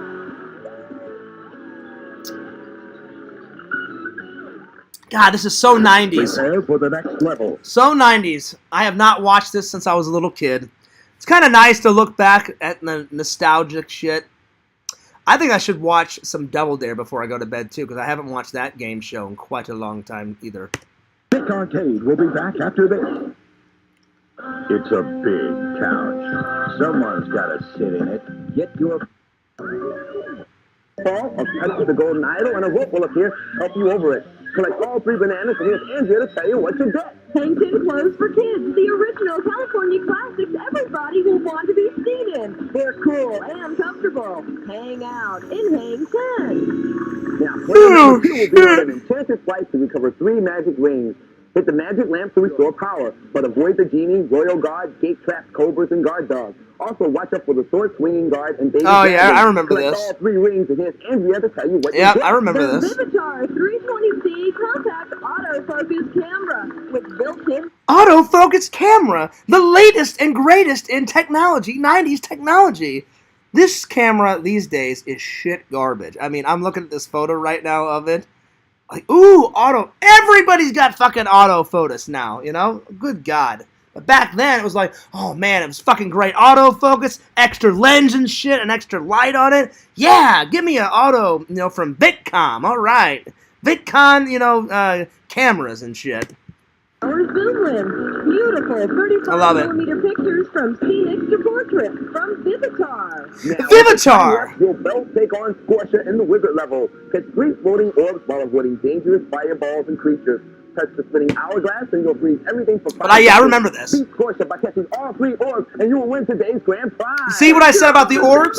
They had to do the 3 orbs, and the 3 orbs would kill the video game master or whatever the hell they're called. Oh, the wizard, the video game wizard. Zenith camcorder with 8-to-1 power zoom that makes it easier than ever to create professional-looking home videos. Good luck in this video zone. And do battle with Scorcher. Go, go, go. Yes, she's waiting. You see, there's that epic music. The doors would open, they'd be in the video zone. All right, so now they're in the video zone. Let's do it. Nothing's going to be done, but I feel good about these 2. They're in position, ready, and go. Okay, finally, bam, the first bunch has been gotten. Second bunch on the way, 1 power unit down 2 power units, okay? For 2 bunches of bananas, there's the rope. The big swing's about to happen. Whoa, a little bit fast over the water. Bam, all 3, all right. All right, so he's completed the first level. Now it's his partner's turn. She's on the second one. Down. 1 power unit gone. Bam, but there's 1 ring. All right, the genie tried to zap at 34 seconds. Missed, and another ring was captured. Down to 3 units of power. Up, over, bam. Got the power back full, and the 3rd ring is the guy. All right, so she completed the second one. Now they've got it. They've got 25 seconds. They've got to get the 3 orbs. I doubt they'll do it because I remember I used to watch this as a kid. They would get through like the first level, all right. The second level, it got more challenging as they went. The first level was always super easy. The second one was a little bit harder, and then the third one was extremely hard. Like if I was a kid, I probably wouldn't have gotten the 3 orbs. But we'll see if these kids can actually do the orbs.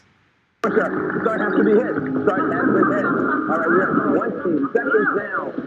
1 orb has been gotten. 18 seconds. Let's get some movement, gang. We're down to 13. All right, the hourglass has been hit. Let's move. Let's go get it, gang. We're down to 7 seconds. Oh, my goodness. Ran out of power. We are getting down to the last second. Oh, my goodness. Hey, yeah, they didn't make it. Out of time. They ran a great run. We'll see you next time on this arcade. See you. Bye. Yeah. They almost did it. They had 1 orb. They had 2 to go. So there it is. All right. Let's see. Let me catch up with the comments. Vision said, well, it was never on purpose. Okay, so she would... Okay, I thought she would just take an El Napo, you know, like, all right, guys, well... But she must have done at least some on-purpose napping if she's doing a 24-hour live stream, Vision. But if it was just a normal show, then I could understand that, because I've only done 4 hours so far, and the eyelids are getting super tight. I've been yawning like crazy, so I don't know how people can make it, you know. 72-hour stream was technically she had the camera in bed with her while she slept. Damn. That's nuts. That is insane. Oh, holy shit. So she did both. She did a 24-hour stream and a 72-hour. Good God, Carrie. 72 hours. Holy fucking shit. That's a lot. That's nuts. All right, let's quickly watch some Double Dare. I haven't seen this show in forever either. Now, this one's my favorite. Double Dare smokes all these other, like when I was a kid, Double Dare smoked all these other kids' game shows. Let me know in the chat what your favorite Nickelodeon game show was.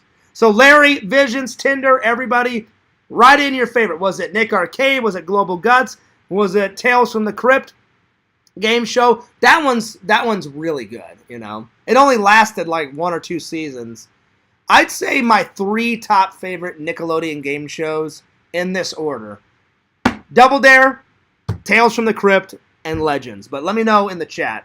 Let me watch some Double Dare. But let me know in the chat what some of your guys' favorite kid game show hosts. Because everybody as a kid watched Nickelodeon. Don't even deny it. Nickelodeon was the shit when I was a kid. Awesome. Put it in the chat. Here we go. Some luxury creams just sit on top of skin, but Olay goes 10 surface layers deep. Our clinically watch a little proven Double hydration O'Dare. beats the $500 cream. Double O'Dare, motherfuckers. To strengthen my skin for smoother. Double Dare also had a way better like intro song too than like Nick Arcade or like Legends, you know. Better results. Your best skin yet. Olay. Are you turning your back on the moments that matter? Cascade. Dare to dish differently. Oh, man. On your mark. Get set. Go! The moose is loose here today as these two teams find out what it's like to go head-to-head on Enter Day. I love this game. I always wanted to be on this game show. Sadly, I could never be on it. Fuck. I love this game, though. Will cry uncle while the other racks up $25 in control of the game.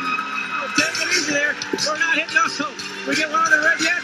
We got one on the red and 2 on the blue. 1 more for the blue, 2 more for the red. There we go over there. It's Family Double Dare. It's Family Double Dare. That fucking guy. That guy was hilarious. Well, I don't remember like the. He would always do all these sound effects. There was 2 hosts. There was the announcer, which his name was Harvey. Harvey the announcer. It's Family Double Dare. And then there was Mark. He was like the main host.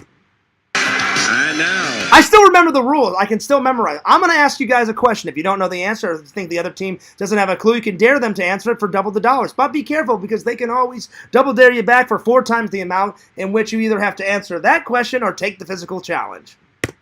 Here's your Family Double Dare host and ex-child actor from all the Leave It to Beaver shows, Mark Summers.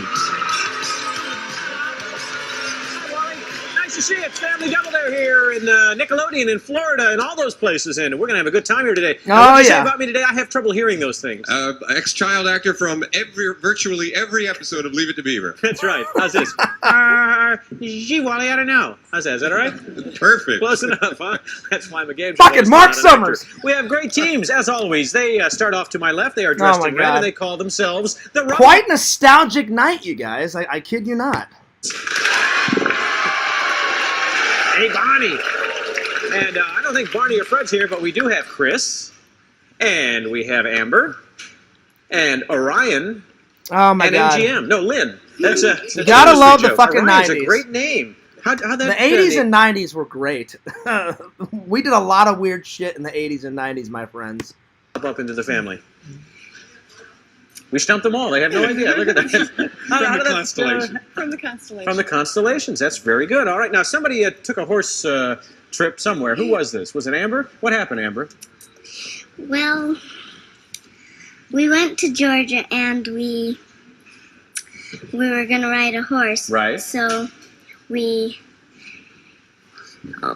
I got on first, and then a lady helped Orion get on, and he was holding on to me, and he slid. And wow, this girl does not know how to tell a story. Well, I got on a horse, and and then like I grabbed the reins, and then like 45 seconds later, eventually the horse began to fucking move. The end. Well, there it is. All right. Valerie Bertinelli. Oh, I'm so... Maybe 2 hours ago. It can happen to you folks. You can come here to Orlando, come to the Nick Studios, and be on the stage. And me and my family tried to do that. I remember we went to the Orlando studios, and I remember there was a sign. So maybe you guys did this too. I remember you guys. Maybe I'm sure you guys took vacations to Florida with your family. I remember me and my family, we went to both Disney World and Universal Studios. And I remember there was a big Nickelodeon sign that's saying, if you want to be on Double Dare, get in this line. And I begged my mom and my dad. I said, Mom, we've got to be on this fucking show.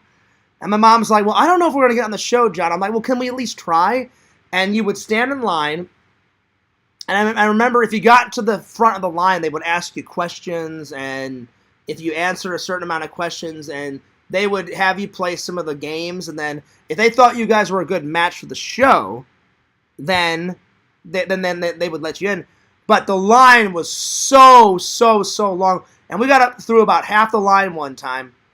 And my dad said, I'm going to go get us some drinks. And my dad went to get us some soft drinks. And when they came back, me, my mom, my brother, we were walking out of the line. And my dad said something like, what are you guys doing? Why'd you get out of line? And they said, oh, they just picked a family. So they said, that's it for today. So I tried. I really did. I tried to get on that show, but it just wasn't in the cards. Let's see. Oh, hang on.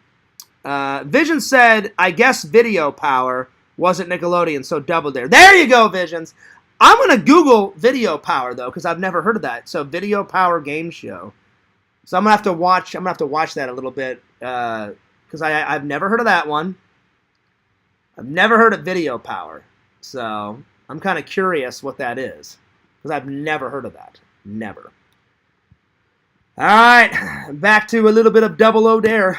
Throw you into horse manure, but we may throw you into some other stuff. And before we do that, let's talk about the rules. I'm going to be asking you a question, and if you don't know the answer and think the other team doesn't have a clue, you can dare them to answer it for double the dollars. But be careful, because they can always double dare you back for 4 times the amount. Then you'd either have to answer that question or take the physical challenge. Good luck. Did Fierce not just say that? Yes, I fucking memorized those rules. To the Daring Dunhams, and good luck to the Rebels. All right, let's skip to the obstacle course, because that was the greatest thing. Does he? No, he does it all himself, and you're going to have to do this one all yourself as well. XCDPOSA, well, which one will make that flag go up? I have no idea, but I want you to find out, because I'd like you to win this. Snark Sea Devil Sailboat features a full 70 square feet of sail on a popular sloop rig. Sea Devil is easily car-topped as she weighs. And let me tell you guys, this obstacle course was going fucking nuts. I mean, they had to go through tons of, like, whipped cream and chocolate syrup, and they'd go up, like, these hills and shit, and, oh, man, this obstacle course was nuts. 55 pounds. For easy economical sailing, the choice is Snark. With about, 15 seconds remaining, you will start off up over in this neck of the woods, and you want to dive for this first one, or if you want, you can dive for this next one. We want to see you get across to the other side. We'd like you to grab that flag, because we'd like you to win this prize! A fabulous new car. It's a Ford Mustang LX convertible. You'll drive in style. A fabulous new car. A piece of shit 90s car. All right. 42-door with its 4-cylinder engine and Love Power it. Equipment Group. It's fun to Love ride it. by Ford Motor Company.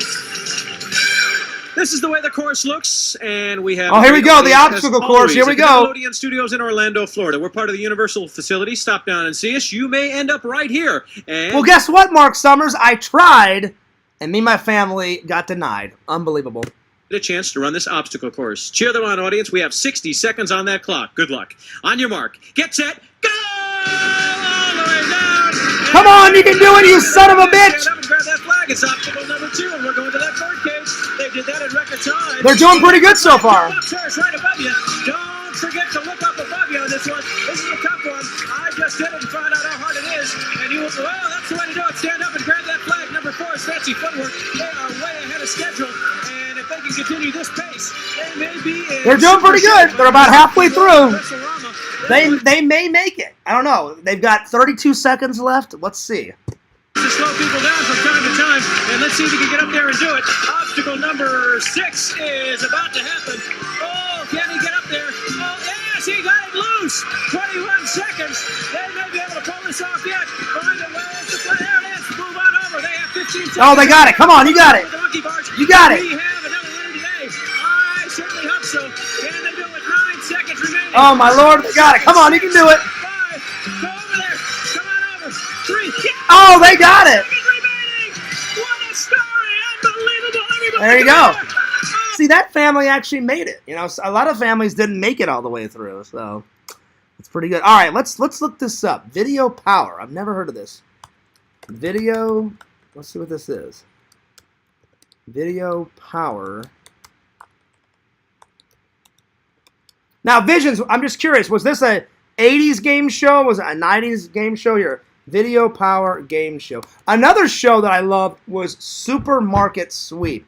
Oh, my God. I wanted to be on that show so bad. But that was more for adults, you know. Like, the Nickelodeon one was more for kids. But, man, oh, man, oh, man.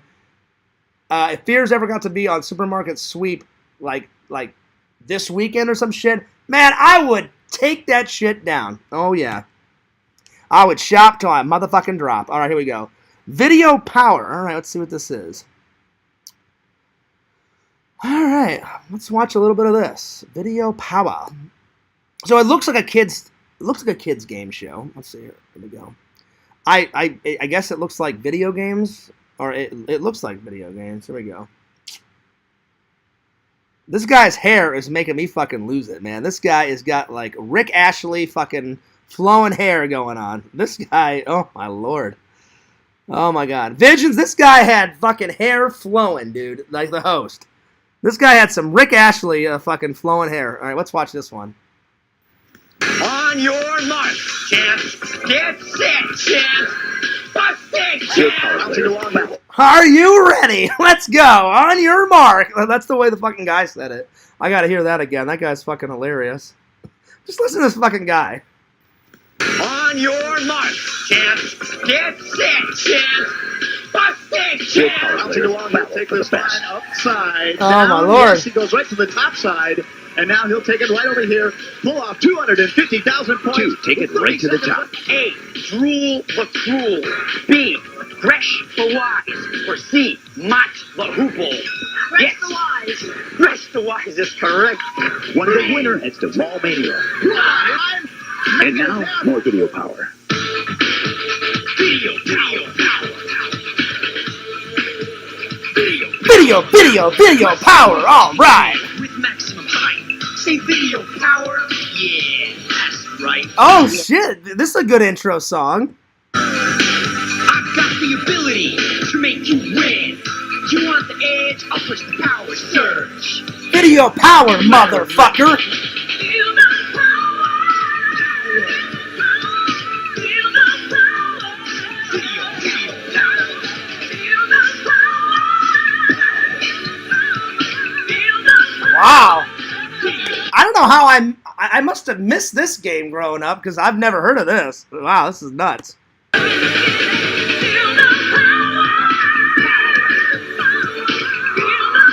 So it looks like it's half like Nick Arcade, half like Double Dare, because I saw a kid like go down a slide like an obstacle course. So that's kind of a cool concept, mixing it together.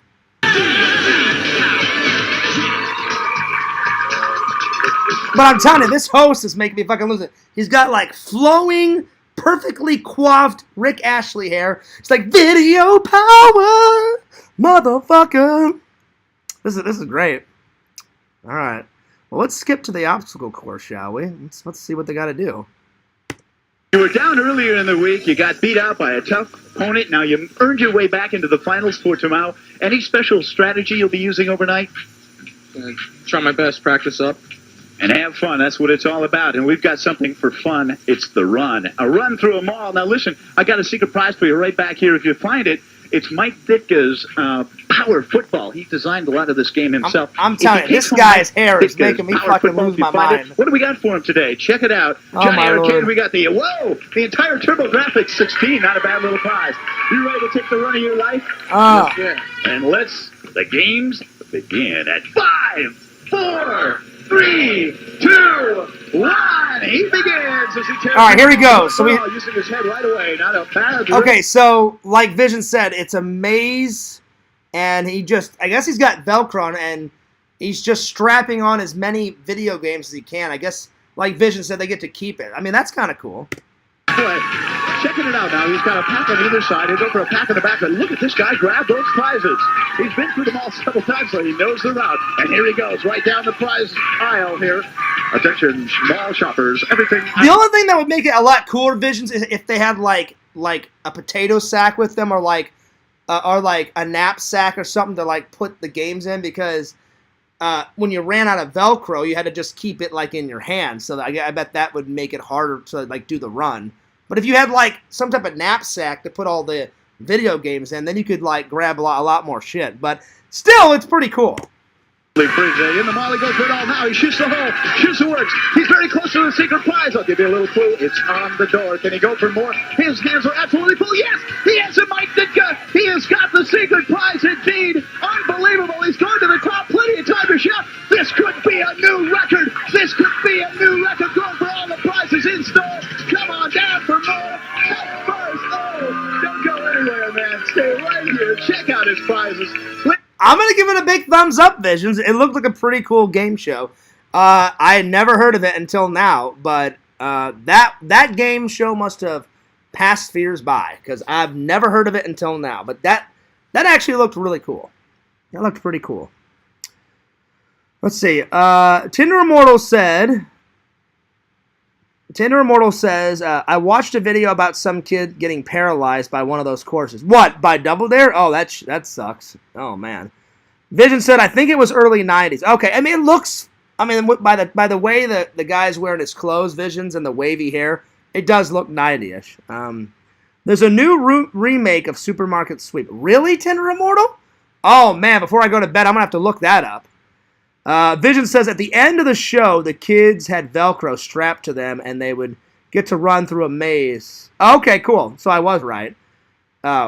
Whatever you stuck on, you got to keep. Jealous. I'm pretty jealous, too. I mean, that guy got a lot of shit. I mean, the only thing that sucks, though, like I said, is once you run out of Velcro, like, where the hell are you going to put it? I mean, the kid had games from head to toe on him, and then he just had a whole shitload of stuff in his hands. It'd be so much cooler if he's like, all right, I got everything Velcroed. I'm going to put the rest of my shit, like, in a bag. Like, if they had, like, a book bag with them. That's the only thing that would make it, like, a lot easier to do the run. But, I mean, still, it looks pretty cool, Visions. I like it. That's what it's all about. I mean, it looks cool, man. I mean, I could understand why someone would like that back in the 90s and 80s. It passed me by. I've never heard of that one. But it looks cool. It's like I'm definitely gonna have to watch a full episode and see what the rest of it is. Real quick before I go to bed, I gotta. Tinder Immortal said there is a remake of Supermarket Sweep. I've seen the old ones. Who hasn't seen the old ones? But I gotta see this new version.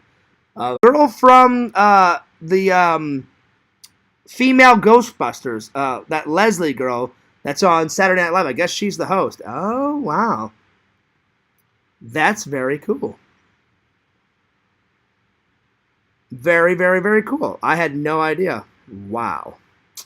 And I guess they recently just made this because they said this episode 2 from season 2, 2020. Oh wow! So they recently just made this. I've never seen this either, Tinder Immortal. So I'll watch. I'm not gonna watch the whole episode, but I'll watch them do the sweep because the sweep was the greatest thing at the end. So let's see what it looks like.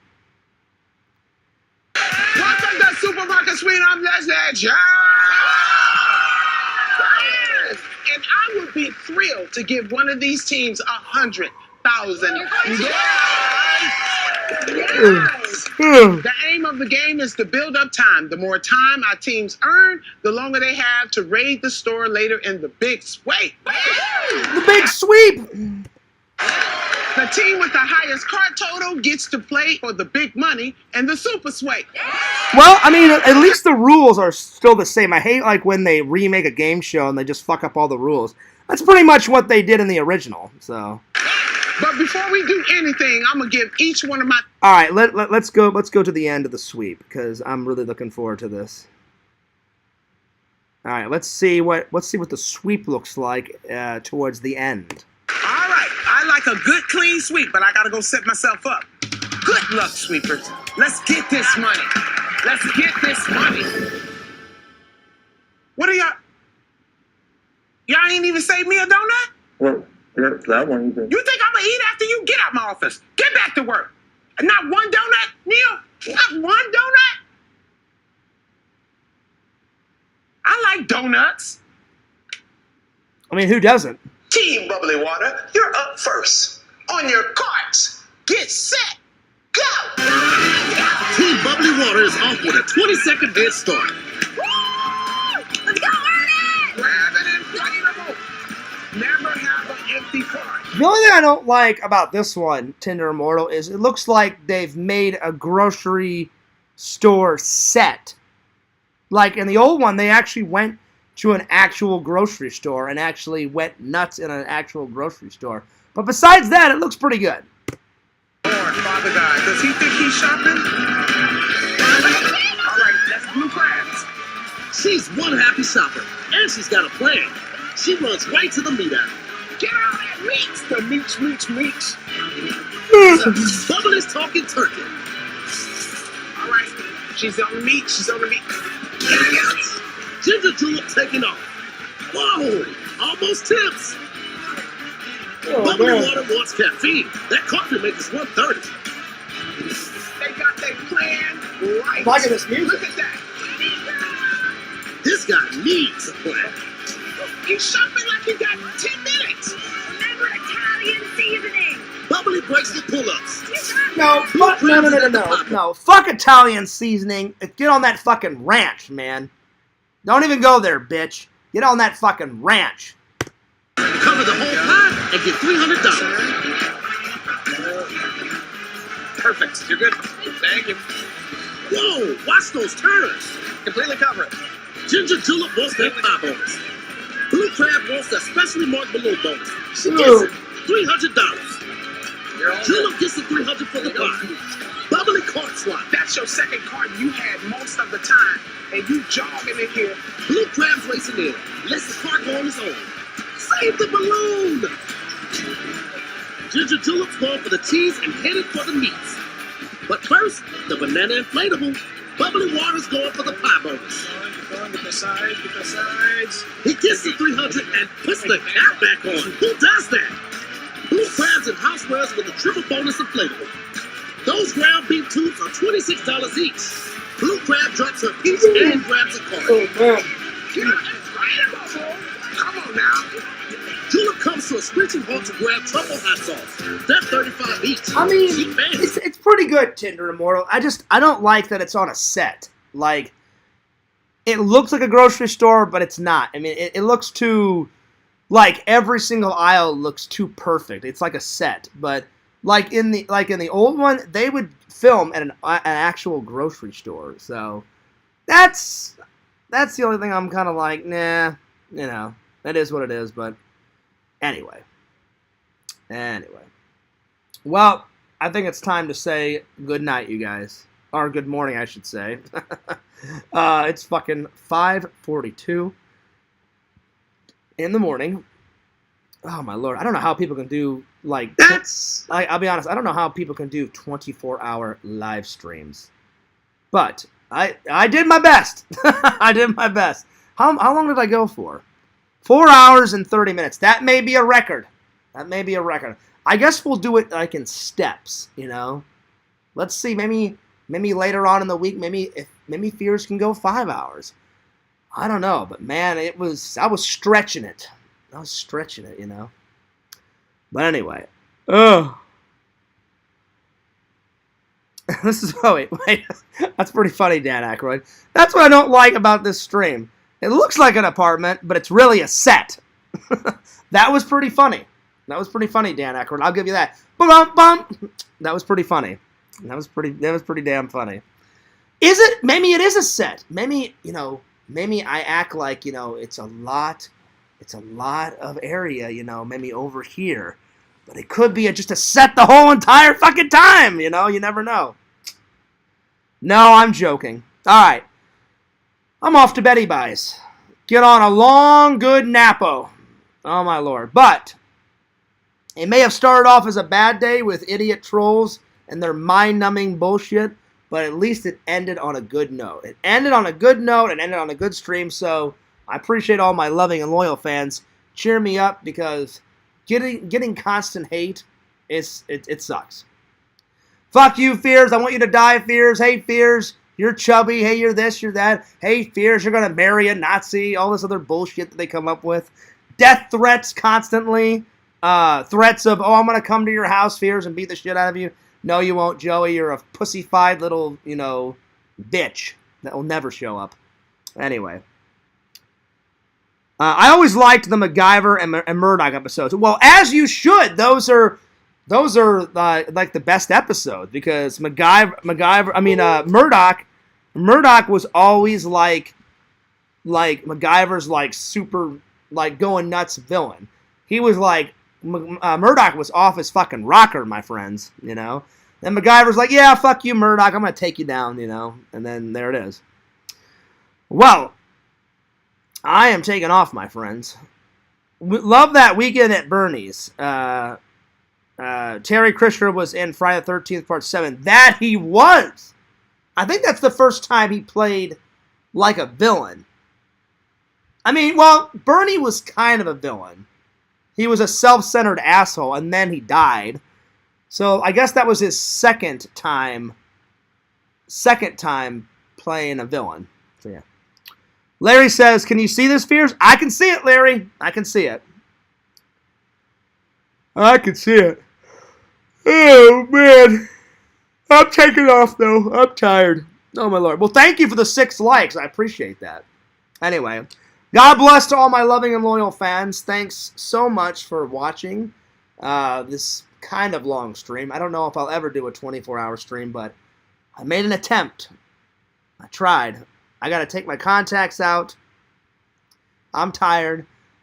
I'm getting on. I'm probably going to watch this later on today. And then later on in the day, I'll do a live stream and review this. But I'm not watching it right now. I'm turning these lights off. And I'm going to Betty Buys. Because I am fucking tired. Anyway. Don't forget to like, comment, subscribe to The Fears Man at FearsMan26. Which is the main channel. Fears Vlogs is the second channel.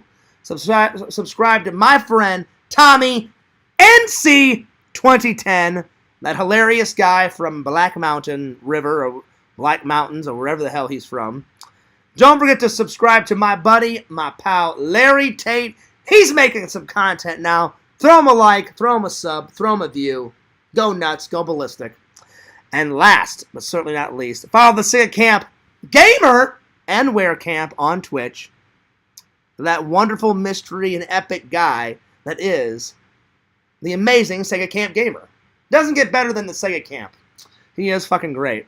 Anyway, I'm taking off, but this is Fears. I will see you later. That's good that Max Fury Road Fury is amazing. I can't wait to watch it because Daniel just said it's amazing. Well, when I get around to watching it, which will be later on today, not anytime soon, but later on today, I will watch it, and I will be back later in about 9 or 10 hours, and I will do another stream for you guys, and I will review it. Anyway, this is Fears, signing off. Peace, deuces, and I'll see you later. Damn, am I tired. Later.